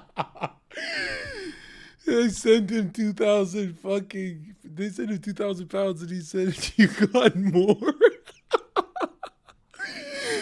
It was $500,000 up on streamer money, and he actually. How many times do you think he said that to someone? That upsell brought him another fucking 100 bands. You got more. What's past shameless? Someone sends you $2,000. Could you lie to them and you respond with, "You got more"? Oh my god, dude. Damn. It's the first time I really understood love, because I didn't have nothing to give. And I was sitting there thinking like, well, I don't have nothing. It's not sexy to be with me. Don't you get it? Like, people out here accusing me of like putting makeup on my genitals and like shooting dogs and shit. Like, you know, that's what I'm being accused of. Wait, what? And you're showing up for me like you're gonna be tied to this shit? It didn't make no fucking sense. Sincerely, and love Fate is irrational that donated way. $10. It's You okay. can't rationalize Shia. real love. Hey, It doesn't hiya, make hey, any hiya. fucking sense. Shia. And I had spent my whole life trying to rationalize it. Like, this dude hits me up. He's in my corner because, we fuck with the same craft. You know what I mean? That's what he loves this thing that I got that I'm like, I'm G with this shit over here. That's why he loves me, because he loves that part of me that's G at this. And then I would write your love off like, oh, okay, you love me because I do this shit. And so many of my relationships were basically like, you love me because I'm fucking sensei over here. In the dojo, I'm black belt right here. So you love me because of this. And when they blow the dojo up, you're like, I'm not G at I'm not sensei at nothing. I don't even know how to fish. I don't even know how to fucking do nothing. Like, I don't even know how to camp. I'm a fucking little kid. You know what I mean? I don't know how to make a fire. And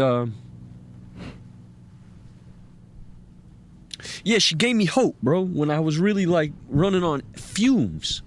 I wasn't running on. Yeah, good woman is like, that is the best, dude.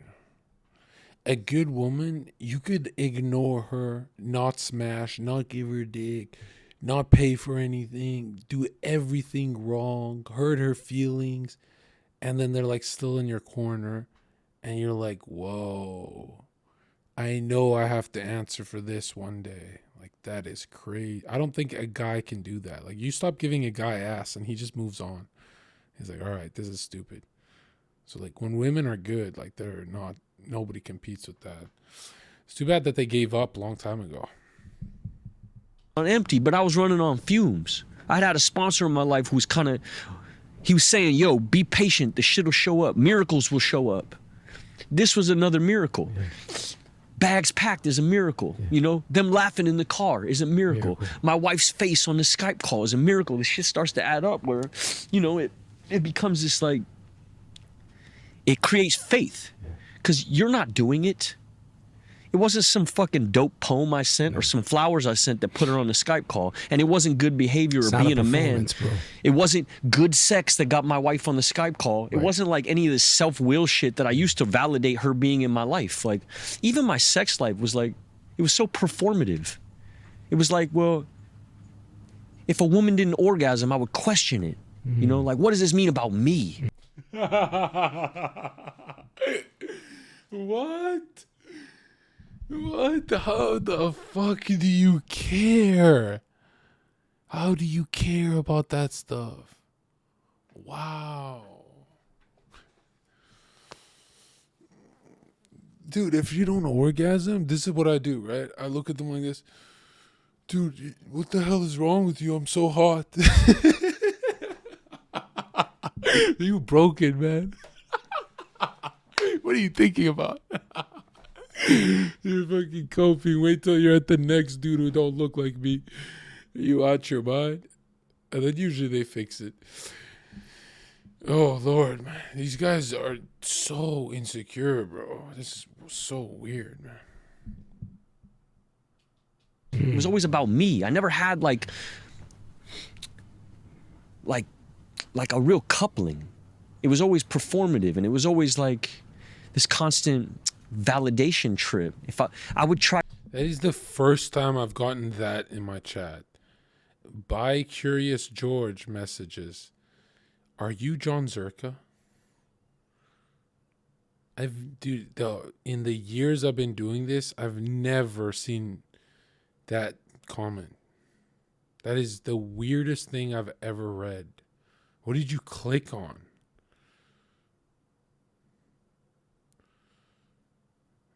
When you click this channel, like, what did you click on? I'm questioning if that's me. What the fuck? That's a fed, man.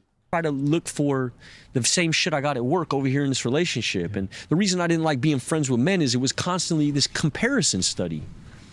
And this has been difficult too, is to like reach back out to people who were in my corner then, who are still in my corner but are G's. It's hard to reach out to dudes like that because you knew them at a certain level. Another dude who really showed up for me was Cuddy. Like, he was the first friend that really hit me back, and he's a fucking G. Dude is like, his life is on fire. And it's hard to, like, I've always known him at a certain kind of equivalency. We've always been to be in in each other's lives is sort of like, you know, like I knew him at a level, and I'm not at that level. And sometimes it's difficult to like,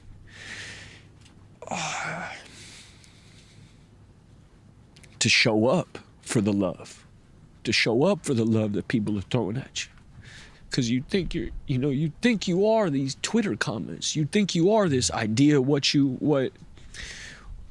fuck, I gotta get out of this octave because I sound like boohoo bullshit. No, but come on, being you, bro. Yeah, but I don't want to be fucking performative for your shit. Dude, just... It's difficult for a dude in my spot to receive love. Because you don't feel like you deserve it. And so... you wind up dipping on a lot of people, even when they're showing up for you. And then you got to have like real conversations. I had to really put it out there to him, like, bro, I don't feel successful enough to be your friend anymore. So what a fucking like crazy shit to write, but you gotta air it out. You're not stuck there anymore. Nah, You see what I wouldn't that be able is. to sit here with you if I was there. Right. I wouldn't be able to sit here and talk to you about this shit. Right, and so so the emotion right now, what this is It's coming almost from, in the it's in realization retrospect. of like, damn, yeah, dude, yeah, that's where how I fucked up- was. Who gives a fuck about all that shit? This is where I'm looking back at it because I think, fuck, what a sorry case. Like, what a sad motherfucker for real. You know what a. And that's who I was. Not even that long ago, bro. This is like 2 months ago. But I understand. But the fact that you were there, the fact that you've been there, that you treaded on that path, means you can actually talk to others who are fucking locked in that bullshit. And I do. That's it, man. And that really is my purpose in life now. Is to like be able to express the reality of my life, that you could be where I just was, you know, in some kind of sense memory, like remembering the text message conversation I had with this man, and also know that now we talk all the time. You know, now I don't need to be anything. I don't need to be a certain this or a certain that to have permission to have friends, or a wife, or anything. Like I deserve it. And that's a hard thing to say, that you deserve love when on paper, no, you don't. You know what I mean? Listen, bro, like for me, there are few things as ugly as putting your hands on a woman. There's nothing worse. I remember I used to come into AA all the time, put my hand up like, yeah, I just got in a fight with a cop. I grew up on Eazy-E. This shit's sexy, you know what I mean? I used to put my hand up like, I just flipped a car, you know what I mean? I just got in a fight with this or that. And there was like this faux, it was like I romanticized that kind of shit. 100%. When you come back in and you raise your hand, and you don't even need to raise your hand because dude's already read it. Your baggage already showed up at the hotel before you got there. People know about you. There's nothing sexy about what I'm dealing with. And that's what makes me useful. It's also why I go to strictly men's meetings. Because you don't hear about dudes talk about what we're talking about at a mixed meeting. Because very quickly, once women are involved, I probably wouldn't be able to talk like this with you if there was a woman here. Because right away, the little boy in me would start like curating again. You know what I mean? And when I'm here with you, I can forget about that also and all this shit. It takes a certain kind. That's because women get extremely uncomfortable when a man cries, because her deepest, darkest thought that she'll never admit is, I don't feel safe. I'm not around strong men. I'm going to be conquered. Someone's going to hurt me. Someone's going to cut my head off. And so she starts kind of getting angry at the weakness, or judgmental or shameful towards you, right? She starts shaming you. And it's not even her fault. Like, obviously, if you're a woman, you're gonna feel unsafe, right? It's like you're weaker, so I get why you're so. They get like that with money too, right? If they feel any economic insecurity, they just start sucking dick. It's fucking meeting random dudes. I need to meet the 10 guys. I need to secure my future, John. Slow down, girl. You gotta you just paid your taxes, all right? It's not that bad. It's kind of dude to be able to open a person up like this and be receptive of it, and also like show up and look the dragon in the eye, knowing that there's purpose. Yeah. Like, I'm purpose driven here. I'm willing to eviscerate myself and emasculate myself and like because I know that there's this grander purpose than like me trying to 100%. Yeah, so the reason I go to strictly men's meetings is because dudes get vulnerable about the ugly shit, the shit that dudes don't want to talk about. And the reason this show is important is because you kind of serve the same purpose that those things on a bigger scale, in a less specified sense, for a lot of dudes that don't have a masculinity ceremony. There's no puberty ceremony in culture. Right. When do you come in as an American man? When do you become a man? When you get a driver's license? Like, what do we do? You 16, we give you a driver's license. Okay, well, like, you get a job? Mm-hmm. Like, when do you become a man? You become a man when you become responsible for other people. And part of that is taking accountability. That's pretty good. And so, like, I am very new to this being a man thing, and I'm still not there, and I'm on a path. But I didn't have no, like, I grew up in a culture. Have you noticed it's rare running into a man, right? Most people are like boy men now. But when you're around a man, you're just inspired. And it could be the guy who fixes your internet, right? The cable guy. He just gets it done. He goes, this is your problem. And he just takes care of you. And you're just sitting there like in awe of how fucking inspired you are. That he fixed your Wi-Fi issue when you thought you were going to be stuck for weeks. And he just, you know what I mean?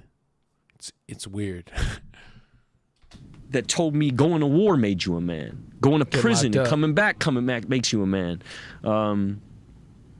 Making $1 million makes you a man, you know, and it doesn't. And you don't know it till you've done all these things and realize, damn, I'm still a little fucking boy. Yeah. Or been around people who've been there a bunch of times. You know, I don't know nothing about being at war like Kevin, but I know a bunch of soldiers that come back and are still fucking little boys. Can't wait to get back out. I know so many dudes can't wait to get back out, you know. Guys that we know, warriors. But even warriors don't make you a man. That's right. You know. Also, my definition of warrior has changed. Me too. Like, you know, I didn't really know what that meant. And really, it's about bringing others back. And that's my whole fucking mission, dog, really. Is just to, like, dudes who've been where I've been or something similar, just know it gets better. It does. Like, it don't make no sense. It doesn't make no sense. It's irrational. It doesn't make any sense on paper that I could have joy in abundance in my life, that I could feel any kind of joy in my life after being what I've been. It doesn't the make. path isn't clear. It's not lit up. You got to find it. Yeah, and also you got to get the fuck out of the way, and that's where the work really is. It's like getting out the way.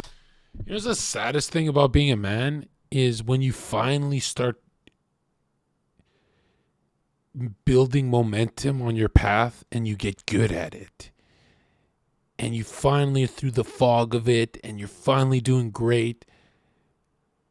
And you're not angry at your path anymore. It doesn't frustrate you. You're mastering it.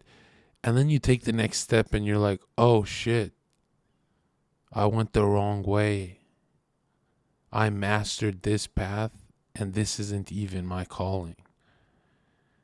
That is the most traumatizing part of adulthood, right? For me, it was bodybuilding. And I went when I was poor. I got $400 I spent in a hotel so no one would see me. And I paced back and forth like in cartoons for 10 hours straight. Couldn't breathe, thinking I have to let go of that passion. It's like, that's all I knew. That's all I ever did. Like thinking 15-hour stream, 15 hours a day of just straight bodybuilding. Or reading about it. Or prepping meals or whatever. And then the sun rose. And I was like, okay, that's not who I am. And never went back to the gym ever again. It was the worst thing. That was like letting go of a baby, dude. Just when I started getting good, like just when I figured out how to go to the next level and I was so drooling at the mouth, I was like, oh, this is what I'm going to do. And Yeah. I also resented it because that shit drove me poor. That was the first time I've ever seen zero in the bank account. The worst feeling in the world. It's like chasing a passion that's running you broke faster than anything. Oh, man. And then the cope starts. Well, if I start drug dealing, I can fund this. You know? Well, if I get caught, it's only 4 years in prison. That's cope, man. Way. And allowing this bigger thing to work in your life. Because the bigger thing is working in your life whether you know it or not. And you're either going to let go willingly or you're going to get dragged. You know what's weird, though? Is as soon as you realize you're on the wrong path, the best part is that the best part is all your skills you learned on the path translate to the next path. Even if you got into like reading and writing. Like all your skills translate. Or that mental state translates well. Like the state of mastery. But either way, you're going to be humbled in this life. And there's nothing you can do about it. How do you feel about the craft going forward? Are you I know you talked about the experience you just had and it aligned yourself and it served you and served your mission and informed your mission. Sure. But you also recognize that there's real trappings. You also recognize that there's real... Did you say trappiness? Trappings. Oh, I thought trappiness is a good word for it. Yeah. Trappiness. But yeah, but same shit. Trappings, dog. You know what I mean? There's you go down that path and those voices... How do you feel? What are you looking for? What's your interest? Do you have a plan? Do you have desires? Do you have like so tell me. So like what's your relationship to it now? I'm not just saying this because it sounds good. Like I'm on my professional good guy. Like all I care about is my purpose. Mm-hmm. I don't really think about craft much. Mm-hmm. Mm-hmm. When it pops up, and really the only guys that can work with a guy like me are dudes at a certain level, because they're gonna have to talk to a marketing department about why they just hired an atomic bomb to come work on their movie. You know, and the only dudes who can really make that kind of shit happen are guys who are very far and few between. Right. But I'm also not in this jobbing mode. Mm-hmm. You know what I mean? I was talking about dude the other day. Like, something really sexy about working at Home Depot. Mm-hmm. You know, my head goes there before it goes to like, let me go work on some movie where I'm playing a Romanian vampire lawyer. You know what I mean? You think you could work at Home Depot? Yeah. You think you have the skills for it? 1,000%. But you think you understand the inventory of Home Depot? I spend so much time in Home Depot, dog. Do you? Yeah, that's a church for me. Yeah. Home Depot Are you is building a lot? Are you working with your hands? Okay, this is peak fucking retard talk. This is peak cope. This is peak I'm Joe Rogan wise. I've done enough Joe Rogan to know about ivermectin. This is peak cokehead talk. This is peak fake enlightenment. This has gotten... The tears are real. The change in him is real. So why are we back at the fake talk? Why do we cycle back to the fakeness? Can you not have a quiet moment? Maybe just... I'm in Home Depot all the time. Okay, so you feel like I love you Home have Depot. What's another job you feel like you could do that would both serve you and your mission? You feel like you'd be good at? Oh, just any kind of like regular.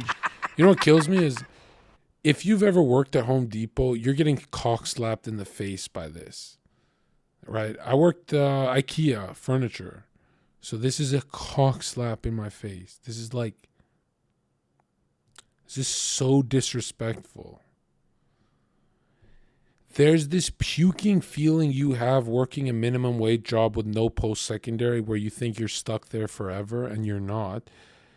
But there's this puking feeling you have when your boss calls you for another shift or something ain't done right.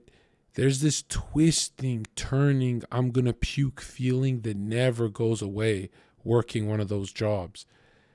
And I guarantee you, these people will never understand it, even if they work there right now, right? Because they wouldn't feel trapped. They guess they'll quit and go back to their mansion.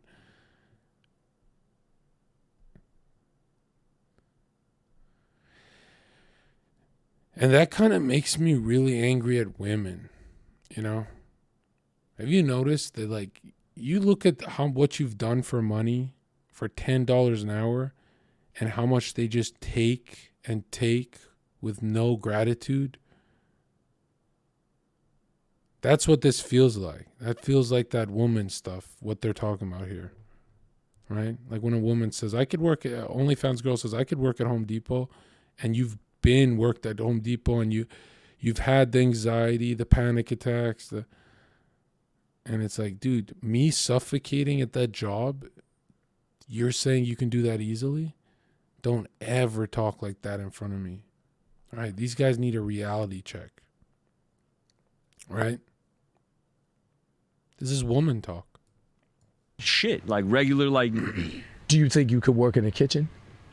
No. No, because you're not good. No, well, that's another kind of, okay. That's another kind of crafty job where, like, you know, the impetus is on the poetry of you. Right. Then I'm fucking lost again. Right. I'm talking about something where the poetry of me doesn't matter one fucking iota. Right. I need something like, I'm looking at jobs that don't cultivate your poetry and your uniqueness. I'm looking for jobs that keep me humble. And I think working at Home Depot Home Depot is full of possibilities. So in the back of your mind, there's... Bro, just help the poor, for fuck's sakes. You have a large platform. Just do soup kitchen until you die. You'll find a lot of fulfillment. Home Depot is not... I get the aesthetic, bro. Like, you want to be seen as a populist, and hey, you can relate to me, I'm the Home Depot guy, but you're still wanting to be loved. It's too much, man.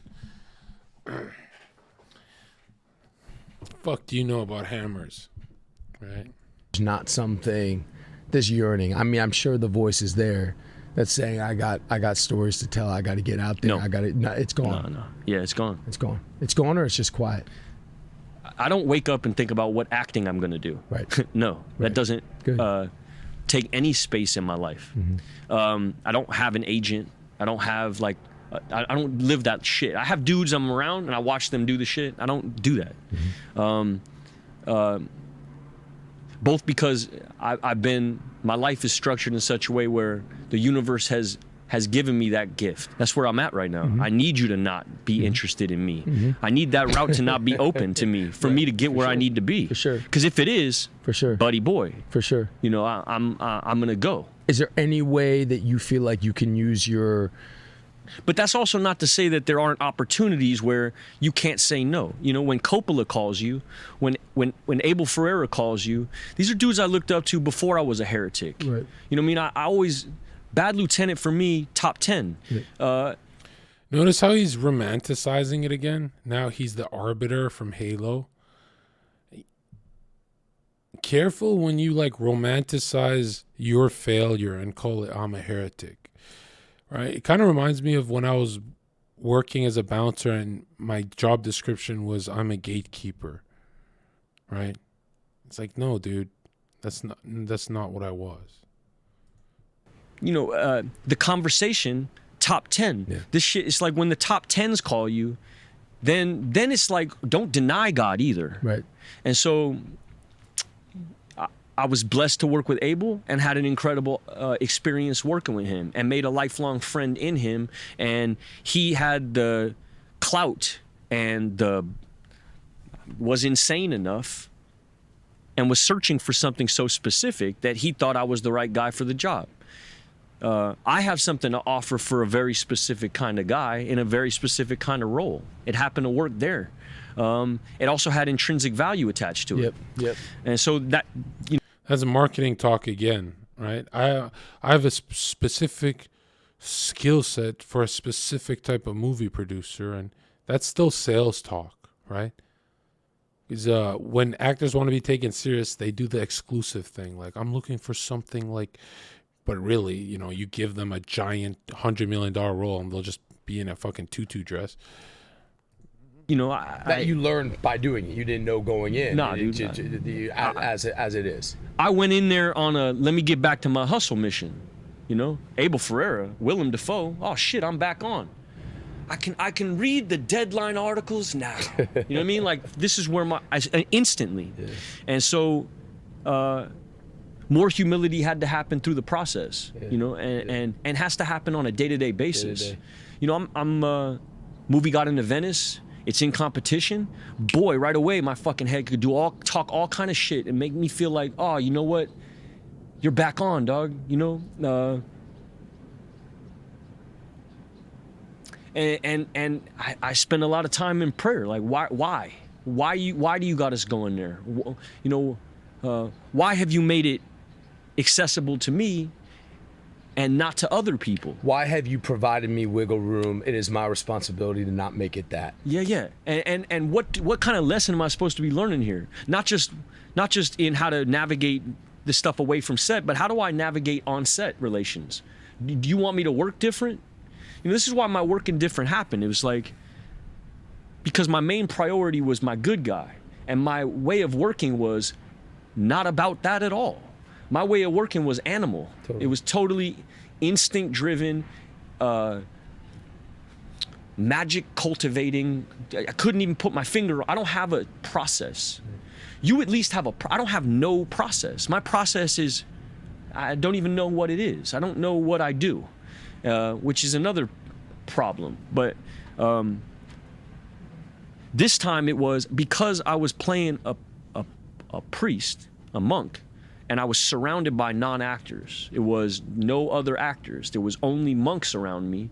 There's no acting going on. You're gonna show up in the morning and pray with us, and you're gonna have to learn Latin prayer. You're gonna have to do this. Yo, Habibi, do you work? You can't act this. You can't be over here on your cell phone and jump over here and be running back. It's not gonna work. So you could do another $600. I got your back. And there's a certain amount of humility that comes with being a priest. And a certain amount of suffering that you ask for. You know, a priest is a masochist. It's the most masochistic thing in the world to want to be a priest. Because what are you actually doing? It's the ultimate performance. When you go up and run mass, you're performing the death of Christ. You're not just telling the tale. You are embodying the journey to the mount. You are performing it. Yeah. And the good ones really go there. I happen to be playing a dude who, and this is why the job worked for me, invited a certain amount of destruction into his life. He invited a certain amount of pain, and he painted with his pain. Pio specifically felt that his mass was a mass of tears. And so he would cultivate all this pain, he was nourishing and cultivating and watering his pain on a day-to-day basis because he felt his purpose was to suffer for others. And I was there for a minute. I remember talking to you about like what this job is. You know, your job is to show up and bleed out. That's how we used to talk about this. Right. What is the job? Show up and die in front of the camera. You better, leave it all on the field. That's how I used to talk about my craft was I am a vessel for suffering. What I do best is I suffer in front of a camera. And so you're playing this guy, you have this certain way of working, and yet it's like the most loving, calm, collaborative lack of control in a performance I've ever had. The performance isn't something I made, it happened to me. You know, we would do takes, and right before the take I'd get nervous and I'd look over to this dude named Brother Alex, and I never used to do this. I used to play like music on loudspeaker. You know, I used to be such a manager. You know, yeah, but you got to play this song on this. I'm going to go jump in the corner and you've seen how I get down. Like it's so managed. I'm not going to show up on set until I'm not going to rehearse. I'm going to do this. This guy's got to be here and you got to do this and don't look at me. You're getting in my way. You're the enemy. Yeah. Get away from me. Yeah. I don't need you here, you know. Yeah. And this time it was like I was leaning on dudes who weren't actors, you know, and they would look at me and they don't have the answers either. And sometimes it's not that. Sometimes when you're entering a mass of tears and you're playing one of the most important figures in all of Catholicism, the pressure's heavy. The pressure's enormous. You're in Italy. You're staying at the seminary he grew up in. He is considered like the most important, other than Christ in Italy, he is the most important Catholic. He's more important than St. Francis. They paint him on walls. So when you tell people you're playing Pio right away, you can't live up to it. It's just impossible. You're never going to get it. And really, it's like playing Bob Dylan. If you're going to play Bob Dylan, you better learn how to play some songs. That's right. If you're going to play Pio, you need to know how to run a mass. And so there's a lot of pressure in a mass. And so 11 months of prep went to this one moment where you're getting ready to run this mass. And old me would have been so managed. Old me would have been so nitpicky and so controlling, and this got to be there and that's got to be here. And really, like, I showed up on set. It was the easiest and probably the best work of my life. I showed up on set. I looked at this man. I told him I loved him. He told me he loved me, and then you're off and running. And I had never had that as a motivator. When I told you, like, what motivated my life before all this happened to me wasn't love. It wasn't goodwill towards my fellows. The idea that somebody's life would be motivated by that felt cheesy and like naive, you know, like not in this dog-eat-dog environment. No way. It's actually the most powerful. 100%. Yeah, I never worked from that place. I never 100%. used that well. And I didn't know that well was full either. And then you turn to that well, and that well is full, and the work is better, and it's almost like a part of you dies a little bit. It's like when we talk, you learn to move a different way. But if you'd have told me that when we were on Fury, I'd have told you kick rocks, bro. What the fuck are you talking about? You know, no way. Yeah. And maybe that was what you were trying to tell me. You know, maybe I just wasn't open to the message. I remember Brad turning to me one time in a scene, and this is Brad, right? The fuck am I to a Brad? Brad, no matter what you look at, you know, there's no way you can write the man off as a craftsman, as a fucking Adonis, as a father, as an all-around G. The dude is thorough. And I remember being on set with him and him turning to me after a scene and saying, man, what do I do? And my fucking ass got lost. I was intoxicated. Brad Pitt just asked me what to do. I didn't even hear what the question was. My response wasn't even, it didn't come from no honest place. All I heard was, you're amazing. Yeah. Wow. I didn't see the genius of his humility. Wow. I didn't see the beauty in his love. Wow. I didn't see it. I didn't see this selfless act. He was actually bigging me up and using his take to do it. He knew I was next. He knew they were going to turn this camera around and I was going to have to go after him, because no matter how you structure it, when you're the star of a movie, you go first, usually. And he was going first, and he used his last take. He threw it away just so he could big me up, because he knew the camera was turning around, and all I heard was, you're fucking amazing, dog. Give me advice. And that fucked me up for a while. I just wasn't ready to hear or see what he was actually doing, which was coming from this place of humility and love and like he was like I don't know what the word is. It's not emoliating, but he kind of like, he leveled himself to like big me up, and I had never moved like that or knew anything about that in life or in craft. Yeah. But I've been around dudes who did it. I just couldn't see it. You know, I looked up to like the rah-rah gorillas I was around, you know. Part of me really appreciated working with you because I thought, here's another rah-rah gorilla I'm around. But yours has, you have an adaptation that I couldn't see at the time, you know, because you loved us, all of us. You know, I remember me and Pena were about to get in a fist fight in London. Yeah, I remember. Yeah, and you showed up for us, and that fight went away.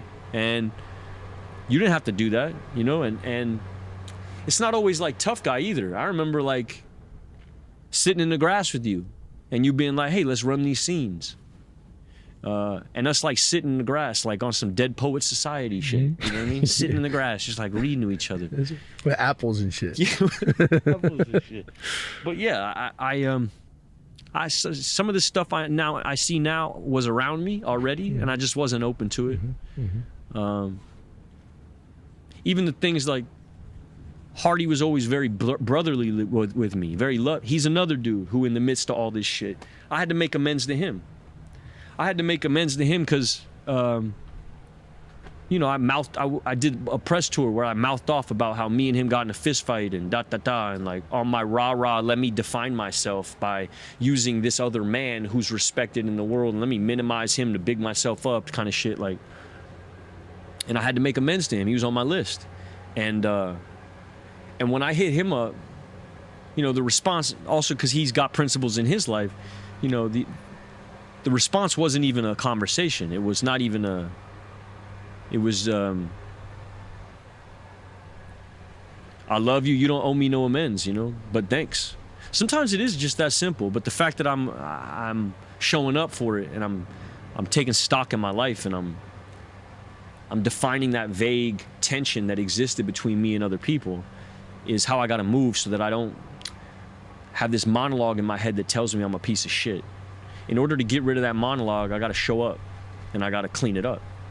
That's really what I'm doing now. So you asked me if I think about acting much. I got bigger fish to fry right now. Mm-hmm. That's where I'm at. I know not much. I know I love you. I know I'm blessed today.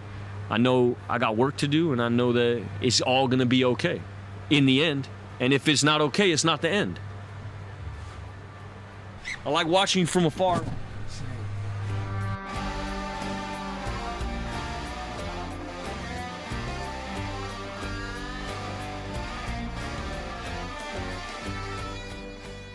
Hey, what's going on, everybody? It's John, Bam Bam the dog.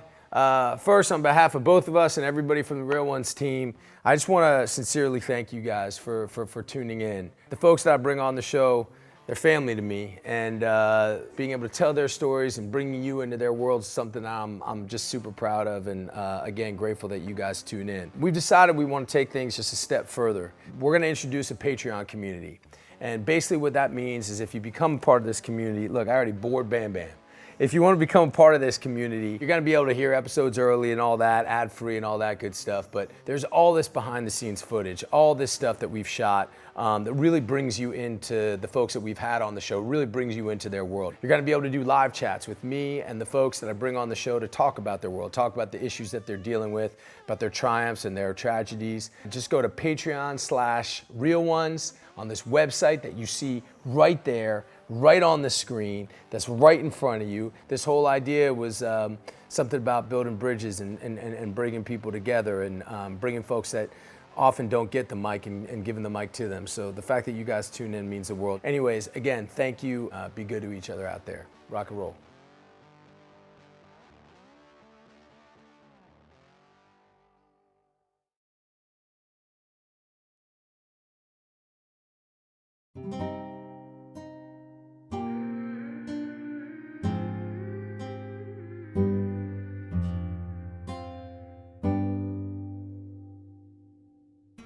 Is magic evil? I wanted to address some frequently asked questions or points that are brought up against magic. You have two main groups that consider magic as evil. You have Christians, mostly King James, and I understand there may be Christians who understand white magic, but you have these Christians that view magic as evil or demonic. Then you have this new category of people that is more broad. It's not a group, but a variety of different people who are aware of the cabal and global elite, and they look at them and see that they practice similar philosophies, so the conclusion is that, oh, well, magic must be evil and wrong because the cabal have these same practices. These are the main people who have this perspective that magic is something evil instead of some natural process. The rest of the audience is likely composed of people who have either had a magical experience, someone who's just learning about spirituality and the occult, or someone who doesn't really know about magic. And you might have the atheist that denies that magic even exists. But this video is more focused towards the first two groups. So what's magic? Magic is the science and art of causing change to occur in conformity with the will. Technically, any goal that you set and then do is a manifestation of your will, hence magic. But the wider picture is that magic is a phenomenon more directed to manifestation done through mind alone, meaning causing change in the physical world through thought. Now, this isn't normal, everyday, habitual thought, but as was said, a science and art of thinking. Another aspect to magic is states of consciousness. The atheist doesn't believe in magic because he's stuck in a very physical state of consciousness. We all experience different states of consciousness on a day-to-day basis, such as dreams and sleeping, but there are different practices that have been developed for over thousands of years. An esoteric system was developed in which through ritual, changes in the real world could be manifested through mind power or will alone. It's important to note that magic only works in a God-based universe. The idea is that there's only two cosmologies, that of something, spirit, and that of nothing, materialism. The modern day cosmology is that of materialism, which is the belief and cage of the modern day atheist. In order to practice magic, we have to understand the concept of a hierarchy of spiritual planes, with the top plane being the Godhead or Source. Check out the Astral Plane Explained series if you want more info on these other planes of existence. Now again, there's this idea that because the King James Bible is against magic, or the simple fact that the Cabal themselves use this knowledge, that magic is totally evil and should not be practiced. There's a lot of moving parts to consider, so let's get started. The first point to make is that Christianity is based and was birthed out of what we now call the pagan tradition. Check out the Christian Origin series for more information on this history. Magic is not new, and is the most ancient art form that we have, the science and art of manifesting through will. The first major point to make is to inform on the history of the ancient mystery schools. Magic has an honorable past, and it is the foundation of all religions. It was the philosophy of nobility, and the most advanced thinkers of our ancient past practiced this ancient science and art. It's difficult to summarize, but let's do a quick overview of how the tradition of magic came to be. Now remember, we are in the cosmology of something, or spiritual planes, so this isn't the history that we're taught in school, such as floating rocks in space and evolution. In the cosmology of spiritual planes, we have slowly de-evolved from our original God state into the current physical state we are currently experiencing. The reflection and the creation of base attributes of being, the zodiac, the planetary sephiroths that are the archetypal forces of our universe, slowly started to mix and flow. You could say their energies trickled down to the lower planes and created the vast variety of different thoughts and ideas. These thoughts then formed into concrete identities. As these identities begin to take life of their own, you begin to see the creation